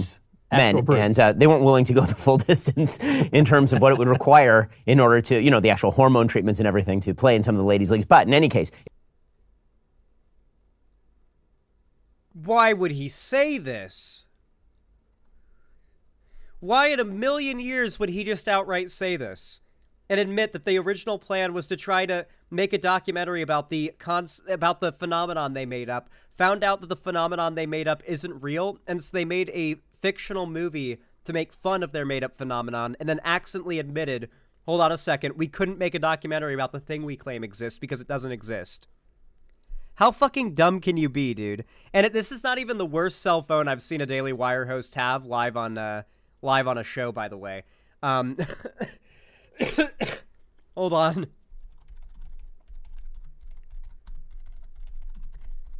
I will say, I'll always give props to Joe Rogan for this. Because it really is just hilarious. It really is hilarious. The amount of self-owning that these Daily Wire hosts do when they're allowed to talk without an earpiece. Like, they've always got an earpiece in their ear when they're on their show. You know that they just always fuck up when they don't have an earpiece in and someone feeding them lines. Watch this. Watch how fucking funny this is. This is, I think, a little more embarrassing than Ben Shapiro just letting the cat out of the bag there. Exist anymore because they've all become transgender. They've all this is what they do now. There are a lot of people, doctors who got into the medical field and they did a certain thing, and then the transgender stuff came along, and that's their whole, that's what they do. Well, it's the same for a lot of plastic surgeons. That this is basically their whole business now, is doing the gender surgeries. And so you see the incentive for them. I mean, they have staked everything on this. They've also staked their professional reputation, because that's the other problem. Not only is it the political incentive and the money, but if they admit that they're wrong, then they're also admitting that they have horribly disfigured and abused thousands, maybe millions of kids. How many people have had this done? Here it comes. Depends on what. I don't think we have exact numbers, but it's, if we're talking about the drugs, it's, I mean, millions. You're talking about hormone blockers. Yeah. Millions of kids have been on hormone blockers? Really? I'm sure someone's going to fact check me on that, but my guess is that we're into the millions now at this point. Yeah, that would be my guess. He doesn't even know. I can say for double mastectomies, I read a report recently that there were over 1,000 done between 2016 and 2019, and when you compare that to how many were done between 2008 and 2015, it's a massive increase. And over 1,000 girls had double mastectomy. It's almost like as trans people get more accepted, more trans people seek out procedures to do the trans thing. Gender-affirming double mastectomies in that time frame. And when you say girls, you're talking about prepubescent? Right, minors. And that's just up until 2019, and then we know that there's been this exponential increase with all this stuff year over year. So it's a lot. It's too many. Having this happen to one kid is way too many. It's a lot more than one. Yeah. Look, if you're an adult and you want to do that and you understand who you are and what you are and this is how you feel you should progress, you're an adult. This is a free country. You should be able to do whatever you want. But when you're talking about doing that to children, the fact that so many people are on board and so many people are angry, if you have, people are going to be angry at us that we're having these conversations. Yeah, they will be. And I also, I actually think that this shouldn't be happening to. It's a very small number, if that's right. It says over the last 5 years, there were at least 4,780 adolescents who started puberty blockers and had a prior gender dysphoria diagnosis. This says it's kind of undercounted. I would guess millions. That would be a big undercounting. Less than 1,000 people a year. Yeah. Yeah, I mean, I would guess less than 1,000 minors a year go on hormone blockers in America. Or period. I'm not exactly sure what that status that might be global. It might be national. Regardless, the point still stands. These people are doing the definition of making a mountain out of a molehill. They found a very small group of kids in a very marginalized group, and they have laser focused on them as a point of a culture war to both win political points as well as to make enormous amounts of money to line their own pockets. This is demonic behavior. It is downright evil. And there's no other way to put it. Calling it anything other than pure evil is an understatement. Nice.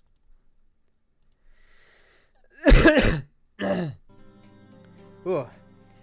Alrighty. That was a pretty good stream, I would say, guys. What do you think of that segment? I feel like it came out pretty good. Ugh. COVID makes me tired a lot faster than I would normally be, guys. I'm sorry. I get really dreary and drowsy towards the end of stream this last 2 days, and I really got to soldier on for that last couple segments, but I fight through, okay? I fight through. COVID just takes a lot out of you. I'm feeling a lot better, but it's also just kind of sapping me dry, Will you cover the chud channels calling GTA 6 woke and trying to ban it? Yes, yeah, of course. I covered the Elon Musk getting mad thing as its own thing because I feel like that's warranted, and I get to include my GTA 6 stun lock there as well. And I'm going to do a whole separate segment, maybe tomorrow, on that. I'm still deciding on whether or not I give you guys a third stream in a row to celebrate my moving. I might do 1 or 2 segments tomorrow and then follow it up with some more Dead Space remake, because we still got to finish that game. So I think we'll do it. I might do like a special stream tomorrow. Depends on how I feel. I won't guarantee it. Depends on how I feel.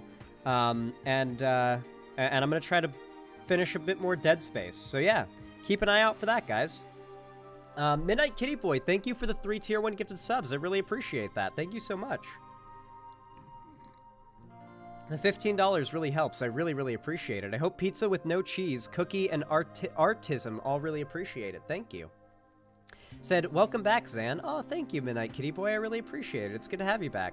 Xander Hall, do you want a joint stream, maybe? I was planning on celebrating 5K with the stream. Could be a cool 2 simul stream to celebrate. Are you live right now? I was just about to end stream. I was actually going to ask, do you want to join me on Valheim? I'm getting Balth and Hashed already on it, and it's a really fun game. I'll gift it to you if you don't have it. Not right now. I was thinking tomorrow. Okay. It's super fun, and I want to get as many people on as possible just for, like, a vanilla run, and then I'm eventually going to stream a server that's modded, like a big modded server that I bring everybody into, and that's going to be, like, a big on-stream thing that I'm going to play for, like, probably a couple months as my streamed game. So, yeah, my friend loves that game. It's so fun. It's so fucking good. It's so goddamn good. It's a lot like how Hytale's gameplay loop is going to be, but a little very bare bones, obviously. Oh yeah, I forgot we played it together before, Pillow. Let's go. Okay, Pog, perfect. Larry Banks 78, thank you for the $5. I really appreciate that. So kind of you. Says, Lady Ballers was that bad that even Critical Drinker, who previously shilled for Ben Shapiro in the nicest way, called it a bad movie. Oh, that's great. He couldn't even defend it. That's great. Thank you all so much for your support today. Let's finish it off with some wholesome quail. Actually, no, even better. Come spring, I'm gonna buy a bunch of shepherd's steaks. If you know what they are, you know what they are. And I'm going to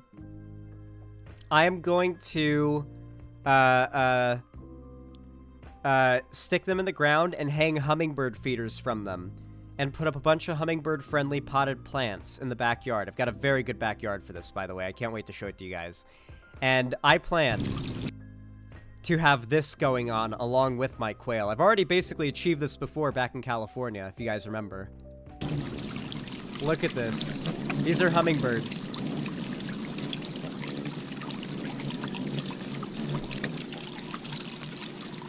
I don't know what kind I get here in Washington, Artism. I think they might actually be migratory from California, the same ones I had there. But the ones I have here have really bright red throats, unlike these guys who have, like, bright yellow ones. These guys are very different than the ones I have here. I mean, they look mostly the same, but the throats are very distinctly different.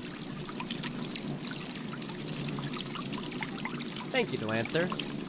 I'm feeling better from my long COVID, though, is my update. Like, getting COVID and fighting it off, like, all my long COVID symptoms have gone away. The muscle aching, digestive issues, like, everything. Like, the nausea that I would get, like, just, like, everything that I had from long COVID went away as I've, recovered from my current reinfection. So, that's interesting. Were you vaccinated, Zan? Yes, vaccinated and boosted, fully. Also, check this out. Wow, that is a cool view this person has.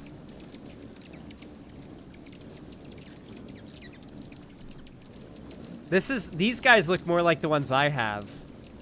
Yeah, these are the kind I had back in California with the bright purple throats. The ones I have here are red-throated, like very bright red-throated. These guys have those throats that turn purple at the right angle. The girls have the purple throat, or the guys have the purple throats. The girls have, like, sort of orangish. There's 2 species here, commingling. There's 2 different species, and the males and females of each species look different. I'm gonna pause it and show you guys each. This is a male. This right here is a male.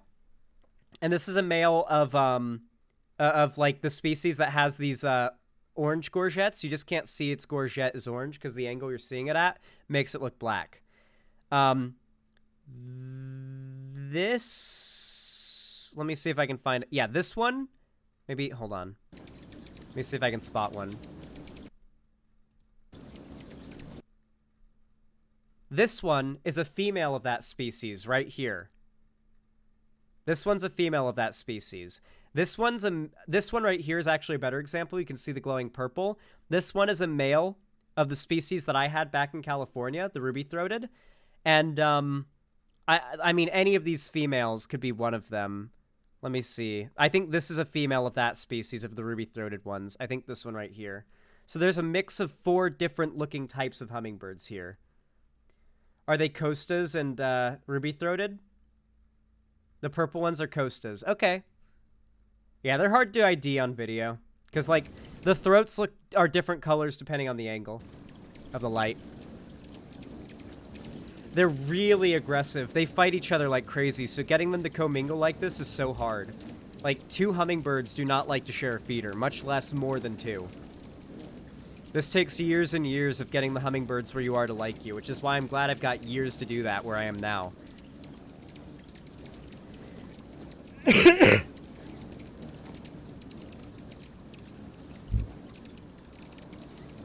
God, they are drinking that up. Look at those bubbles.